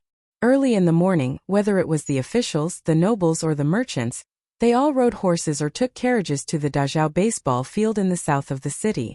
The ordinary citizens of Chang'an City did the same. They took public carriages or walked to the field. Today's Dazhao baseball field was not as disorderly as last time. Not only were there Chang'an County's bailiffs maintaining order everywhere, but there were also golden guards patrolling everywhere to prevent troublemakers. At several entrances to the field, there were also people checking tickets and reminding the audience where they should sit. Li Wangyu had recruited nearly 100 people to serve for this polo league. It could be considered a big investment. Today was the first day of the Tang Dynasty's Royal Polo League. The people in charge of checking tickets at the entrance were already sweating profusely. However, because there were too many people waiting to enter the field, and these people were on duty for the first time, they were naturally a bit flustered.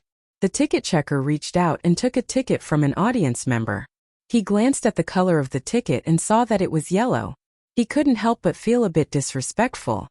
He ordered in a very stiff tone, "Yellow zone ticket. Remember that after entering, you can only sit in the seats painted yellow.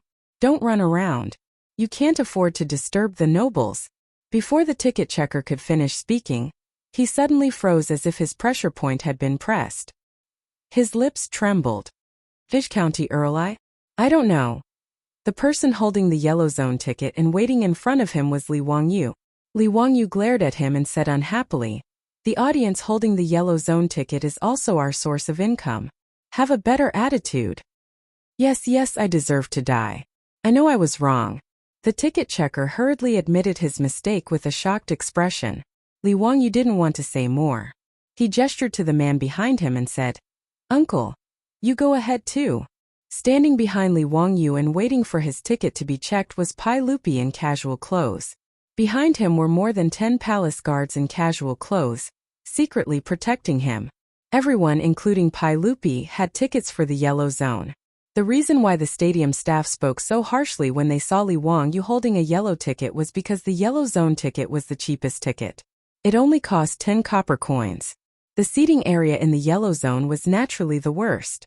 There were also green tickets worth 50 copper coins, blue tickets worth 100 copper coins, scarlet tickets worth 500 copper coins, and purple tickets worth 5 copper coins. Li Wangyu was also learning from the soccer stadiums of the future, where different areas had different ticket prices.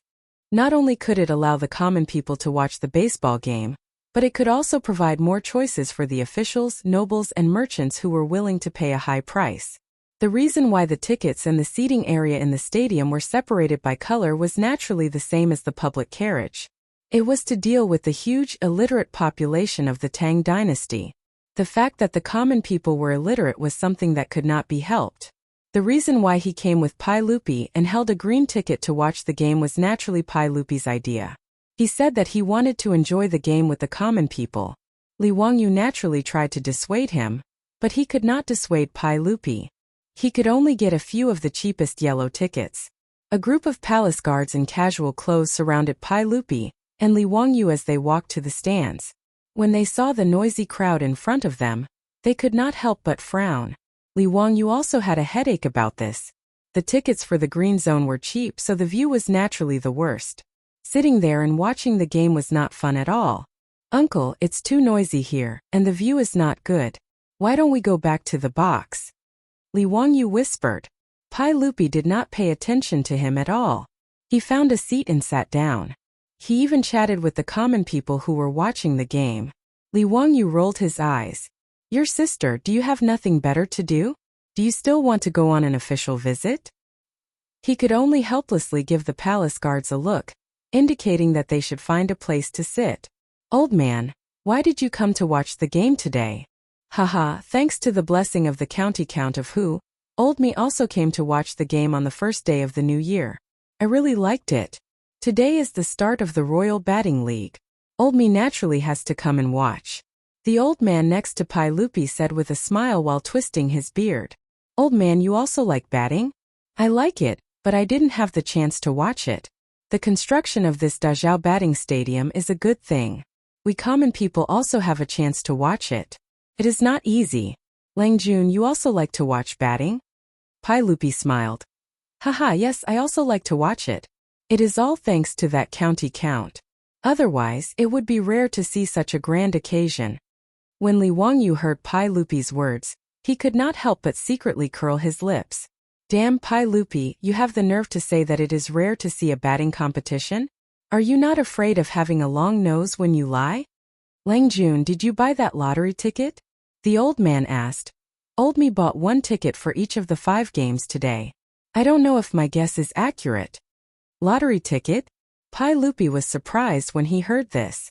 He naturally had never heard of such a thing. He could not help but turn his head to look at Li Wangyu. Li Wangyu flashed 8 white teeth at him and chuckled. "Uncle, it's the gambling business launched by the Dazhao baseball stadium. Spectators can buy lottery tickets based on the 5 games on the day of the game. It costs 2 copper coins for 1 ticket. You can guess which team will win each game. The odds are all 1 to 2. Pai Lupi could not help but glare at him. This bastard is too good at making money. He did not need to think to know that since the Tang people were so fond of gambling, the lottery tickets for the batting competition would definitely be popular. Just by looking at the old man beside him, who had taken the initiative to ask which team he had bought, it was obvious. "Go buy the lottery tickets for me.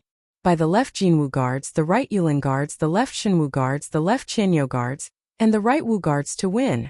Buy 100 tickets for each of them." Pai Lupi ordered Li Wangyu without any trace of politeness. Li Wangyu could only follow Pai Lupi's orders. "But Pai Lupi, after saying this, why did you turn your head to chat with the old man? Pay up. 500 lottery tickets for 1 copper coin. Could it be that he had to pay for the lottery tickets himself? If he paid for Pai Lupi's lottery tickets with his own money, what would happen if he won and took the money from him? What kind of situation would that be?" Li Wangyu was speechless. Pai Lupi was indeed a bad person. He then looked at the group of imperial guards beside Pai Lupi to see if anyone was prepared to pay for the lottery tickets. But it was clear that this group of bastards who were deliberately looking around had no intention of paying for their emperor. Li Wangyu angrily raised his middle finger in his sleeve, and then obediently turned his head to help Pai Lupi buy the lottery tickets. Li Wangyu could only rejoice at Pai Lupi's shameless behavior. Fortunately, there were 22 batting teams and 11 matches. Because of the venue, only 5 matches could be arranged in the Dazhao batting field every rest day. The other 6 matches would still be played in the barracks of the Imperial Guards. Otherwise, if there were 11 matches today, wouldn't he have to spend even more money? The 5 teams that Pai Lupi wanted to buy were the teams that would be playing in the Dazhao batting field today. Li Wangyu obediently paid for the tickets of the 5 teams from the field's lottery sales point and handed them to Pai Lupi. The eyes of the old man beside Pai Lupi lit up when he saw the thick stack of lottery tickets. Lang Jun, you're so bold. To be able to buy so many lottery tickets in one go, it seems like you have high hopes for these teams. Haha, you're too kind. I only know a little and want to try my luck. Pai Lupi also laughed loudly. Li Wangyu was the only one who was gloomily drawing circles on the ground. Chapter 628. The opening match of the Tang Dynasty's Royal Batting League was between the guards of the left and the guards of the left. Amidst the sounds of gongs and drums, 20 batters rode their horses onto the field. Unlike the first day of the Lunar New Year, due to the lottery, the spectators who bet on different teams were naturally divided into 2 groups. They began to shout and cheer for the teams they supported. Guards of the left, rise. Kill the guards of the left. Rise. Guards of the left, victory. Guards of the left, die. Although the old man beside Pai Lupi only spent 2 copper coins to buy a lottery ticket, he also stood up excitedly and shouted toward the field. This made Li Wangyu very worried that the old man would be too excited and suddenly have a cerebral hemorrhage. Coincidentally, the old man also bet on the guards of the left, the same choice as Pai Lupi. The old man shouted at the top of his lungs. Guards of the left, kill the guards of the left. Rise. Motherf asterisk cur. Li Wangyu was speechless. Motherf asterisk cur, he's even using vulgarities. However, Pai Lupi also jumped up and shouted, kill the guards of the left. Li Wangyu couldn't help but feel that his worldview was collapsing. Is this still the emperor of the Tang dynasty? Is it really okay for you to shout like this? The guards of the left are also one of the 16 guards under your command. They're not raised by a stepmother. If Pai Lupi's words were to reach the ears of the imperial guards of the left, would it immediately cause a mutiny? While Li Wangyu's imagination was running wild, the referee on the field had already blown the copper whistle, and the game had officially begun. Because the seats in the yellow section were not very good, and the seats were too far away, Li Wangyu couldn't clearly see the situation on the field even when he stretched his neck. He could only hear the crowd shouting rise. It had to be said that the words rise spread very quickly. After the batting match on the first day of the new year, the audience that entered the stadium today quickly unified the cheering slogan. What was different was that because of the excitement of winning the lottery, there were also all kinds of curses mixed in with the cheers. This also made the Dazhao baseball stadium, which was filled with 100,000 spectators, seem very lively. It had the flavor of the 5 major leagues of the future, which made Li Wangyu very satisfied. Since they were watching a football match, they naturally had to have their own fans. Although the 16 guards of Nanya and the 6 armies of Baya didn't have any fans, betting on matches was the most direct way to attract spectators to support the various teams. Li Wangyu and the others were sitting at the 2 ends of the court. They were far away from each other and it was difficult for them to watch. He simply took out a metal cylinder from his waist, pulled it open and put it to his eyes. Needless to say, this was the monocular that he had asked the craftsman to make. Since the microscope that Sun Simiao needed could be made, this telescope was naturally not a difficult task. In fact, compared to the microscope, it was much simpler. Li Wangyu had previously forgotten about the telescope. It wasn't until he was watching the match on the first day of the new year in the private box of the stadium that he remembered this matter. Although the view from the stands was good, it was still very far away. He then asked the craftsman to make it. Uncle Chang actually went into the match personally. Through the lens of the telescope, Li Wangyu could clearly see the golden guards of the left's batting team. The one who was waving the club and shouting was that old hooligan, Chang Yaojin. Zio, how did you know? Pai Lupi had never seen a monocular before. He found it very strange that Li Wangyu put the metal cylinder in front of his eyes. Li Wangyu handed the telescope in his hand to Pai Lupi and showed it off. Uncle, this is a new gadget that I made. It's called a telescope. Through it you can clearly see the scene in the distance. Pai Lupi took the telescope suspiciously. He copied Li Wangyu's previous actions and put it in front of his eyes. In the next second, Pai Lupi looked as if he had seen a ghost. His hands trembled and he almost threw the monocular in his hand. What kind of magical item is this telescope? Can actually see the scene from so far away? Pai Lupi calmed his mind and put his eyes in front of the telescope again. It really is Chang'an. Li Wangyu smiled indifferently. He was about to put on an "I am an expert" expression when the back of his head was suddenly hit hard by Pai Lupi.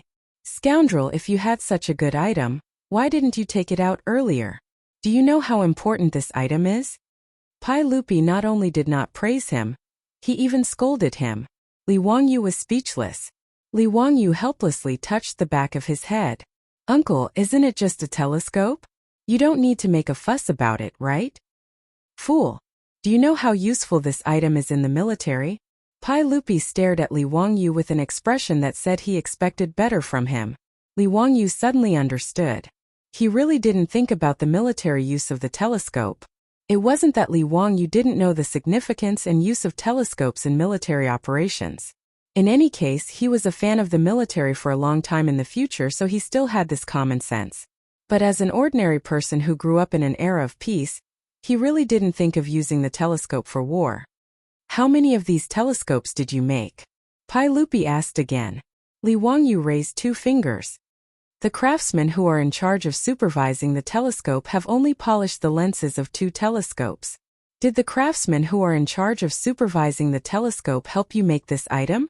Yes, this telescope is also made of crystal, Li Wangyu replied.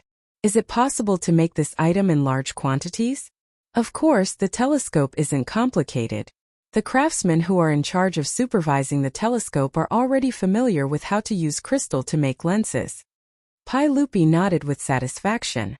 Since it was made by supervising the telescope, then it's a public item for private use. This telescope naturally belongs to me. Consider it a fee for letting the supervisor make your personal item. Since the craftsmen who are in charge of supervising the telescope know how to make it, I will arrange for them to continue making it. Zio, you don't have to worry about it anymore. Li Wangyu was thunderstruck by Pai Lupi's shameless words. How can a person be this shameless? He asked the craftsmen who were in charge of supervising the telescope to help him grind the lenses and make these novel items. He paid them a salary. Why did Pai Lupi say that it was a public item for private use? Is there any law? Is there any reason? However, an arm can't twist a leg, not to mention Pai Lupi, the leader of the imperialists of the Tang dynasty. Li Wangyu could only lower his head and admit defeat in front of Pai Lupi's shameless words. Pai Lupi's mouth revealed a trace of a smile. He felt really good about bullying his nephew. It was as refreshing as drinking a cold drink in the hottest days of summer. Towards his monstrous nephew, Li Er liked to bully him more and more now. He now deeply understood why that old hooligan Cheng Yaojin especially liked to teach this kid a lesson. The feeling of being able to suppress you with force, even though I'm not as smart as you, is really cool. Pai Lupi proudly raised the trophy in his hand and continued to look at the field. Good. Damn thief. Let's play like this. Kill the guards of the left bureau. Chang'an, you old bastard, shoot. Motherf asterisk cur. You can't even shoot like this. Bastard. After Chang Yaojin missed a shot, Li Er suddenly stood up agitatedly, waved his fist at the field and cursed. The old man next to him also jumped up and shouted, "You bunch of slave soldiers, do you know how to play? Even the old man played better than you guys. Damn thief." Li Wangyu covered his face with both hands. This is too damn embarrassing. Chapter 629. The reason why Pai Lupi chose to bet on the golden guards of the left was because he had confidence in them. After all, he loved to hit the ball and he often went up to hit the ball himself. The northern 6 armies and the southern 16 guards were 22 teams. Even if Pai Lupi couldn't say that he knew them like the back of his hand, he still had a rough idea. The golden guards of the left had the great general Chang Yaojin, and they had inherited his fiery personality. When they attacked on the field, they were as fierce as when they were on the battlefield. Back then, in order to deal with the batting team of Zhang Liang's mansion, the debauches and Li Wangyu had secretly practiced the tactics that Li Wangyu had copied from soccer for a few days in the barracks of the Golden Guards of the left. Thus, the batters of the Golden Guards of the left were able to learn it. In addition, the batters of the Golden Guards of the left were already very skilled. Therefore, even if the Golden Guards of the left were not the best, they were still in the top 3. Pai Lupi even thought that the Golden Guards of the left would be able to win the league championship. Therefore, when the match had just started, the Golden Guards of the left had been suppressing the guards of the left to their own half of the field. Anyone with discerning eyes could see that a goal was only a matter of time. However, the bad thing was that old man Chang Yaojin. The batters of the Golden Guards of the left usually trained together, and naturally had a tacit understanding with each other. Although Chang Yaojin was skilled in archery and horsemanship, how could he compare to the others when it came to hitting the ball? The 3 great generals of the Tang dynasty, Yuqi Jingde, Chang Yaojin and Qin Xiong, were absolutely top-notch in terms of bravery in battle. However, although hitting the ball required skillful horsemanship, it was not only that. It was like the world's fastest flying man, Usain Bolt, had changed his profession to soccer, but he was still very ordinary. Chang Yaojin's hitting skills compared to the other 19 people on the field was like the difference between a professional athlete and an amateur expert. The difference was actually quite big. However, this old man did not realize it. Not only did he personally participate in the match, he also continuously shouted on the field and asked the others to pass the ball to him. Since their great general had given the order, the left Golden Guards did not dare to disobey. They could only desperately feed the ball to Chang Yaojin. During the first attack, the Golden Guards of the left used their skillful cooperation and positioning advantage to easily tear apart the defense of the left supervisor's gate guards.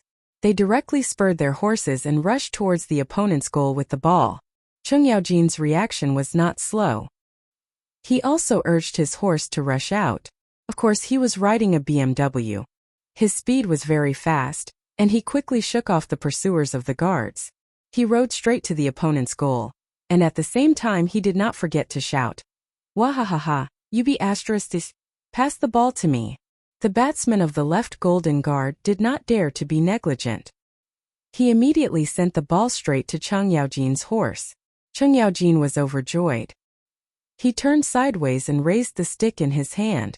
Then he slammed it towards the goal. The 100,000 spectators all had different reactions when they saw this scene.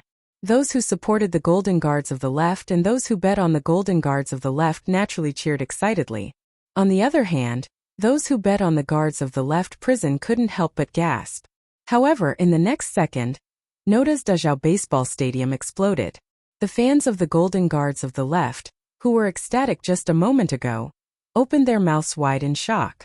Their faces were filled with disbelief. What followed was a tsunami of insults, all of which were directed at Chang Yaojin, the one who had just shot the ball. On the other hand, the supporters of the left prison gate guards heaved a sigh of relief and laughed in schadenfreude. There was no doubt that the polo ball, which was close at hand, was hit by Chang Yaojin's stick. Then, he beautifully hit the ball with an anti-aircraft gun effect. The polo ball flew out from the top of the goal and landed in the spectator seats at the back. This kind of ball was no different from the soccer field of the modern world, where the goalkeeper would be pushed past, and the goal would be empty.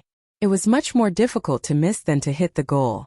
When Pai Lupi and the old man beside him saw this scene, they were so angry that they stomped their feet and cursed. On the field, the curses and insults were directed at Chang Yaojin like a tsunami. This old man was indeed worthy of being called the #1 troublemaker in the Tang dynasty. Not only did he not feel ashamed, but he also shamelessly laughed. Li Wangyu was also speechless. Who the hell are these people? Pai Lupi angrily cursed for a while. Then he turned his head to look at Li Wangyu. Why is this old man on the field? Who allowed him to play? I'm so angry. Li Wangyu shrugged his shoulders. How would he know about this kind of thing? Just when Pai Lupi was cursing Chang Yaojin, the situation on the field suddenly changed. The left prison gate guards who had survived the disaster took the opportunity to counterattack and rushed towards the Golden Guards of the left prison gate guards' goal. After 3 passes and 2 falls, they actually succeeded in their sneak attack and broke through the goal. Pai Lupi and the other seats were behind the Golden Guards of the left prison gate guards' goal.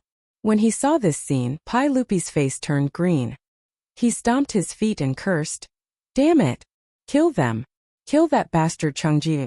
In the field, the audience who bet on the Golden Guards of the left prison gate guards' victory were all cursing. Although they didn't know that the person they were cursing was the current founding duke, it didn't affect them in the slightest. Some people even had blue veins on their foreheads, and they almost had the impulse to grab their weapons and curse Chang Yaojin's ancestors. Li Wangyu, on the other hand, didn't care. After all, he was selling tickets and lottery tickets. Whoever won or lost had little to do with him. Who had ever heard of a banker who opened a casino losing money? However, Li Wangyu didn't expect that Pai Lupi would be so agitated. Who would have thought that the emperor of the Tang dynasty, who usually sat on the throne of the Taiji Palace, would curse Chang Yaojin because he missed a goal? Even the group of guards beside Pai Lupi couldn't help but turn their heads. They had a strange expression on their faces. Obviously, they were also shocked by Pai Lupi, who had turned into a fanatic fan.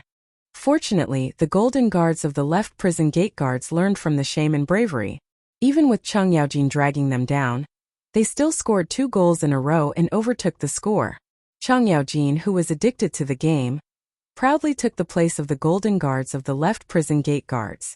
Li Wangyu couldn't help but admire this old guy's thick skin. The final score of the game was 6-1, and the golden guards of the left prison gate guards won. When the final whistle sounded, the spectators who lost their bets cursed and tore the lottery tickets in their hands into pieces and threw them into the air. Suddenly, the entire stadium was filled with flying confetti. Pai Lupi proudly shook the lottery ticket in his hand. However, he heard the old man beside him say enviously, "Haha, congratulations, Lang Jun. You won a lot this time. Old me regrets not listening to the analysis of this newspaper. I shouldn't have only bought 1 lottery ticket." "Newspaper? What's that?" Pai Lupi asked, puzzled. The old man immediately took out a folded piece of paper from his arms. "This is the newspaper published by the Dazhao Baseball Stadium. It said that it's published every 10 days before a game.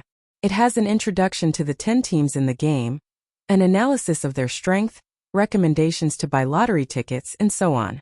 "Lang Jun, didn't you buy it? This newspaper is 1 copper coin per copy. It's quite cheap." Pai Lupi reached out to take the newspaper and turned his head to look at Li Wangyu. Needless to say, this must be a novelty that his nephew came up with. Chapter 630.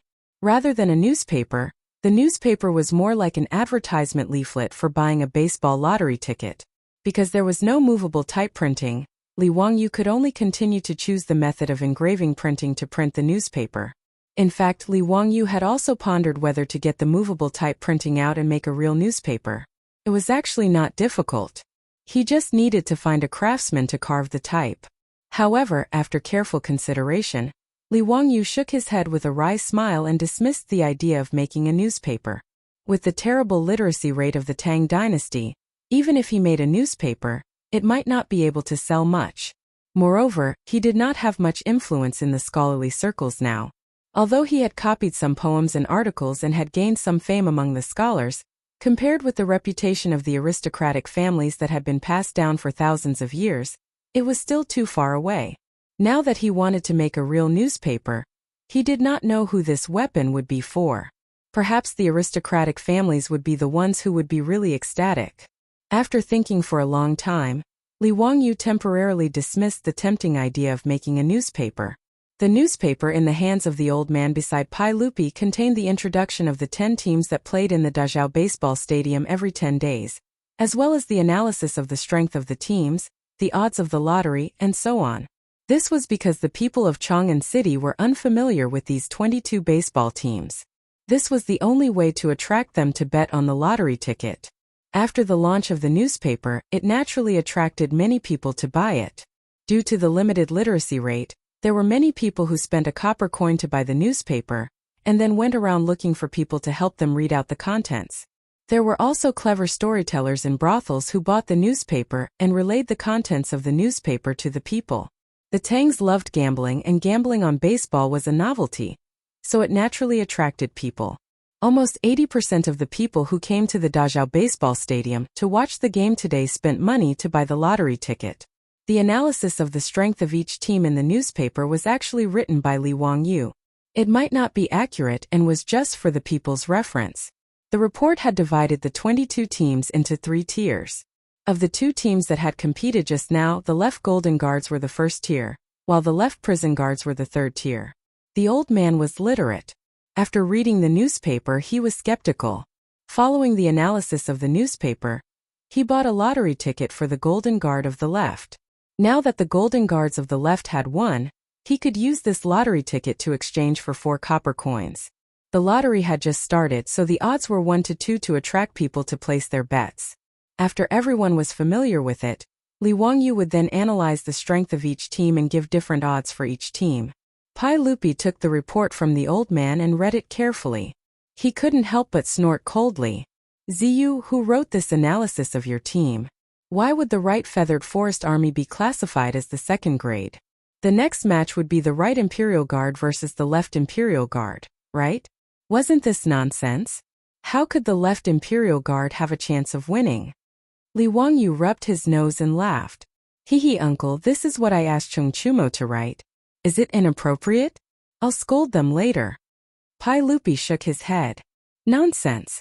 These guys are obviously biased towards the 16 guards of the Southern Yamen. Li Wangyu thought to himself. Wasn't this nonsense? Chang Chumo, Yuchi Baolin, Niu Zhengping were all great generals of the 16 guards of the Southern Yamen. How could they not be biased towards their own people? The 6 guards of the Northern Yamen were, after all, the Emperor's personal army. The old man beside Pai Lupi heard this and couldn't help but ask curiously. Lang Jun, is this report wrong? Old me even bet on the left Imperial Guard to win the next match. Pai Lupi smiled. Old man, if you trust me, why don't you go and buy 2 more lottery tickets for the right Feathered Forest Army? I feel that the right Feathered Forest Army will definitely win this match. Lang Jun, how do you know? Haha, I've seen the right Feathered Forest Army play before.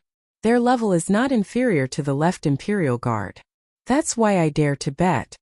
Pai Lupi naturally couldn't tell the truth and could only find an excuse.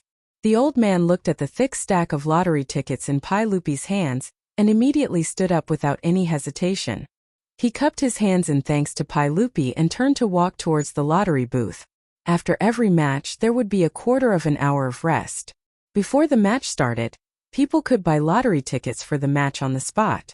Not long after, the old man returned with a lot of lottery tickets in his hands. It was obvious that he had bought more than one. When the old man saw Pai Lupi looking at the lottery tickets in his hands, he couldn't help but stroke his beard and laugh. Haha, greedy. I've made a fool of myself.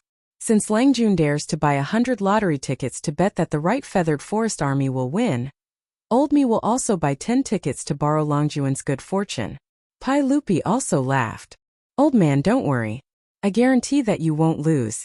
Li Wangyu secretly curled his lips. Since Pai Lupi said that the right Feathered Forest Army would win, he naturally believed it. But when he thought that the money that Pai Lupi won was actually taken from him without risking anything, Li Wangyu was very unhappy. Of course, this wasn't a matter of money. If Pai Lupi needed it, he could hand over all his earnings from the tournament to the imperial court at any time. Now Li Wangyu was no longer the petty white-collar worker in the future who calculated the most cost-effective way to get a loan for a house purchase. With the difference in wealth and status, Li Wangyu became more and more indifferent to money. After all, in the Tang dynasty, what use did he have for so much money? Did he want to learn from Shi Chong and Wang Kai in the West Jin dynasty and show off his wealth? Wouldn't that be a waste of time? But even if Li Wangyu didn't care about copper coins, he was still unhappy that Pai Lupi had extorted a small sum of money for no reason.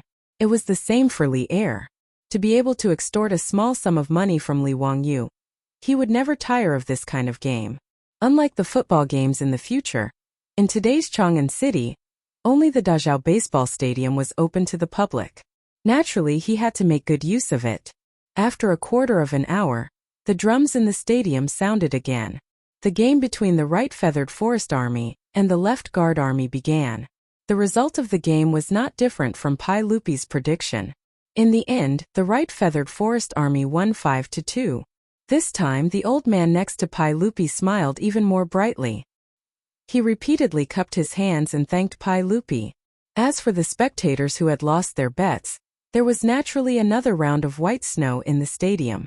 The torn lottery tickets danced in the air. At the same time, many people cursed loudly, thinking that the analysis of the newspaper was nonsense and misleading everyone. In this regard, Li Wangyu could only helplessly shrug his shoulders. Anyway, the newspaper had already stated that it was for reference only. Who could guarantee that what he said was all right? But Li Wangyu had to admit that Pai Lupi really knew a lot about batting. At the end of the first day of the game, Pai Lupi actually guessed the results of 4 out of the 5 games. Only one game was unexpectedly a draw, which made Pai Lupi's judgment wrong. This also made the old man next to Pai Lupi a small fortune today. Looking at Pai Lupi proudly taking the 400 lottery tickets to redeem the prize, Li Wangyu was so angry that the roots of his teeth were itching. 1,600 copper coins, how could Pai Lupi not feel embarrassed? Not to mention how Li Wangyu was cursing Pai Lupi in his heart. The next day, Pai Lupi gave him another surprise. Chapter 631. Li Wangyu looked at the manuscripts in front of him. He didn't know whether he should be happy or shocked. These were the manuscripts sent by Pai Lupi early this morning, asking him to publish them in the next issue of the newspaper. Pai Lupi even painfully gave himself a pen name. Li Tianshou. Li Wangyu really didn't have the strength to complain about this name. What the hell was this? Did he want to live as long as the heavens? He rubbed his temples with a headache and handed the manuscripts written by Pai Lupi to Cho Kuan in front of him. Cho Kuan, how do you want to arrange this? As a lazy person, Li Wangyu naturally wouldn't take care of those trivial matters himself. Whether it was running the Dazhao batting field or the Royal Batting League, it was very cumbersome. So he simply pulled in Cho Kuan the fatty, and handed over all the affairs to Cho Kuan. After all, Cho Kuan's ability was recognized by Li Wangyu, including the beautiful boss, who praised this seemingly stupid fatty. Previously, Li Wangyu gave the fatty the management of the automatic beverage vending machine industry that he started on a whim. As a result, the fatty actually made it very popular. Now the beverage vending machines could be seen everywhere in Chang'an City. Even the surrounding counties had been opened to the fatty's market. Now, no less than 200 beverage vending machines had been invested in Chang'an City and the surrounding counties. Although it was winter now and business was not as good as in summer, it still brought in no less than 100 strings of cash every day. In fact, the beautiful boss was also interested in taking over the batting league. But now how could Li Wangyu be willing to let his woman work so hard? So in the end, this pile of things was thrown to the fatty, Cho Kuan, to take care of. In this regard, both Cho Yuanliang and Cho Kuan were grateful for Li Wangyu's support. For a merchant family like them to manage the Tang Dynasty Royal Batting League, the benefits were self-evident. Just the fact that Cho Kuan could have a good relationship with the 22 Imperial Guards was a great gain. Needless to say, running a baseball field meant having to deal with the powerful officials in Chang'an.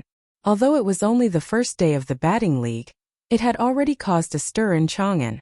Now in Chang'an, the first thing people would say to each other upon meeting was, "Have you seen it?" It was similar to the greeting of "Have you eaten?"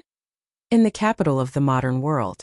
As for the tickets for the next match, there were already people lining up to buy them. The private rooms that cost 5 strings of copper coins and a purple ticket also began to show signs of not being able to meet the demand. Regardless of whether they were officials, nobles, aristocratic families or merchants, they were all scrambling for this opportunity. Originally, Fatty Cho Kuan had thought that Li Wangyu's pricing was crazy. Spending 5 strings of copper coins to watch a baseball match for a whole day was too crazy. This was the monthly salary of a third-rank official in the imperial court. However, Cho Kuan had underestimated the spending power of the officials and aristocratic families. He had also underestimated the value of the purple ticket box. Not everyone was like Pai Lupi, who was willing to sit in the stands and watch the game with the people. Being able to watch a match in a private room was a representation of one's status. The tickets for 5 strings of copper coins were not in the eyes of the people. Cho Kuan had now invested 120% of his interest and energy into the Dazhao Baseball Stadium and the management of the baseball league. Hearing Li Wangyu's inquiry, Cho Kuan blinked the small eyes on his chubby face and smiled. "What's the problem? If a saint wants to publish an article, how can it not be published?" Li Wangyu asked. "But the analysis of the strength of the team written by Uncle is completely different from what he and the others wrote. Don't tell me that the newspaper will publish 2 different analyses with different views? Why not? Let the people choose for themselves who to believe." Fatty Cho spread his hands and smiled. "It's just for reference anyway. Li Wangyu was speechless. He nodded silently. This was the only way.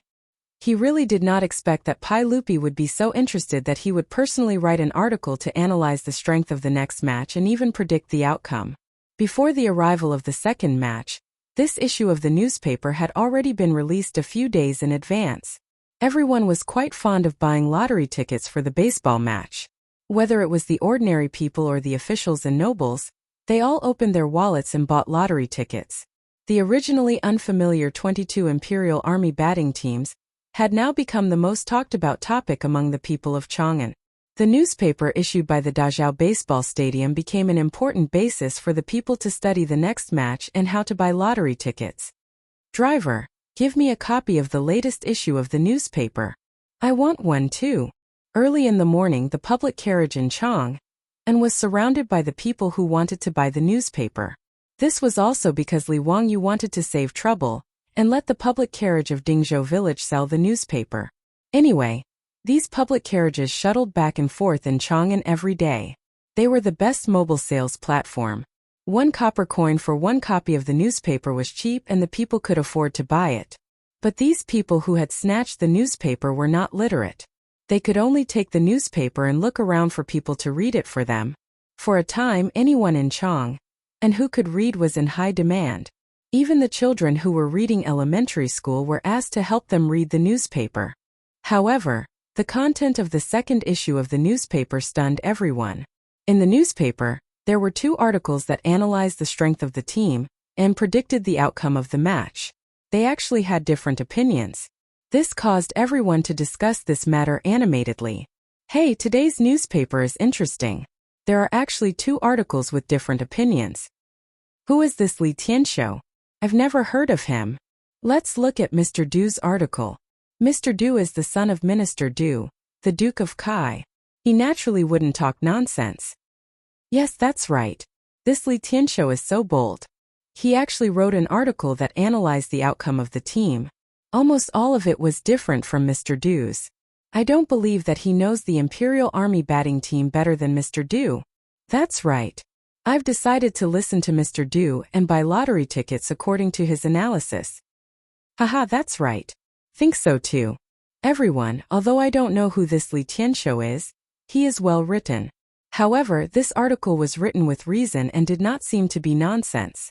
Otherwise, why would the global newspaper print this article? I think Li Tianxiu's analysis should be taken as a reference. Bah, don't talk nonsense. If you don't believe Mr. Du, are you going to believe this nameless person? But in the last match, it seems that Mr. Du's prediction was not accurate. Nonsense. 5 matches. Mr. Du predicted at least 3 matches correctly. What else do you want? If he predicted all of them correctly, then Mr. Du would be an immortal in heaven. Haha, brother, you are right. Then I'll buy lottery tickets according to Mr. Du's analysis. After the newspaper was printed, it was naturally sent to Pai Lupi's desk. Pai Lupi picked up the newspaper and looked at it carefully. He was very proud.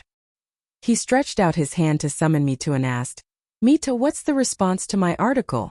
Is it because you admire me? Haha. Mituo's face was a little ugly.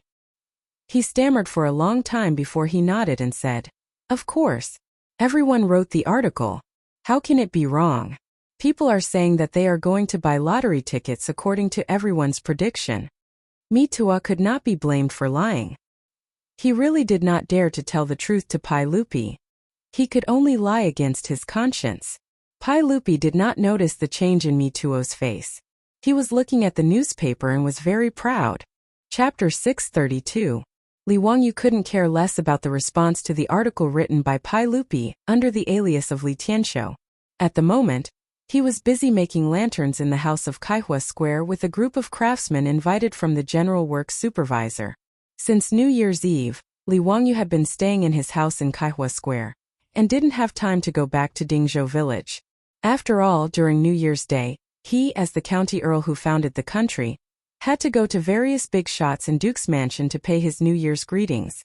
After that, he was busy preparing for the batting league. Besides, the Lantern Festival was coming soon.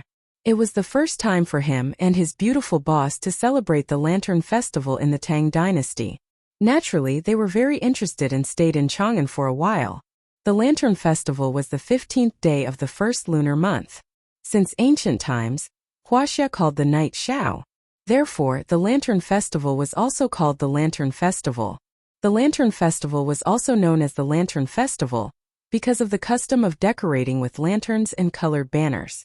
However, in the Tang Dynasty, the Lantern Festival was more important than New Year's Eve.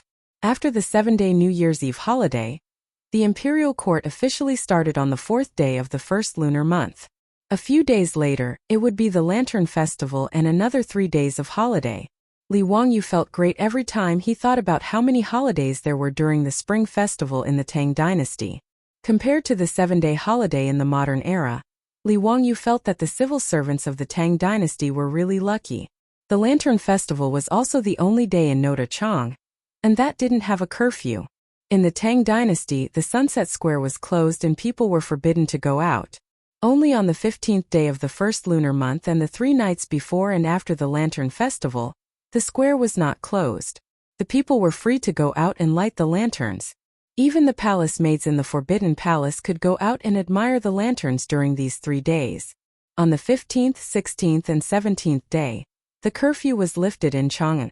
All the temples and Taoist temples and streets were brightly lit. On the spacious streets, hundreds of feet tall greenhouses were built and decorated with lanterns and colored banners for people to visit.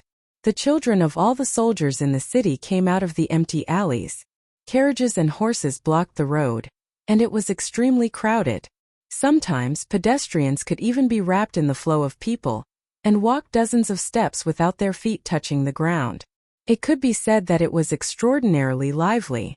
Palace maids, singers, and young ladies from Chang'an and Wanyan counties were dancing and singing under the colorful lanterns. For 3 days in a row they were extremely happy. The Lantern Festival was not just for the common people to enjoy the lanterns. On this day, the officials and nobles had to send their meticulously crafted lanterns into the palace for Pai Lupi and the imperial family to enjoy. It would be fine if it was just for the royal family to see, but the key was that the lanterns placed on the Vermilion Bird Avenue were to be displayed for the appreciation of the entire city's citizens. Moreover, the most novel and beautiful lanterns would naturally be rewarded by the palace. The officials and nobles did not care about the gold and silver that Pai Lupi had bestowed upon them, but they still cared about their reputation. If the lanterns made by their own residents were uglier than those made by others, then it would be too shameful. Therefore, in order to be able to show their faces in the Lantern Festival, many officials and nobles began to recruit skilled craftsmen half a year ago to make those extremely complicated and exquisite lanterns in order to win the first prize of the Lantern Festival, or to win the praise of the common people who enjoyed the lanterns. Li Wangyu, this fellow, did not know that there was such a thing as the Lantern Festival, so naturally, he did not prepare any lanterns. It was not until a group of playboys came to visit that he was dumbfounded. "Zio, why haven't I seen the lanterns made by your residents? Is it in Dingzhou village in Hu County? You have to hurry up and bring the lanterns to Chang'an City, otherwise if there is a bump, it will not be beautiful." Chang Chumo's words made Li Wangyu stunned and he asked, "What lanterns?" The group of playboys also looked at each other. After a long while, Fang Yai asked in disbelief, "The lanterns for the Lantern Festival? You didn't order people to make them, did you?" On the day of the Lantern Festival, the sage will give a banquet to all the officials in the palace. At that time, all the families and manors will carry the lanterns they made into the palace and show them to the sage and the empress. After that, these lanterns will be placed on the Vermilion Bird Avenue for the common people to enjoy the lanterns. The sage and the empress will also choose the most exquisite lanterns and give them as a reward. Hearing this, Li Wangyu was completely dumbfounded. Damn it, how come he did not know anything about this at all? In his mind there was no memory of it at all. He did not know that Li Zhou did not have a title at all, and had the responsibility of supervising Hu County. During the Lantern Festival, he could only stay in Hu County, and did not have the opportunity to go to Taiji Palace to present the lanterns. Naturally, the original owner of this body did not know anything about this. Seeing Li Wangyu's expression, the group of playboys understood and all roared with laughter. "Ha ha ha, Zio, don't tell me you didn't make any lanterns at all?" "Aha, I think so. TSK. It's rare that Zio has such a timid moment. Hee, it seems that after the Lantern Festival, Zio, your name will be spread all over the streets of Chang'an. Since the establishment of the Tang dynasty, you are the first noble who did not present a lantern to His Majesty during the Lantern Festival. Zio, it's okay. I'll go to Shi City later and buy you a lantern. You can take it and present it to the sage, haha. The playboys laughed heartily and Li Wangyu was so angry that he could only raise 2 middle fingers at them. However, he soon realized that he had miscalculated and immediately returned the gesture with 20 middle fingers. Li Wangyu very childishly crossed his arms in front of his chest and said, "Rebound." His beautiful superior sat in the corridor and did not know whether to laugh or cry as she watched her childish little man fooling around with the playboys. However, fooling around was just fooling around. After that, the silk pants began to come up with ideas for Li Wangyu. Zio, I'm afraid that now we can only go to Shi City and see if we can buy a delicate lantern from the merchants. How could the goods sold by those merchants be any good? Zio, don't listen to that idiot Chongchumo. If you ask me, you should go and ask your enemy. Their residents must also know how to make lanterns. Just ask them to give you the finished lanterns. Feng Yai suggested. As soon as he finished speaking, Chai Lingwu slapped him hard on the back of his head and said, "Yaya, you have the nerve to call Cheng Chumo an idiot? How good are you? The enemy is a merchant. Even if they make lanterns, do you think they can use the regulations? If Zio really uses that lantern, you will be laughed at by the officials." Damn. Then what good ideas do you have? Feng Yai said